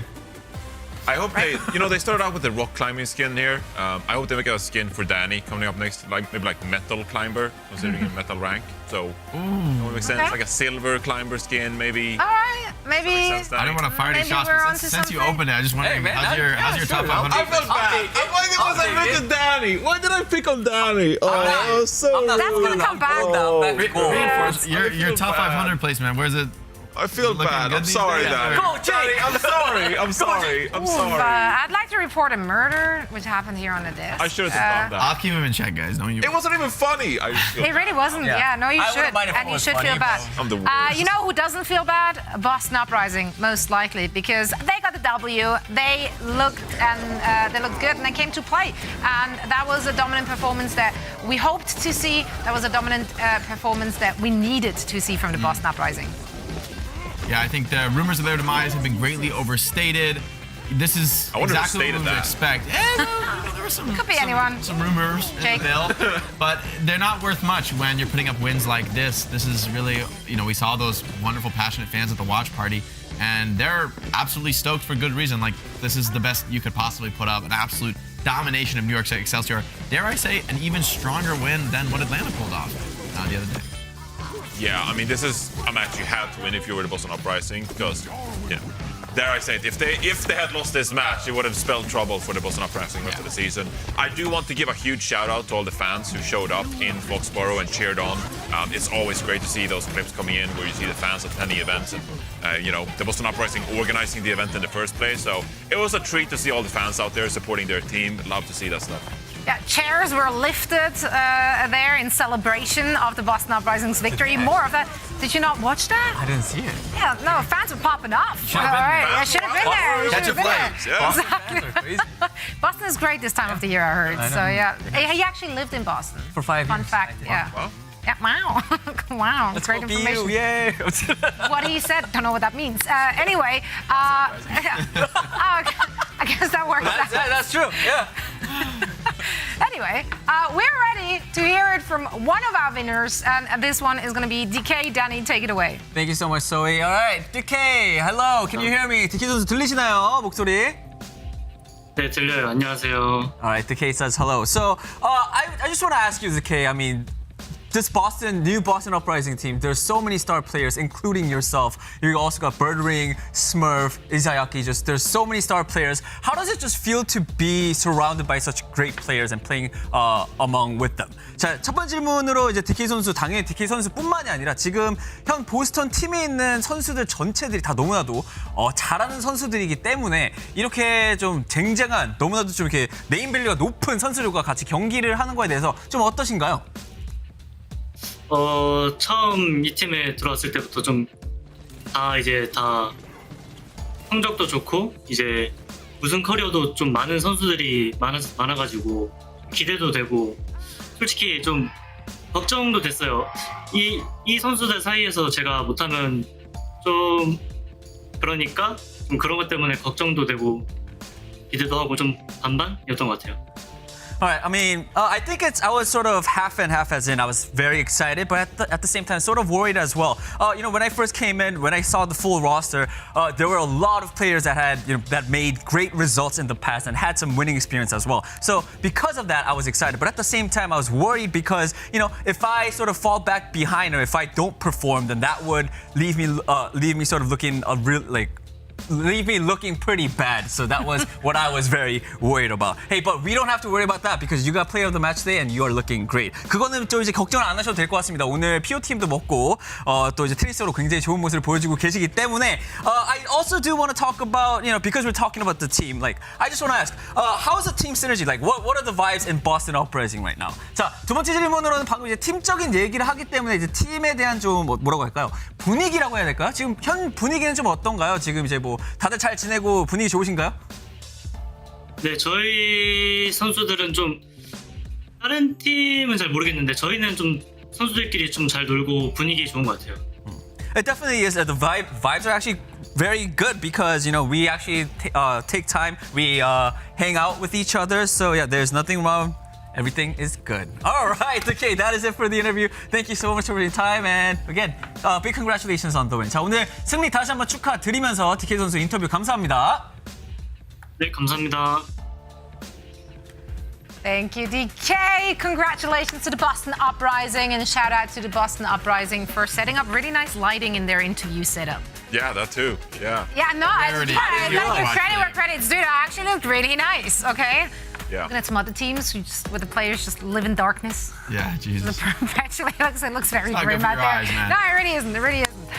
Anyway, that was a great showing from Boston Uprising, and good to hear that they're vibing. So more of that, please. Exactly. Good Now we're gonna vibe here as well because the last match of the day is what we would call the title match. This is the one which we're already hyped going into day number 3, and of course it will be fought out between the San Francisco Shock and the Atlanta The big Rain. one. Ooh. It's the big one, and usually when we set it up like that, it absolutely falls flat. It's going to be large. But this Every time might be ginormous or absolutely not. We'll find out very soon. First, let's take a look at the San Francisco Shock roster here, Danny. What good things do you have to say about them? I mean, they had their first great looks against the Toronto Defiant. On our first day. This team, I think they had a decent showing back then, and I'm pretty excited for this match because we all know that Proper is gonna do Proper things, right? But I'm kind of curious to see that Proper against Lip battle. How's that gonna go as well? Yeah, for sure. Giants on the server. If we're looking at the Atlanta Rain, though, Jake, we talked about this roster, I feel like every day, and just hyped them up, gassed them up. Like, those are star caliber players on every row. Yeah, a lot of very, very strong players to think about. I think especially Fielder and Chio are going to look really comfortable in a meta like this where it's very easy to fall on support. So their synergy, keeping each other alive, I think that's going to be a real linchpin for them. My only question is Hawk coming in. I think Atlanta has a slightly different read on the meta than a lot of other teams. They're like with Junmin coming in, it seems like Shock probably wants to play Winston. That's been pretty common, especially on control points. But Hawk coming in suggests that Atlanta feels that maybe an off-tank center composition is going to look better. So maybe we will get a clash of styles here. Which is always exciting to see how the players work around that. But Danny, you just asked the right question, right? If we're looking at those players on Shock, obviously the star carry potential player is always going to be Proper. He's just the one kind of player who refuses to lose and drags his entire team over the finish line. On the other side, we talked a lot about Lip and how scary he is. Jonathan, can Lip stop a menace like Proper? Yeah, I think that is the big question. It's two titans really going head-to-head in this one. Now, Proper, he is the reigning Rookie of the Year. He is the reigning MVP of the league, and obviously carried his team towards a second place in the playoffs last year. But the big question is, can Lip sort of take Proper's mantle here now? Because Lip, as I mentioned earlier this week, Lip is a 3-time Roll Star, the only player in the league to have ever won Roll Star 3 times in a row, right? And now you're competing with Proper, who is the MVP of the league. I think that this is Lip's opportunity to really start gunning for the MVP title this year. In 3 months, 4 months, we're gonna look back at this matchup as when Lip kickstarted his journey towards MVP. So we can talk about Proper all we want. We know how good Proper is, but Lip, for him to really kickstart his MVP campaign this year, I need to see Lip with a great performance in today's matchup. Right on, and Lip doesn't have to do it alone. Of course, he has a DPS partner, and we have to compare apples to apples here, Jake. So let's take a look at Stalker and Proper on that Tracer. Yeah, this is a matchup I really wanted to highlight because, we talk about Lip. Of course, he is a strong MVP candidate, a great player to look out for. But Proper probably going to be playing a Tracer in this meta, and he's going to be going up against Stalker, who has a pretty respectable stat line in comparing against Proper. The only caveat I have to throw into this is that Stalker, yes, he put up great numbers, especially, out-damaging Proper, but he did it against a much weaker opponent in the New York Excelsior. Proper was going up against the Toronto Defiant. So, I would say these stats are a little bit more impressive for Proper, a little bit more consistent on the pulse bombs, less deaths. I mean, these are better stats for Proper, but I wanted to really highlight that I think Stalker is a player who can compete. We're very early days on Stalker. I don't think we've seen his final form, his total potential yet. I just think he's someone who is going to need to stand up to Proper. You don't need to necessarily dominate Proper. I think that's kind of beyond what we can expect of anyone in the league. But if you can just hang with Proper, keep this matchup relatively 50-50, the rest of the players on the Atlanta Reign can shine through and really get the advantage here in this series. Yeah, I mean, we definitely saw time and time again what happens when Proper goes unchecked. So having Stalker there to keep him, reining him in and be a threat on the server as well is definitely what we want to see from that squad. Now it is time for predictions. This one was a tough one. I'm not gonna lie about that. However, I'll forever simp for the Atlanta Reign. I'm with the roster this season. How can I not actually pick him for my predictions? I just think they have the upper hand here. Shock, they played it really close against the Toronto Defiant, but that's not enough for me because I don't rate Toronto Defiant as a top contender team. So if they make it close against the Toronto Defiant, I don't think it's gonna look close against the Atlanta Reign. That's the thing with San Francisco Shock. I feel like, even against like teams like Toronto Defiant, they played it close, right? And they weren't dominating the Toronto Defiant, right? But Krusty and I think San Francisco Shock, they always just somehow manages a way to get the win at the end. So I went with the San Francisco Shock. Yeah, this is a tough prediction for me. I went back and forth. First I was thinking the Shock, then the Reign. Ultimately, I landed on the Atlanta Reign. Really, I think Lip puts it over the edge for me. One of the greatest Sombras of all time. One of the most experienced players in a meta like this. And as well, I think Fielder and Chio, their synergy, their survivability, crucially in this meta, is going to shine through. I think they're going to be a very tough duo to get through, even for experienced players like Proper and Junbin.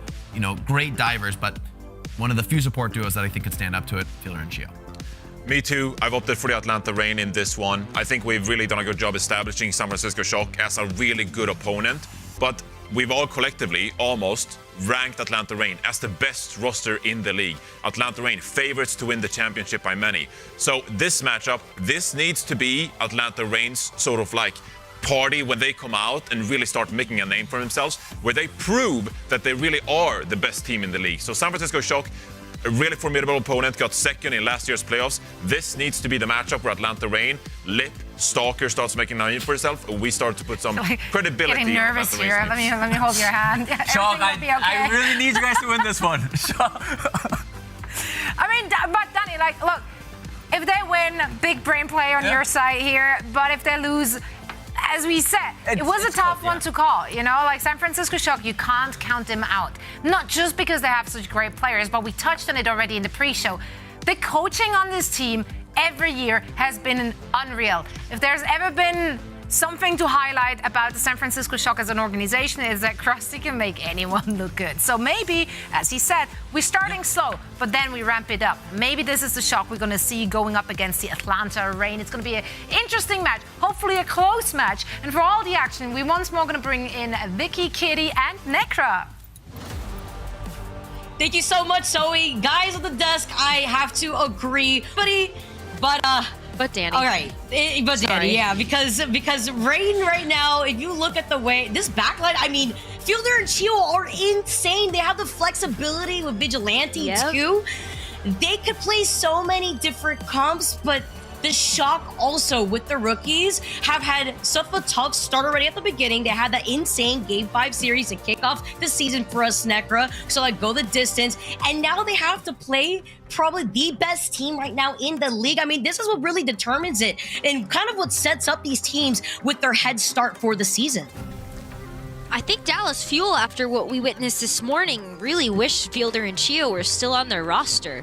Because in a meta where the supports are so important, that's definitely a backline you want to keep your eyes on. And I think when you look at how they're able to enable a team like the Atlanta Reign, it's just going to be really tough to determine how these two rosters are going to stack up against each other.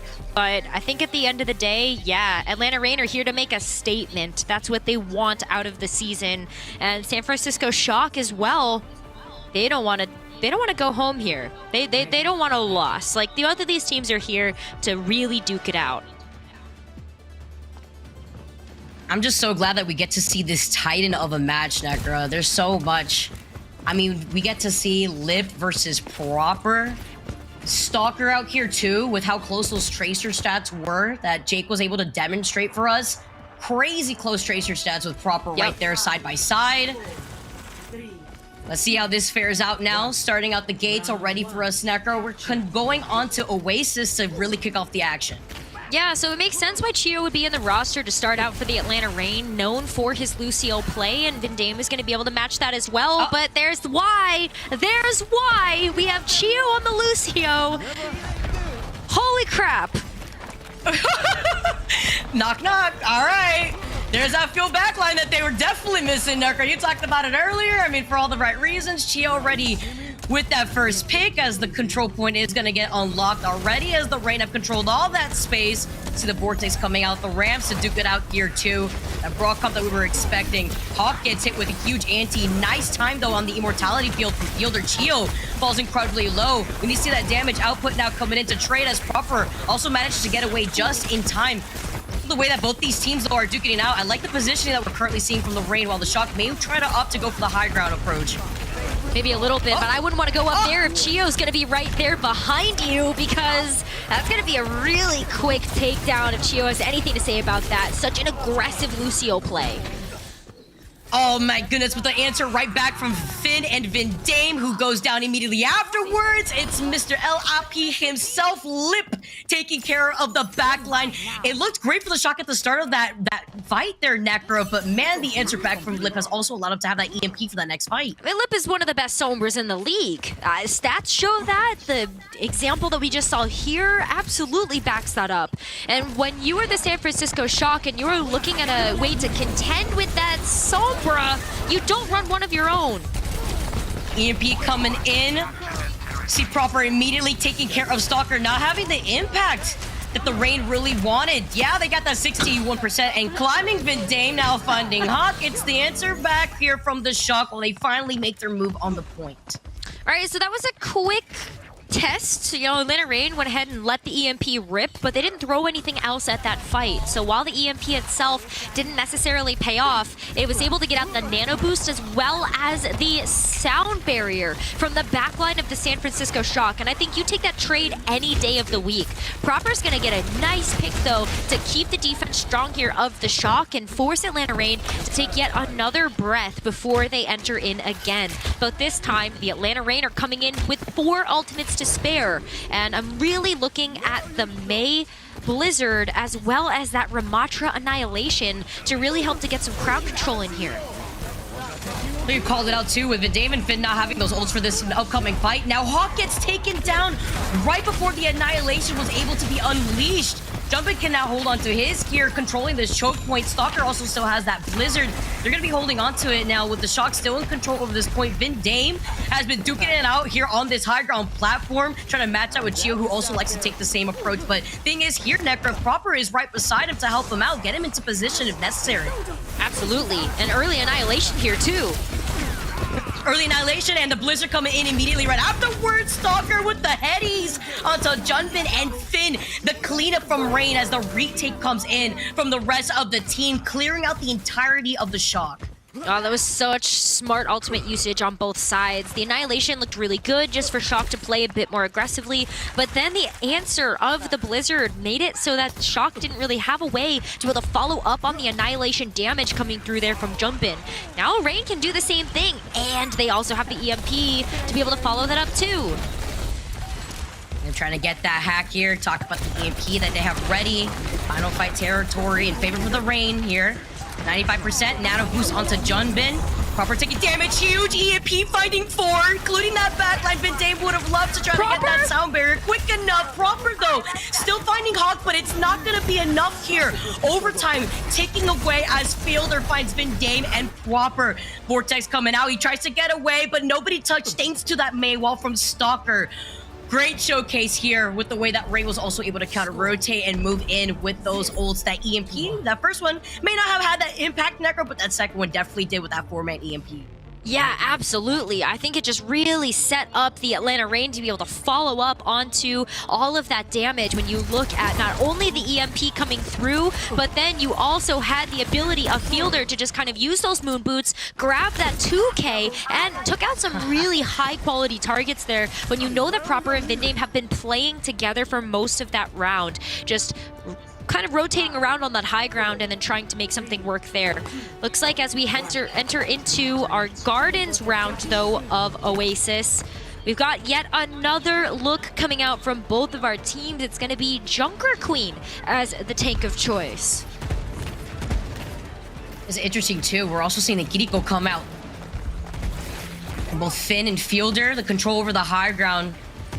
Quick to get on top of it, Necro. It's going to be the Reign first. We are seeing Proper now going over to the Ashe. He's saying really having that strong hit-scan hero pool that he could really work with, playing more of that flex and playing close quarters here is Chio. Look at his movement. He is dancing on this wall, waiting for an opportunity. Do you really want to contest Chio here when he could get an environmental kill right now? But this is against BenBest, who is the one that gets right through that entry point first. Hawk finding this fight in these close quarters like he was expecting originally. He's like doing the same thing, but finding Chio first is huge here for the Shock. Yes, the Reign get the point, but they gave up some of that extra space to allow the Shock to take control over that fight in that side room. Yeah, you're just looking at Proper being able to get set up there with the Ashe, and not only that, but he's staying in a position to follow up on that frontline damage coming through from Jumpin's Junker Queen. And this is a really great look here from the Shock to just kind of control these choke points. Whether you're looking at main or looking at that side room that Hawk is looking to try to rotate through, Pisang is there, already just trying to get some poke damage down onto the team and build up to that Death Blossom. Some really high quality ultimates here in both of the DPS line that could really help to flip these fights. Lip is so quick with his hacks. He hacks Finn, then hacks BenBest right afterwards here. Here comes the shout too, but Lip finding BenBest. Keystang's gonna meet him right back in the spawn after that rush is called in from Fielder. Reign holding on to so much for that next fight. Despite Lip going down, the rest of the Reign are still alive, having the number advantage, soloing out Finn and taking control over the point. Something that Atlanta Reign and San Francisco Shock have been really good at is patience. Atlanta Reign only used the Kiriko ultimate there to be able to get that point flip back, and San Francisco Shock, after losing a few members, recognized that they wouldn't have to or have the opportunity to actually throw in any ultimates of their own and find value. So save them now, but BenBest gets hit. Oh my, huge! He found the entire team with that EMP, and then the shout to put them right back into position. And didn't have to word anything else other than that EMP. It's like what you mentioned before. They used the rush in that previous fight. Now they only use the EMP, so they're cycling through their ults so good here for that next fight. They're gonna have that pulse bomb and Hawk with that ult at the ready with the rampage. Yeah, and like what a nice way to kind of counter out the Kitsune rush as well. Finn decides to lay that down. Not only do you have the sound barrier from Chio, but then you also have the Junker Queen ult. You can see the commanding shout already come through here though from Hawk, just to make sure that he can stay up as the Bob hits the floor. Bob acting as a 6-man here for the rest of the Shock, bringing some of that extra space. I like the disengage called in from Reign though. Take care of Bob after he's out of the field, and the sound barrier comes in here too as the rampage also comes in from Jumpin. It did land onto Hawk. I like the fall from BenBest after the rush was also activated from Finn. It set the Shock into position, and they now have found Stalker. Lip falls low, Fielder and Shield still on the point. May actually just go right back to the rest of the team. Just give this to Shock for right now. Ready at 68% as Fielder's just delaying it. Yeah, Fielder at this point is honestly just trying to keep a little bit of pressure onto the field so that we don't see a big rotation from Shock to take full control of this high ground. Especially knowing that Heesang has that ultimate ready to go, he's looking for the perfect opportunity. He wanted it. He finds Chio after that first pick. He thought it was enough here, but Stalker and Fielder were right there with the Kitsune rush to counter that right afterwards. Rain clear out the rest of the Shock. They were at 92% Necra, and now Rain rounding that 75% mark. They are, and entering into last fight territory with an EMP in their back pocket. So what a nice way to be able to try to close out this very first map here for the Rain. But we're seeing a very interesting rock, paper, scissors switch to Heesang on the Torbjorn. Now you can lay down the turret, you can make sure that Lip can't surprise you when you are able to come through. Oh, I don't think it's gonna even matter at this point when you have the EMP ready to still delete Heesang. He did find 3 originally with the EMP. Bintang goes down. The rest of the Rain looking like they are massacring the Shock. Overtime taken away in favor for the Rain while they're looking for their first map victory. Proper does manage to find Fielder, but it's not gonna be enough. No bodies left from the Shock to contest as the Atlanta Rain take map number 1. What smart ultimate usage, great opening picks coming through from Stalker and Lip, and honestly Chio. Let's give the Lucio player a little bit of credit there for some of the environmentals that he was able to grab. Just excellent teamwork all around, and when you got a Sombra like that on your team, Vicky, I feel like it's not, it's hard. Like, what do you do against a Sombra that's that good? Necra, Lip hacked 30 enemies, EMP'd 15. The impact was actually insane here. Died, I think, only twice, by the way, in those 2 rounds. So, on top of that, the survivability is just on another level. And you talked about it nicely here, too. The rotations of ultimates that we saw between these fights, not burning everything. We saw the rush originally here, and then we saw the rampage in the fight right after this. It's the impact that they know that they have without having to utilize everything that allowed this team to stay on top, even when they gave some of that extra space over to the Shock, Necra.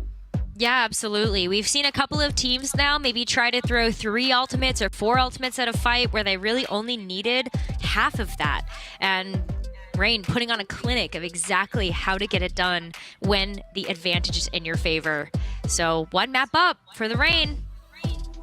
This is so much pressure on the rookies on the side of the Shock. I mean, you have so much on your shoulders. Heesang having to try to match that with Stalker and Lip. I know we see what Proper could do, but it's still a lot of a hill to climb here for the San Francisco Shock. We're moving on to map number 2 on Hollywood, and that'll be on the other side of this break.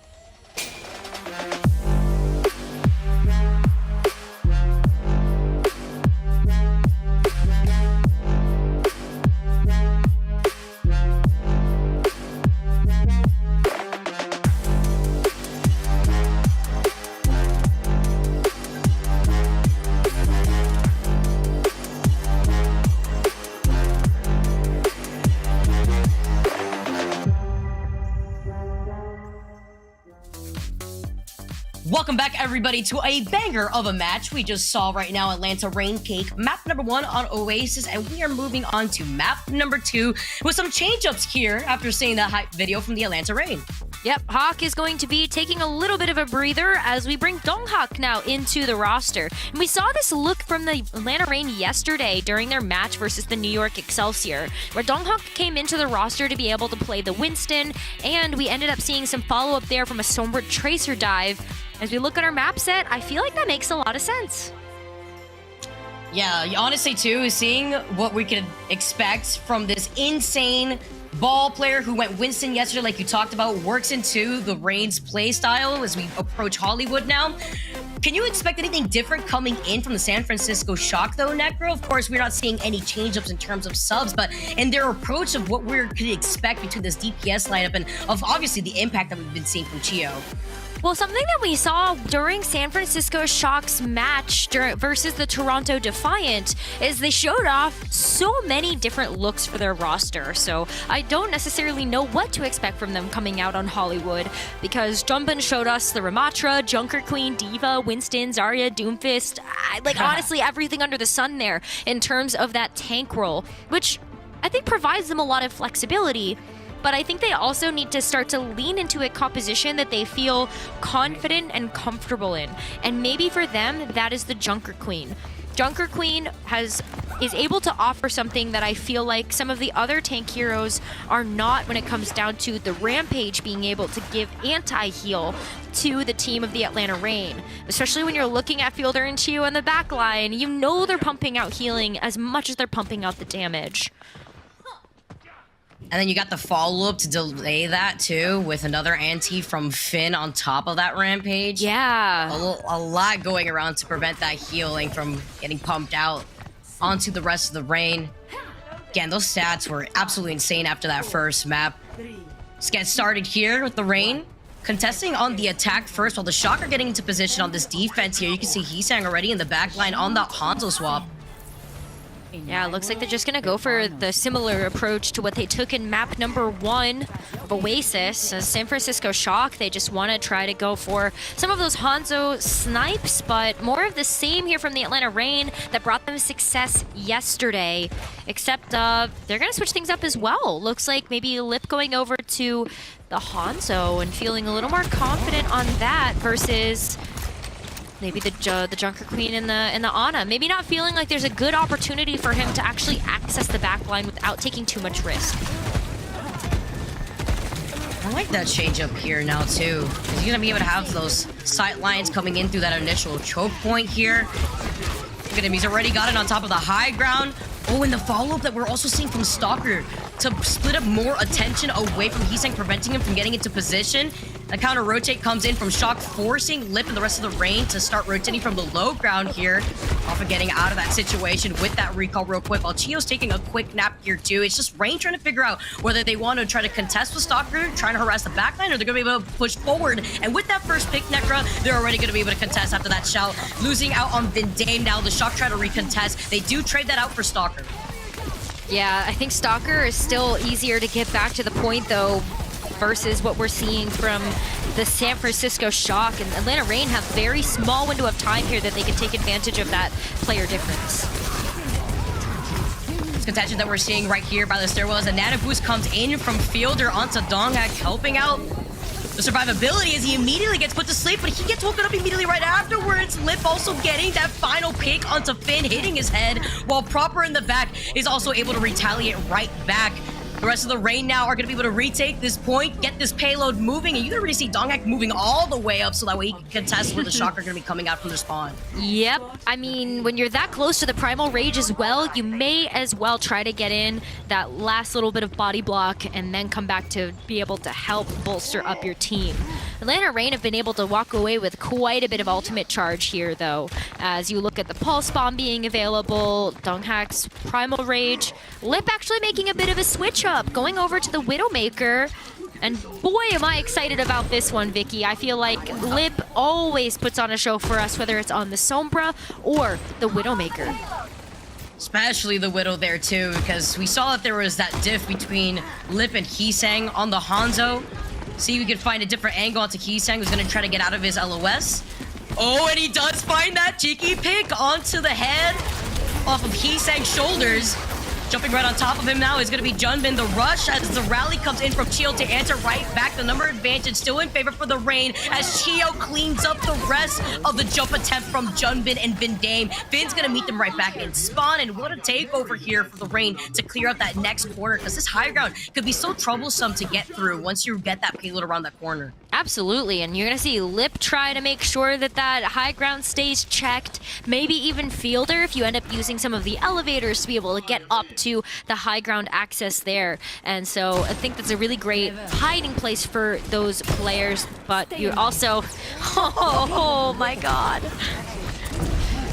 Oh, and then you also see DongHak right in front of their face, who gets put to sleep, but he put the bubble down originally there too. He manages to get away after popping the primal. Nano boost that was online here from Finn that was already used up. Now Fielder has his right afterwards. Get DongHak right back in, help him clear out the rest of this point here as Proper falls incredibly low. He gets taken out after he finds Fielder. They trade that now. Body for body, Junbin falls low. See Lip in the back end trying to get him off him here too, as they're able to get to that second point now, Necker. It looks like it's been non-stop after Lip had made that transition over to the Widow, getting those essential first picks. Absolutely, and this is just momentum that Atlanta Rain are working with right now. And absolutely, like Chio, everybody, honestly, getting their hands in the mix here on the Atlanta Rain, trying to grab these final blows and eliminations, and it is working. At this point, the Shock, they just need a moment to breathe, and they're not getting one. They're already on the high ground. Atlanta Rain are just up there on the, catwalk, I guess. I guess it's a catwalk. Yeah, they just don't want right Shock to have any of the high ground. But look at the respects, trying to not be in that middle line of sight on the catwalk, because they know Lip is looking down mid here too. Proper trying to contest some, split some attention, maybe give some time and room for his team to at least get into a better position. See Junbin jumping down, putting down the dome here as Vindame falls incredibly low. They did lose out on Heesang, who was originally on the high ground. DongHak booting him out. DongHak also creating so much space while the rest of the Shock are fixated on DongHak. They're leaving their side open for Lip to just take advantage. Rally now activated as the Dragons get unleashed from Heesang. Nice anti. Now that forced out Lip to get taken out, with Proper getting the follow-up onto Fielder as well. Some time and some room to breathe for the first time, that Shock could say, with the Rain that have been non-stop pushing this payload since they got it moving originally in that round. Yeah, they're going to take a little bit of a pause, and they're also going to switch Lip over to the Cassidy. Cassidy is one of those heroes that we saw high usage during the Pro-Am, but it did receive a little bit of a change to that magnetic grenade, so just not quite as strong. But Lip's aim is still true, and so it's still going to provide a lot of value entering into these final portions of the map where you still have the mobility access there with the roll, but you also have access to a lot of damage. And an HP change too, and I like the answer because it's an answer to Proper. It's not just Chio here as a nano boost is put onto DongHak. He's got that primal as he jumps right on top of Heesang, trying to run right back to the spawn. Vindame trying to protect them here too, as he also puts the nano boots onto Junbin. DongHak still has the primal though. Junbin's gonna try to match that eventually here, but its first picks haven't come through yet. Proper hasn't been put into the right position. The disengage originally from Rain to split up as Lip tries to call out Proper. He was forced out with the recall, so now he has to wait less than those 10 seconds to try to re-engage. Still a minute and a half on the clock here for the Atlanta Rain to try to push this all the way in, and we're gonna see some ultimates being used here now. Well, rally called in from Vindame while Chio fell incredibly low. Proper took advantage, getting that follow-up with Junbin, who popped the primal. It's primal for primal, but Rain doesn't have that sustainability. They lose out on their backline. More time wasted away from the Rain. You got a minute and less than that now with that re-engage from the Rain once they come right back in with Lip's ult. So Lip's ult could be really impactful here, just to be able to buy some space. You're not necessarily looking for a high impact kill. You're just looking at the high noon to be able to help push some of that San Francisco Shock back and allow for Stalker to get into the back line. DongHak as well is able to just walk forward instead of investing cooldowns into reaching some of those harder to reach places at the back half of the map. So we'll see Lip try to go in for the high noon as quickly as possible. Oh man, but that's such a huge pick, and you take care of both of the backline. Proper said, I'll make the swap right over to the Tracer. No worries, he's going to be the one to be on the Hanzo this map around, and not only taking care of the backline, but at least for this rally coming up for this final fight for the Reign, this is what they need to rely on, and if they have the opportunity, if Proper doesn't harass them again. Yeah, look at that. Actually, just forgoing the Cassidy completely in favor of the Sombra to hopefully throw that translocator and sneak their way over to the payload, but I don't think they can get there. Oh, he does just right barely. in time. Yes, he forces out the overtime, but is it enough now as DongHak jumps in? They did lose out on Stalker, but that's the first person that's fine to lose out on because he'll get right back in quickly. They gotta force this overtime, keep it in check. DongHak got hit with a huge anti from Finn after that Nano Boost also came online here. DongHak goes down, unfortunately. He won't have the Primal for this fight. They'll try to keep him alive for as long as possible, while Chio also trying to contest Jumbin, who had the Primal ready for this final fight, Necra. On top of that, Vindame with the rally. They successfully hold back the Reign from getting this payload to the finish line, but man, they had to wait till the very end to start forcing the Reign to trickle in and make those adjustments. Yeah, Shock just kind of put on the pressure. Really didn't allow the Atlanta Reign there to have any time to set up with their ultimate. So that's why we didn't see the high noon. We ended up seeing that switch over because we were running out of time at the very end there. And so you're losing a lot of ultimate charge, but you're also losing a lot of momentum. So as soon as the Shock were able to stop Atlanta Reign in that third point, that's really when they were able to like dig their heels into the sand and figure out exactly how to keep Atlanta Reign from finishing the map. But they still almost finished the map. They still almost finished the map. They did, man, but the moment that Proper was able to take advantage of Lip making the swap, taking a look at the replay from Proper at the very end, the last two fights, every time he found Chio and Fielder. Gets that post bomb stick, found Fielder in the back right there. Again, it's always at the end. He says, I'm changing things up a little bit. Yeah. Died twice, by the way, in that last round that we just saw. So there was that change up that we got to see because it didn't look like that at the very beginning. No, it didn't. But I love that you called that out, that originally it was actually no Tracer at all to be found on the Shock when we looked at Oasis as our very first map. And really, when you looked at the Hanzo, that was being played by Proper. And then we did a little bit of a role swap here. Just as a reminder to everybody, if you missed it from last season, one of Proper's absolute best heroes was the Tracer. That's why he was the MVP, the Roll Star, the Alarm Rookie of the Year, just kind of grabbing everything on the Infinity Gauntlet there. And he's gonna have to show up really big here as well, Vicky. Yeah, but Stalker was right there when it came to those Tracer stats here too, and they've cleared up the entire side approach from the Shock. Look how DongHak's moving all the way up to. He is on base. He's Proper on the high ground. Jumps right back to the rest of the Reign. But they did lose out on Lip, which is pretty crucial because they want to play into that win con with the EMP Necra. Yeah, I think the EMP is an absolutely huge piece of the puzzle here, and especially when we see Atlanta Reign playing it on the defense. There's way more room for Lip to maneuver around the map versus trying to access this mini pack room that we see Fielder shooting out of. See Fielder saying and calling out Junbin from trying to contest him in that side room. Helping him out is Chio. He got hit with an anti and the shield bash on top of it. Chio having a good time in that side room as the backline is taken care of. I like Shock prioritizing the threat that was from map number 1, which was this backline from the Atlanta Reign. And even though they did lose out on their own backline, here is Proper. He's got the pulse bomb ready, trying to call out Lip, who will have that EMP for the next fight after taking care of Stalker. Wonder if there's a world that we ended up seeing Atlanta Reign actually come back in and recontest this, because Proper, while he is super, super good, is definitely not able to do this on his own. Even if he was able to get a big pick with the Pulse Bomb, look at how much sustain Atlanta Reign put into this one so they can hit the EMP. Oh, and crucially hits the EMP on the back line there too, costing Vindame and Finn his life. Keysec was also inside of that EMP, so he goes down too. Like you mentioned, Ecker, it can't be just Proper. Even though the Shock did clear out and Proper was able to stay on that point for so long, the rest of the Reign were also able to regroup and be able to clear out the rest of that point when they were on that defense here too. DongHak does get hacked. He can't leap away just yet, but he manages to get away in time into the line of sight of Fielder and Chio. Yeah, good stuff right there to be able to get back to the team, but Lip gets taken out. Maybe not one of the more crucial pieces of the Atlanta Reign composition here, especially when they do have ultimates to spare. You see the Nano Boost fly from Fielder. And taking care of Finn first is huge because now Vindame will have the rally. Finn will be able to use the nano boost. Yes, Chio did use the rally here too, so it was a pretty expensive fight for the Rain, which will allow Shock to recontest on that point with Finn's nano boost. Yeah, I love that you called out the Brigitte rally there because I feel that there might have been a bit of an overcommit of the ultimates, but when you're also looking at a 1 minute mark for how much time San Francisco Shock have left to be able to approach this point, and they're also working up to an EMP of their own, I mean, you don't want to just hold on to your ultimates here. I think you're expecting that, yeah, Shock may be grabbing this first point unless you're able to win out on raw mechanical skill, but then you have your own ultimates for that second phase. I love the repositioning, the disengage immediately after losing out on Lip. Yes, they gave that space over to the Shock. They're finally getting their first ping, approaching that second one here too on the point.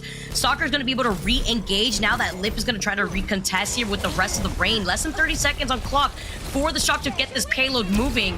See how they're trying to contest here on the side room is huge here. Proper and Stalker get the trade for both supports between Fielder and Vindame.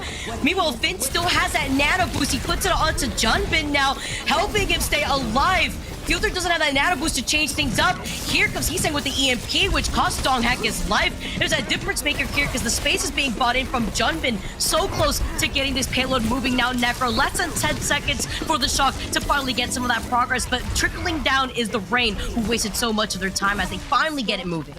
I think that's okay, right? Atlanta Rain that's exactly what they wanted to play for, just getting as much time off of the clock as possible. Unfortunately, they are going to get a little staggered there as we had a couple of close respawns that San Francisco Shock capitalized on. But at the end of the day, this is what the Rain wanted to play for. Less time for the streets phase. It seemed a little inevitable that Shock were going to be able to take that first point and get the payload unlocked and moving. So why not? You get the EMP out, Nano's gone, Rally's gone. Really just looking at Jumpin's Primal Rage right now, and he's hacked, and you also now know he has it. And because it didn't stagger with those ults here too, they could contest here with Lip's EMP. DongHak has that Primal. Fielder's about to get that nano boost as well as Chio with the Rally. Great looks here from the Atlanta Rain. Yeah, they got basically everything to work with here. Lip's waiting for the opportunity with the EMP, trying to call out the back line as he finds Vindame, tries to take care of Vindame, but he manages to get away with the shield bash there too as a threat inside that side room. Doesn't get the follow-up with the rest of the Rain that they wanted to with that EMP, and it's Shock that counter-rotates on the high ground to try to call out Fielder, who needs some help. He jumps down from the high ground. He's got that nano boost just in case. Here comes DongHak to help him out, but a nice reposition from Fielder to prevent Junbin from harassing it. Yeah, that's what you got to do as the Winston, right? As your single tank, you have a little bit of a split responsibility of helping out your front line, but then also peeling if your backline needs the help. Rally, though, from Chio to kick off this next phase of the fight. And losing out on Finn is huge here because they won't have the nano boost for this fight, and they have the number advantage, so less than 50 seconds on the clock ready for the Shock to get to this second point, and Chio giving us a quick hello, feeling himself while they also regain on the high ground. Yeah, you gotta set up here and just kind of get your vantage point on where the Shock may want to come from. And you also have to play split up. That EMP has a defined range of effect. And if you're able to play as split up as the Rain are, you make yourself a little less vulnerable to getting hit by such a massive fight-winning ultimate. Especially when there's 20 seconds remaining, you know Shock has to throw everything at this one. From the anti to the nano boost onto DongHak, finding Jumpin's huge here with less than 10 seconds now on the clock for the rest of Shock to group up on this payload, force it into overtime. That's going to be proper job here. Heesang needs to go crazy with his EMP as Finn also gets taken out. DongHak showcasing what he can do best. It ain't just the ball that he's known for from back in the T2 days. It's that Winston now that he's keeping the Rain alive with. Love these picks that we're seeing. Proper does trade that. Chio Vindame. We did see that hack though. The EMP from Heesang may have just enabled Proper to turn things around. We're seeing the pieces fall, but it's not going to be enough here, Necra. Rain still have DongHak and Fielder alive on this payload. Ooh, and still alive on the Heesang. Over contesting it, down to the wire, overtime taking away. They're forced to disengage and need the rest of the Rain to regroup with them. But this may be delaying the inevitable, but this is still going to allow the Shock to reset too. Yeah, I mean, the Shock might actually be able to get the EMP online if they're lucky. see if he can get it again. He literally just used it. Not in the past fight, but the fight right before that to cause the overtime to happen. And it's still activated right now. They did lose out on Finn Damon. Finn, they don't have the sustainability. Unlike Rain, Chio's also about to get the rally. Nobody left in sight as the Atlanta Rain in overtime were able to take care of the San Francisco Shock, taking map number 2 on Hollywood. Oh, that was so close at the very end there. I thought that the San Francisco Shock, after giving Heesang the nano, might have been able to get another EMP online. It was so close, Vicky. He was like 3% away. Heartbreaking.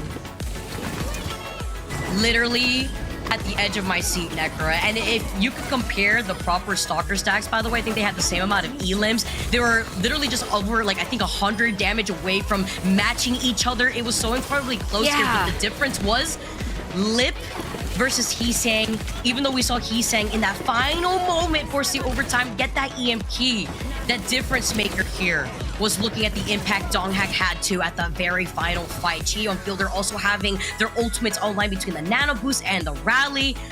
Ooh, man, what a map number 2. Yeah, what a map number 2 right there. And this is what we expected out of 2 of the teams touted at the top of their class for the Overwatch League 2023 season. But Vicky, it kind of seems like Atlanta Rain may be starting to run away with things a little bit. I hope the Shock can bring it back. Yeah, it's the change-up that we got to see from the San Francisco Shock while Atlanta Rain sit at match points. We're moving on to Junkertown, and that'll be here right after this break.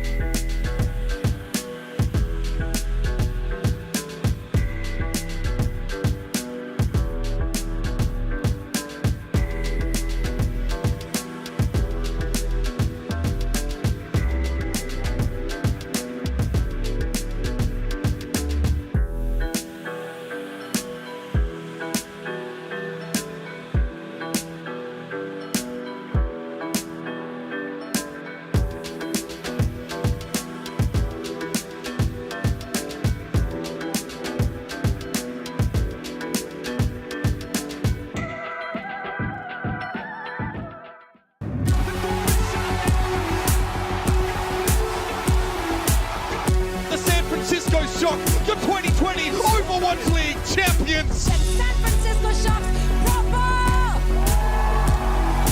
Proper is a generational talent. He's going to be in this league for a long time. Look at this guy.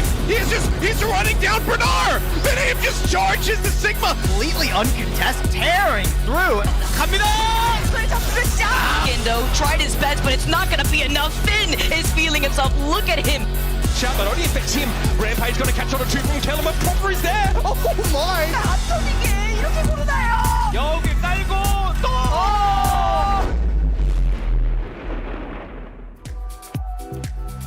Welcome back, everybody. You guys saw it first with the San Francisco Shock video. They are literally fighting for their lives against the Atlanta Reign that are currently sitting at match point. Moving on to map number 3, Necra, and it's going to be Junkertown, and we do see some change-ups coming in from the Reign. Yep, we had DongHak playing on the Atlanta Reign roster for that map of Hollywood, and now we've got Hawk taking back up the reins for the tank role. And this kind of tells me that we're going to see some Sigma. That seems like a pretty safe bet, knowing that we're going over to Junkertown and that Hawk is super proficient on those, I guess, historically considered off-tank heroes. If we were going to talk about the matchup of what we've been seeing so far between the Shock at the very end, with Proper doing his best on the Tracer, we're seeing from Heesang trying to match Lip on the Sombra, Necra. You just can't. Like, this is Lip that we're talking about on the Sombra. And when you're Heesang, he lacks covering more of the hit scan department, which forces Proper to be more flexible. But then you have Stalker matching your stats, basically evening things out from the performance that we've been seeing from his Tracer, Stalker standing out in the same way. It's so difficult to say what Shock needs to do differently here, because if you are intending to try to match Lip on the Sombra, good luck, because it's going to be difficult out here, especially when the Reign are already sitting at match point. I agree with that, and I think that's one of the reasons why we ended up seeing Shock actually lean on a composition for Oasis that didn't involve the Sombra at all. In fact, it was more of like the Mei, the Reaper, Proper on Hanzo and Ashe. And I think the Sombra look here from the Shock has not necessarily been up to par with what we've ended up seeing coming out from Lip on that Sombra. We actually see Hawk on the D.Va here. This is another hero that Hawk is very, very well known for. And seeing jump in on the Winston, the D.Va feels like the perfect pick because you also have access to Proper's Widowmaker, which is a really great way to contend with that. Definitely agree, especially since you have the open sight lines Junkertown provides when you're on that higher ground, but you could already see Proper looking to his back just in case Lip is right there. Lip did manage to teleport away on time as jumping gets put to sleep. We'll put up right afterwards here. He's going to back away in time. Putting down that shield. Look at the back line. Look what they're doing to Proper. It's Lip and I believe Stalker now that have made his way on top of that high ground platform, but they've essentially tried to force the Shock to play split up, and that didn't deter Proper. He's still trying to find Lip. Lip is just staring at him from the side. Now you see me? Now you don't. Manages to try to contest him over on the side, but Proper did get that initial first pick here. They do trade that for Heesang, who's gonna go down Proper, finding Lip's head, telling him to sit down real quick. Shock can still hold down on this low ground real quick, and Proper can just reposition if necessary, as long as Stalker doesn't stop him first. Yeah, at this point, Stalker has just been trying to wreak havoc in the back line of the Shock, and while you do have a little bit of mobility there, preventing being able to swift step away, Finn is not so lucky. Wow. Especially if you have Hawk right there next to him to be able to follow up on that damage. Hawk is doing what Hawk does best, especially on this D.Va. You love to see it. And he can also just quickly get onto the high ground like you saw right there too, so that way he can clear some of that extra room after the Reign get to that first checkpoint. Gonna be escorting that payload right over to that next corner. Yeah, you could see even just a quick step away there from Chio just to make sure that everything was going smoothly as those gates opened to allow that payload to move through. And Stalker with a big stick there onto jump in means that Shock are delayed once again. Look at how far forward Hawk can play too. Knowing that the D.Va bomb is also online and ready to go, you could use that ultimate to be able to remech in case things get a little bit rough. But let's see, EMP versus EMP, that's really the big ticket items that I have my eyes on. Oh, that's nice. Big first pick here too from Heesang. They know that Heesang's got that EMP ready too. Shock also know that too. The hack coming in, the EMP now coming in from Lip. Not getting the impact that they were expecting here, which is great news for the Shock because they can delay the momentum that we've been seeing the Rain get around that next corner. They find Lip. Very similar to the first EMP that we originally saw on the first map. The same can't be said, though, for Hisang. He did find 2 with the EMP onto Fielder and Hawk. And after that, they also were able to get that follow-up onto Chio. So the trade working in favor for the Shock now as Hawk still holds down the Reigns in the front line. Yeah, there's not a whole lot of follow-up there until they're able to come out of spawn, and with a big ante onto Hawk, he really needs to back up here in case he does lose the mech again. That would set the Rain back a lot, especially after throwing and investing so much into that very last team fight. Big pick on a Finn, though. We gotta see the follow-up here for the Rain on top of that. Yeah, the rally into the rush on top of that, too. Junbin jumping right on top of them after they lost out on Stalker. Junbin playing so nicely, not only around his bubble, but just in the repositioning, having to go from high ground to low ground, just going through the mega pack, through the side room too. Hawk falling low as they have to wait out on Fielder. Lip also repositioning here too. They will have that pulse bomb, but they don't have that rally because they used it for that last fight net. Yeah, they do have the support ultimates off the table, but I think that you're really looking at the pulse bomb from Stalker just having another big impact in this next fight. That pulse bomb was able to open up things a few fights ago, just looking at the stick onto Junbin. Maybe Stalker's able to have a repeat success here, especially looking at Finn in the back line.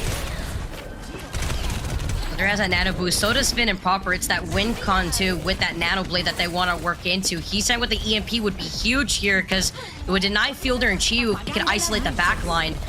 Here comes the EMP, it does land onto Lip. Hawk goes to the reset on the Diva Bomb. Nice anti coming in from Finn. Can they prevent Hawk from getting back in? No, they can't. He was literally one. Proper pops a blade at the very end and still finds Chiyo and Stalker. That's the impact that they wanted as they force the rain to trickle in.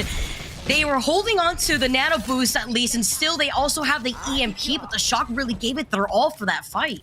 They emptied the tank on that one. It really looked like the EMP wasn't enough, and so they had to expend that other really big duo of ultimates in the Genji Blade and the Nano Boost in order to keep the Atlanta Reign from inching towards that second checkpoint. The cart's right there, but the Reign at this point have Lip in the back line, looking for the opportunity to hit their own EMP, and Vindame does not have the sound barrier yet. This could be really big for the Reign. Oh, Hawk with the nano boost put onto him saves his life. It was so low before that, and with Stalker finding Finn, taking out that support out of the field, Stalker would come right back in, even though he found that trade between himself and Vindame. Lip coming in too with the EMP. Does find the Lucio player that has been Dame as Chio gets a follow-up. Atlanta Reign finally clearing out this payload so they can get that second point. They're limited on time here now as they try to reposition to get onto the high ground. 2.5 minutes is still a lot to work with though, especially when you look at Chio having the Brigitte rally coming up online. You know that's great sustain to get through the next fight when you're also looking at a huge sustainability from Junbin's Primal Rage and Vindame's sound barrier as well. But Chio has a choice to make here. Do you save that rally to play a little bit more aggressively after you've gotten a couple of the ultimates for the Shock off the board? Or do you just let Lip go grab some picks and then, yeah, just snowball from there? Oh man, Lip, still a problem. Chio having the rally on top of the Hawk, about to get the Primal. Shock could work into this though, because they're about to get the sound barrier. You see Jumping also with the Primal. Keysang's waiting to call out the backline. You see Chio, you see Fielder right there, gets the hack and the follow-up from Proper. That was beautiful follow-up after the hack onto Chio, but then immediately shuts down Proper. Fielder having to get away in time. The EMP only landing onto Hawk, but it's fine. Jumping gets a follow-up with the Primal and still finds Lip and Stalker. GPS lineup out from the Rain, having to reset now, regroup after coming down into the spawn. Yeah, there's still a little bit of a fight left in the Atlanta Reign, though. Until Fielder gets taken out here, Hawk is going to want to try to make a quick getaway, as Jumpin's just looking to get as much stagger as possible. Proper cleaning up what was left of Hawk right there, too. They're still holding on to everything in the tank this time around, Necro, for this next engagement. You have less than a minute now on the clock. Finn and Vindame, though, cannot get called out by Lip. They have the nano boost, and they have that sound barrier for this final fight. Yeah, so ideally for this next one, you see Vindame hold on to the sound barrier for the EMP from Lip, and then San Francisco Shock get to follow up that next fight with the Nano Blade if they have it. Oh, the sound barrier comes in from BenDame. The EMP did not land on him. It did land on Finn originally as he takes care of him. That's Lip finding 2 for the initiation of this first fight here. Final fight, rather, for the end of this payload run. Hawk also still has the Primal, and they needed to hold on to that because the spawn room doors are right there for Shock. Yeah, you're also holding onto the Nano Boost as well as the Rally if you're the Rain for a response to the Nano Blade of the Shock. We're entering into this final fight of this map, and either Rain are going to be able to clear it, or the Shock can stop them here.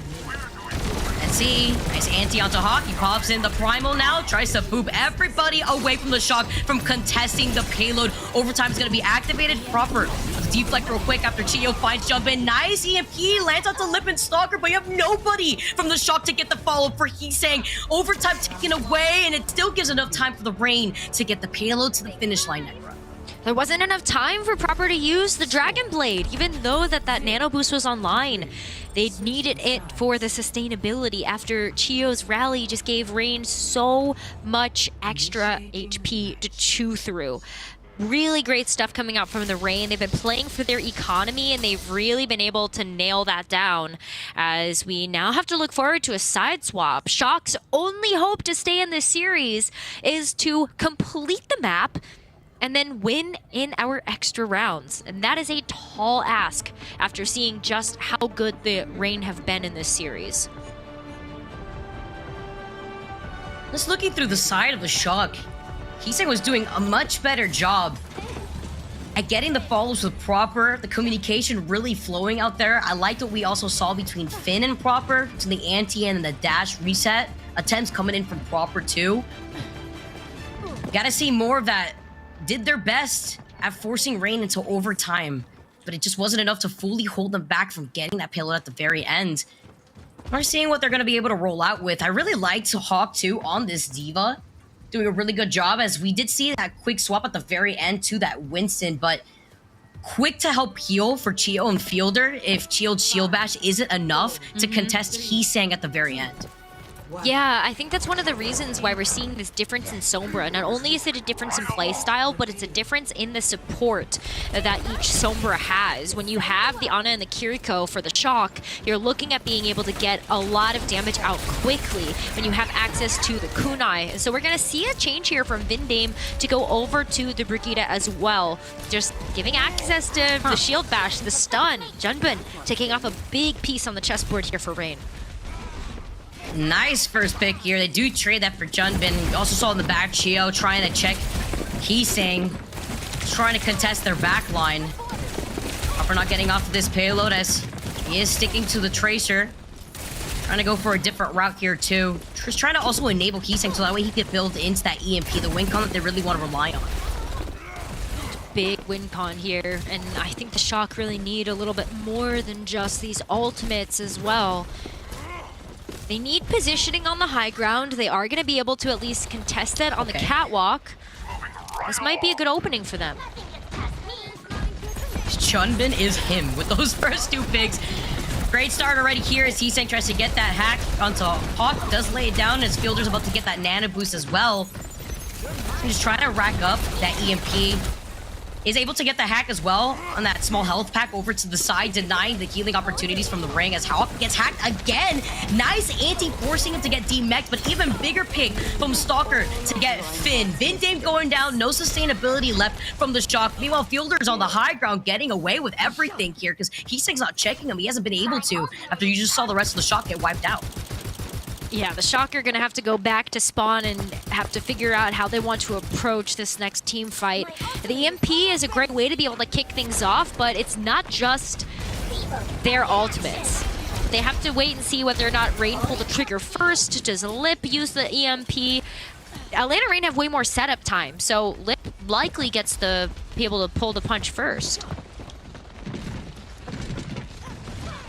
Let's see, Lip is trying to get into position. I like the positioning, though, specifically from the Shock, because they're playing split up like this on purpose to prevent Lip from getting more of that outplay. He gets hacked for hacked. Oh, the EMP comes out from Heesang.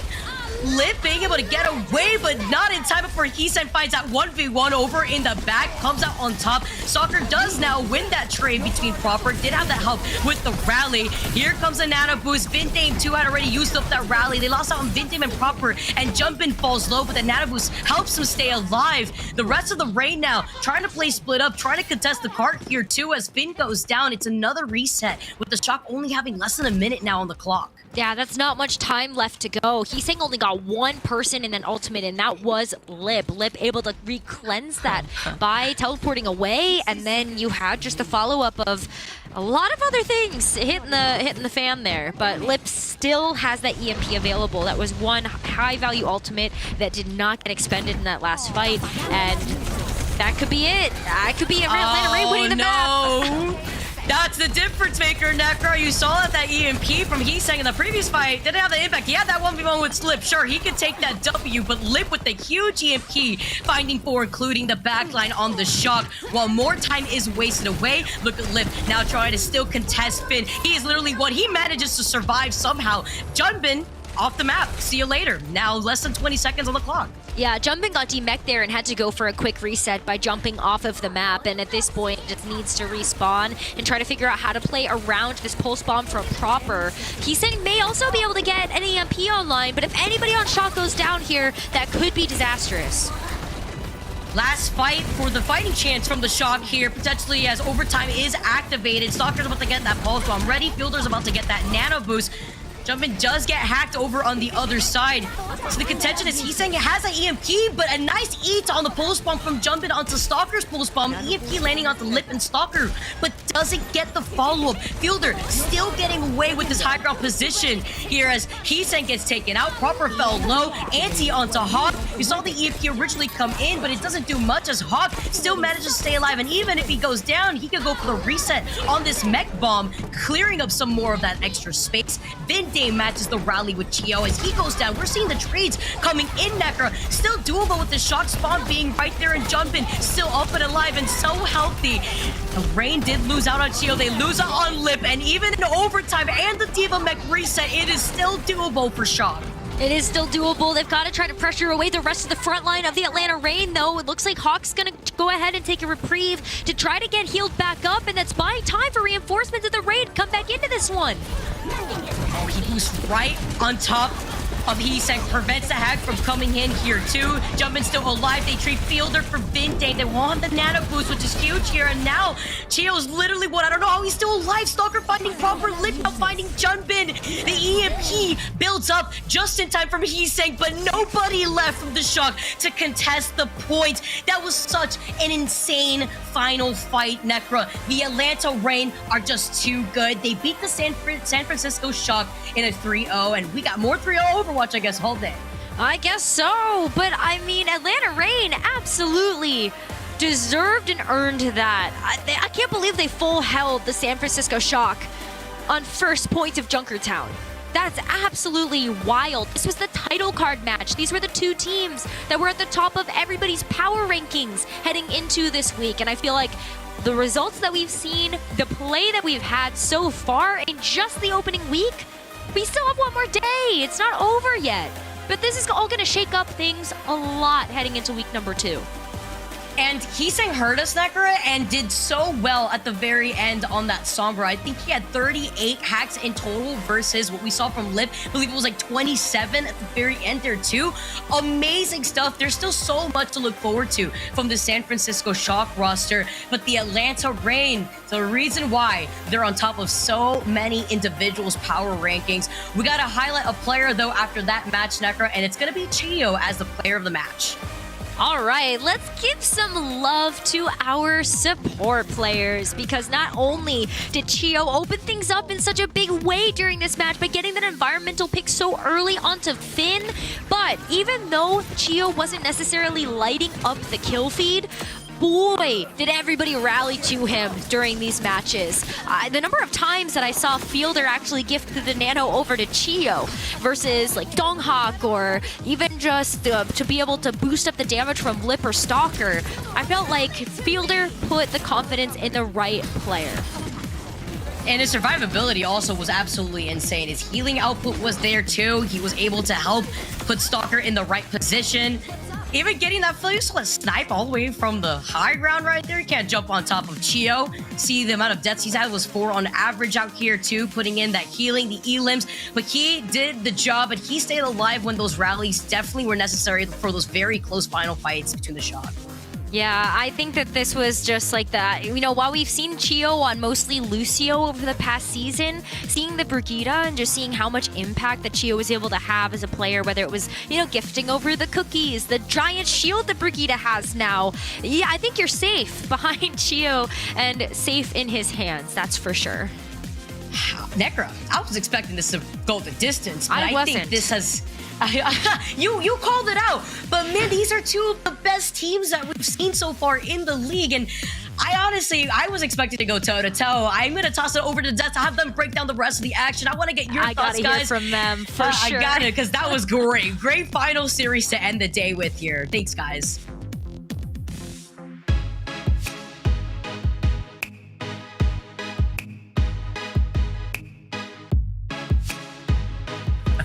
Welcome to the Watchpoint Post Show. Zoe here, joined by Danny, Jake, and Jonathan. We're about to wrap up day number 3 of our opening weekend. And let's be honest here, not the banger that we hoped for. May have called that. We tried. Well, that's not on you. That's on Shock. You've done nothing wrong here. Like, expectations were there. We did think that the Shock is going to fight back a little bit more than what we saw. But boy, should that make you excited if you're an Atlanta Reign fan. Atlanta Reign is just too good. Too good? Too good. I think we were all expecting this to be a close match, but it wasn't the case. Because Atlanta Reign looked too good, and you know, San Francisco Shock couldn't find a way to fight against them. Dude, someone should check on Avril. I mean, he's been hyping up the O2 Blast boys now, rookies here for the San Francisco Shock, and I mean, they couldn't keep up. They couldn't keep up to the tempo that Atlanta Reign were delivering. Jake. Yeah, from the superior contenders region, you know, it's just like that's so weird, yeah. It's just like inexplicable. There must be something wrong. No, but to be honest, I think for me, I love that Chio got player of the match here. I think the supports were so hard to kill. Even as Proper put on a masterclass, everything you could want from this guy. Did not miss a pulse bomb on Hollywood, fun fact. Got saved a couple times by nanos and stuff, but he didn't miss. So, I mean, that's pretty absurd stats from Tracer. Stalker, though, I will have to say, he kept up. He kept this fight going. He kept challenging. And I just think the overall firepower of the Reign was too much. Yeah, and I mean, I think as well, like Lip, it was so impressive in the way he controls this matchup. He controls who are we targeting? When are we targeting them? When are we diving? And so he changes up the pace. Are we going to dive on top of the Hanzo? Are we going to go for the backline? When can I go for a certain support target, for example? Like, oh, we can target the Brigitte because the Ana is busy healing the Winston or something like that. And Lip controls so much of what the Atlanta Reign are always doing every single fight. I mean, he's building towards an MVP case. I'm going to keep saying it. Lip is the player to watch this season. Right on. I am on that hype train, but I've never left the hype train. I've been on the Reign train since it started, since it was built. You had that small train. I did actually have a yeah, you did. There's a photo somewhere there too. Yeah, there's receipts. Exactly. Now we do of course want to chat to our winners. So Danny, you got an interview for us as well. I do. Thank you so much, Zoe. And we have DongHak on the line for the post-match interview. DongHak 선수 안녕하세요. Hello, DongHak. Can you hear me? 들리시나요? 네, 안녕하세요. 들리시나요? 네, 들립니다. All right, so thankfully both of us could hear each other. I mean, this match, like we just talked about, we expected it to be close, but it really wasn't. Atlanta Reign just dominated over San Francisco Shock. So I just want to ask, like, what was the game plan coming into this match against the San Francisco Shock? 자, 오늘 경기 일단 많은 분들이 좀 굉장히 접전이지 않을까, 굉장히 끝까지 가는 그런 경기가 아닐까라는 예상 외로 오늘 아틀란타가 너무 잘해서 3대 0으로 승리를 거두시게 되셨습니다. 오늘 경기 좀 어떻게 준비하셨나요? 오늘 경기 저희가 솜트를 제일 잘해서 솜트 위주로 잘한 것 같아요.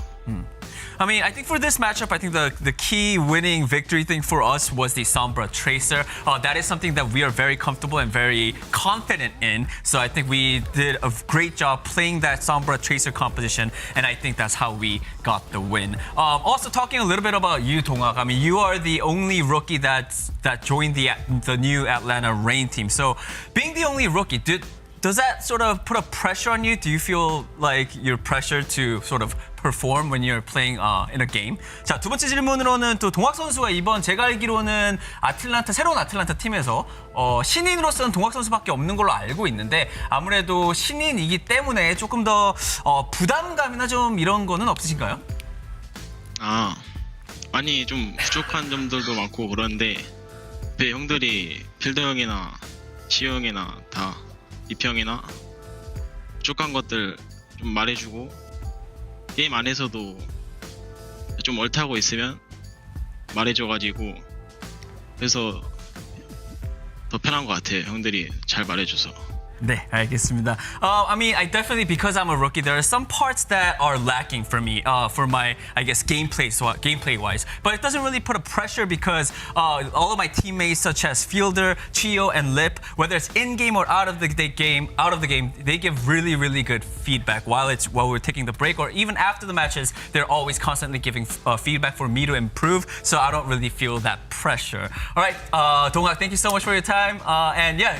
Big congratulations on the win. 자, 오늘 승리 축하 다시 한번 드리면서 인터뷰 마치도록 하겠습니다. 동학 선수, 감사합니다. 네, 감사합니다. Thank you so much, DongHak, and of course, congratulations to the Atlanta victory, Atlanta Reign for their victory. Sheesh, it's been a long day. Anyway, yeah, no, that's fantastic to hear. Honestly, like that, the veteran players taking him under their wing, like their wing. Phoenix. Okay, all right. You're happy about that one. Yeah, I think I redeemed the initial intro back here. No, but I think that's a great thing to say. Like, that's got to be feeling very comfortable. If you're coming into the league as a rookie and you're surrounded by veteran players, if they take care of you like that, give that feedback and make sure that you feel at ease and that there is no pressure on you, what a great spot to be in. I mean, DongHak is such an incredible story because like this guy came out of nowhere. And DongHak has to just like wake up every day and just like, where am I? Like, I'm on the Atlanta Reign? Me? Because like, truth be told, like DongHak was on one of the worst teams in Contenders Korea. Like they had a bad record, their play was all over the place, and they didn't have any synergy when it came to the dives. So DongHak was really known as like a ranked player, like someone who dominated on wrecking ball in ranked play. And so Atlanta Reign, they saw that, hey, this might be a diamond in the rough for us. So they scouted DongHak up, gave him a chance in the offseason to get picked up. And here DongHak is just playing with legends like Lip, and he can't believe it. Yeah, I mean, it's an incredible story. To see that. Yeah, I mean, just like a phoenix, started from the ashes, now he's here. I'm nailing it. One more. You're doing a great job. You're doing a great job. One more. With Atlanta Reign, there's a lot you can do. But honestly, this is a team to be excited about. These are players to be excited about and reinforce. Your headline of the day actually does feature our very favorite team. They are. The Atlanta Reign, reigning supreme. So let's actually take a look, of course, what's ahead for the Atlanta Reign, because they got this huge win over the San Francisco Shock in today's match, 3-0. Well, what's next for the Atlanta Reign? Taking a look at their schedule coming up, we got Atlanta Reign facing off against the Vancouver Titans. That's on Friday, May 5th. Should be an easy win, right? I think we can all agree that Atlanta Reign is the better team in that matchup. But then, the Los Angeles Gladiators, Kevster versus Slip. I mean, that's going to be a matchup for the ages. I don't even know where to like really go with this one. Atlanta Reign favored, but Gladiators, what do we think? I mean, personally, I just think this meta looks great for the Reign. They look very comfortable on it. I mean, we heard it from DongHak himself. They think they're the best Sombra Tracer team in the league. So I think for Gladiators, there's questions like, are they going to be able to hang in this meta? We know there's a lot of great players on that team. We know they have a lot of strength, but maybe this isn't their meta. So I would have to agree with you. Reign looks great in that matchup. All right, well, I'm going to keep rooting for Kevster. Now, I want a non-Jake member of the panel to speak up against the Outlaws, against the Atlanta Reign. That will be happening on May 12th. So a couple of weeks away, but still, May 12th is going to be an awesome matchup between the Houston Outlaws and the Atlanta Reign. So, Danny, Zoe, What do we think? Atlanta Reign, Houston Outlaws, both teams 2-0 record so far. Who do you got favored in this one? You might as well be introducing the grand finals here, because that's how it feels, right? There's two absolute juggernauts with stacked lineups there, Danny. But I mean, at the same time, after seeing how Atlanta dominated San Francisco Shock, I honestly think Atlanta has the upper hand. All right. And I will be so angry if Jake doesn't predict Houston for that match. Oh, I think that, I mean, I couldn't agree more. That's like the closest thing we could guess as a title match right now. These look like the two best teams. From what we've seen so far, it's early days. Like, I'm willing to be impressed by other teams. I'm ready for other teams to show me other things. Maybe someone can break the meta, but this Sombra Tracer feels so dominant, and these look like the two most comfortable teams in the meta. Yeah. And if we're looking at the backlines there as well, right? Since Shu said that they're struggling there, right? That the synergy is not quite there yet. You have to have faith in the Atlanta Reigns backline, because they will not have any issues. Those guys have been playing together for a long time. Yeah, that'll be a crucial factor, as I think Chio and Fielder were today. So I think if those really are worries, I wonder how much he's not just being humble, I think he was being just a great teammate. I'm just trying to steer drama. Which you know, we love to see. We love to see a little bit of drama, a little bit of excitement. I do think Violet can keep up, and Chu as well. But it is a good point. The synergy between them, even if they're both great players, the experience in knowing how each other's play. I mean, when the dive comes in, you have to just have a feel for where your other sport's going to play, where you're going to kite together. You really have to just be on the same page. There's no time to communicate. And so even though Violet and Shu are really great individual players, there is a question, are they just going to be on that sort of like natural sync, immediately making the same decision, you know, mind meld, where Fielder and Chio, we can kind of predict that is how it's going to be. Absolutely. Now, Danny, your headline of the day leads us back to the game within the game. Game within the game. And because I bring this up, this is my highlight of the day, because we actually got a bingo. What? Wait, really? We did. We did. It's quick, huh? I am not seeing the red. Johnny, can you help me? Where's the red? Far in the right, buddy. Jonathan. There you go. This one? There we go. That's it. This one? Uh-huh. Oh, yeah, see, right here. Oh, thank you, guys. Right here. We got one right here. Right? This is the player forehead cam that we already got. Soul Derby, right? Today too. Free spot. Brig also happened, as we talked about a day ago, right? And then Zoe slam dunks on other Desos. That actually happened, right? Zoe, you slam dunked on Took a lot longer than it should have. Also, it was a vanilla dunk. It was very vanilla. It was. I caught strays for the bingo card. Hey, you did it. You did it for the fans. Yeah, that was fan service. Honestly, we all dunked on Costa like day one, like minute one. True. So I feel like that should count still. Costa's the one who's been taking the most heat, and he's not even here. It's actually kind of savage. So we already got bingo, but there's another one that we didn't fill out right here. Life Weaver pick actually happened today. Remember, guys, today? Yeah. We're going for blackout. There were a couple, a few even. Was it a few? Yeah. Well, you know, I think what's interesting is I was kind of a Life Weaver doubter. I wasn't sure, you know, what are those uses for this hero? It's not feeling so good. But teams have found, you know, two interesting, different, productive uses. The first one, I think we'll start to see maybe more and more, is just enabling this Widow quick play out of spawn, where people, you know, come up on the Widow, try to find a quick pick out of the spawn, open the game up. So we saw Houston running this, so they platform up the Widow. She's gonna attempt to find a kill, and then get pulled back to spawn when it doesn't work. I'm not even sure this play is really worth it, but whatever. You're not getting the pick. Come it's on, funny. It's gimmicky though if you do get the pick. But this, guys, this is what I want to talk about. The real use for Life Weaver in your rank games. When you're so much better than the other team that you just want to flex on them and play the weakest support, like, that's when you pick Life Weaver. This hero is absolutely perfect for that role. Love it. Second use, two uses. I didn't believe there was one. It's used to make a statement then. It's a statement. He's a statement piece. Yeah, that's for sure. Along with Soldier 76. I want to see more. I want to see more Life Weaver. Tree of Life gives me life. Like, I just want to see big trees in the middle of my maps. I want to see more Life Weaver on the enemy team in my ranked games. Please pick it against me. That is a lot to ask for. Please pick it against me. I would love to see it on the other roster. Jake out here trying to bait the free I wanna kills. get MMR. Why not? Why not? Well, I thoroughly enjoyed that breakdown. Thank you so much, Jake. Great headlines, of course. It's only day number 3 of a season with many days filled with many plays. Let's actually take a look at tomorrow's schedule, as we have some more coming our way. And we've got some bangers on that list there as well. Are we starting off with not that? per se. Vegas Eternal going up against Florida Man. Afterwards, London Spitfire will be going up against the Boston Uprising. And then we're coming to the interesting one, I feel, for our last day of our opening week. Toronto Defiant and LA Gladiators. So far, Toronto Defiant, I think they've exceeded expectations. You know, I think they have. I do think they're going to be kicking themselves for not taking the win over Shock. I think that kind of was in their grasp and they let it go. But I think really both of these teams are teams that aren't going to be satisfied with anything less than, you know, top 4, top 5 placements in the league.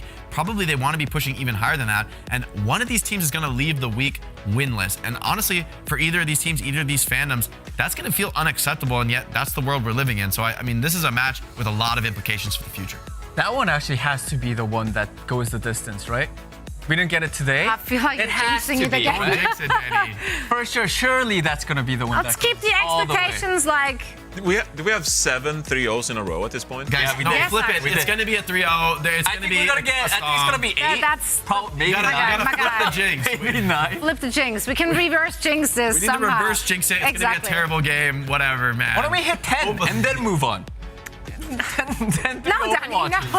Well, you know what, though? Like, one team is going to win, and it's going to feel great for that team. And speaking of great things, yesterday we did announce our spring update for the Calling All Heroes program with updates on both the Challenger Series as well as the Speaker Series reinforced, which is super exciting. That's something we really enjoyed last year. Yeah, we got an opportunity to take part of a panel, and we educated some of the people about how to get into esports and what different roles there are in esports. So if you're interested in getting involved, working within esports, then that panel is a great way of finding out more information. Absolutely. And if you want more information on the program as a whole, make sure to head on over to the website callingallheroes.gg. You can find out how to join the community, how to sign up for the Challenger Series as a player, which is something you, Jake, have been kind of involved with as well as you were coaching a team. Yeah, I love the Calling All Heroes initiative. It's awesome. I've been able to work with a team of some of my friends who are competing in the series, and it's just awesome to see this group of players come together. The vibe is really positive. Everyone is like pushing each other forward, you know, bringing out the best in each other, and everyone's, you know, wanting to compete and be the best that they can be, which is really the heart and soul of esports. And to have that really be accessible to a wider group of people is something I'm super passionate about. And I feel really lucky to be able to participate with my, you know, little group of friends in that environment. Yeah, we've all been enjoying our time with the Calling All Heroes, and there's so much more of that to come this season, so make sure to check it out over on the website. For now, we're going to say goodbye, good night. Thank you so much for tuning in, and we will be back tomorrow, same time, same place. See you there. No 3-0s tomorrow. No 3-0. 3 Overwatch. No, domination. I love domination. Honors domination. Top 5.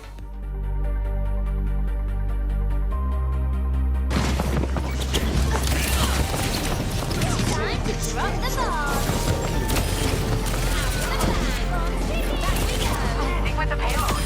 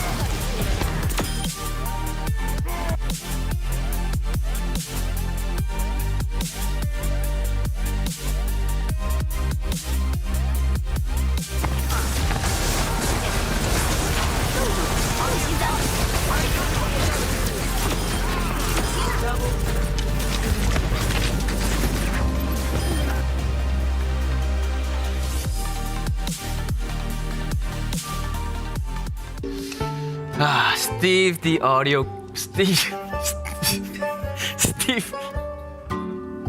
I love you, Steve.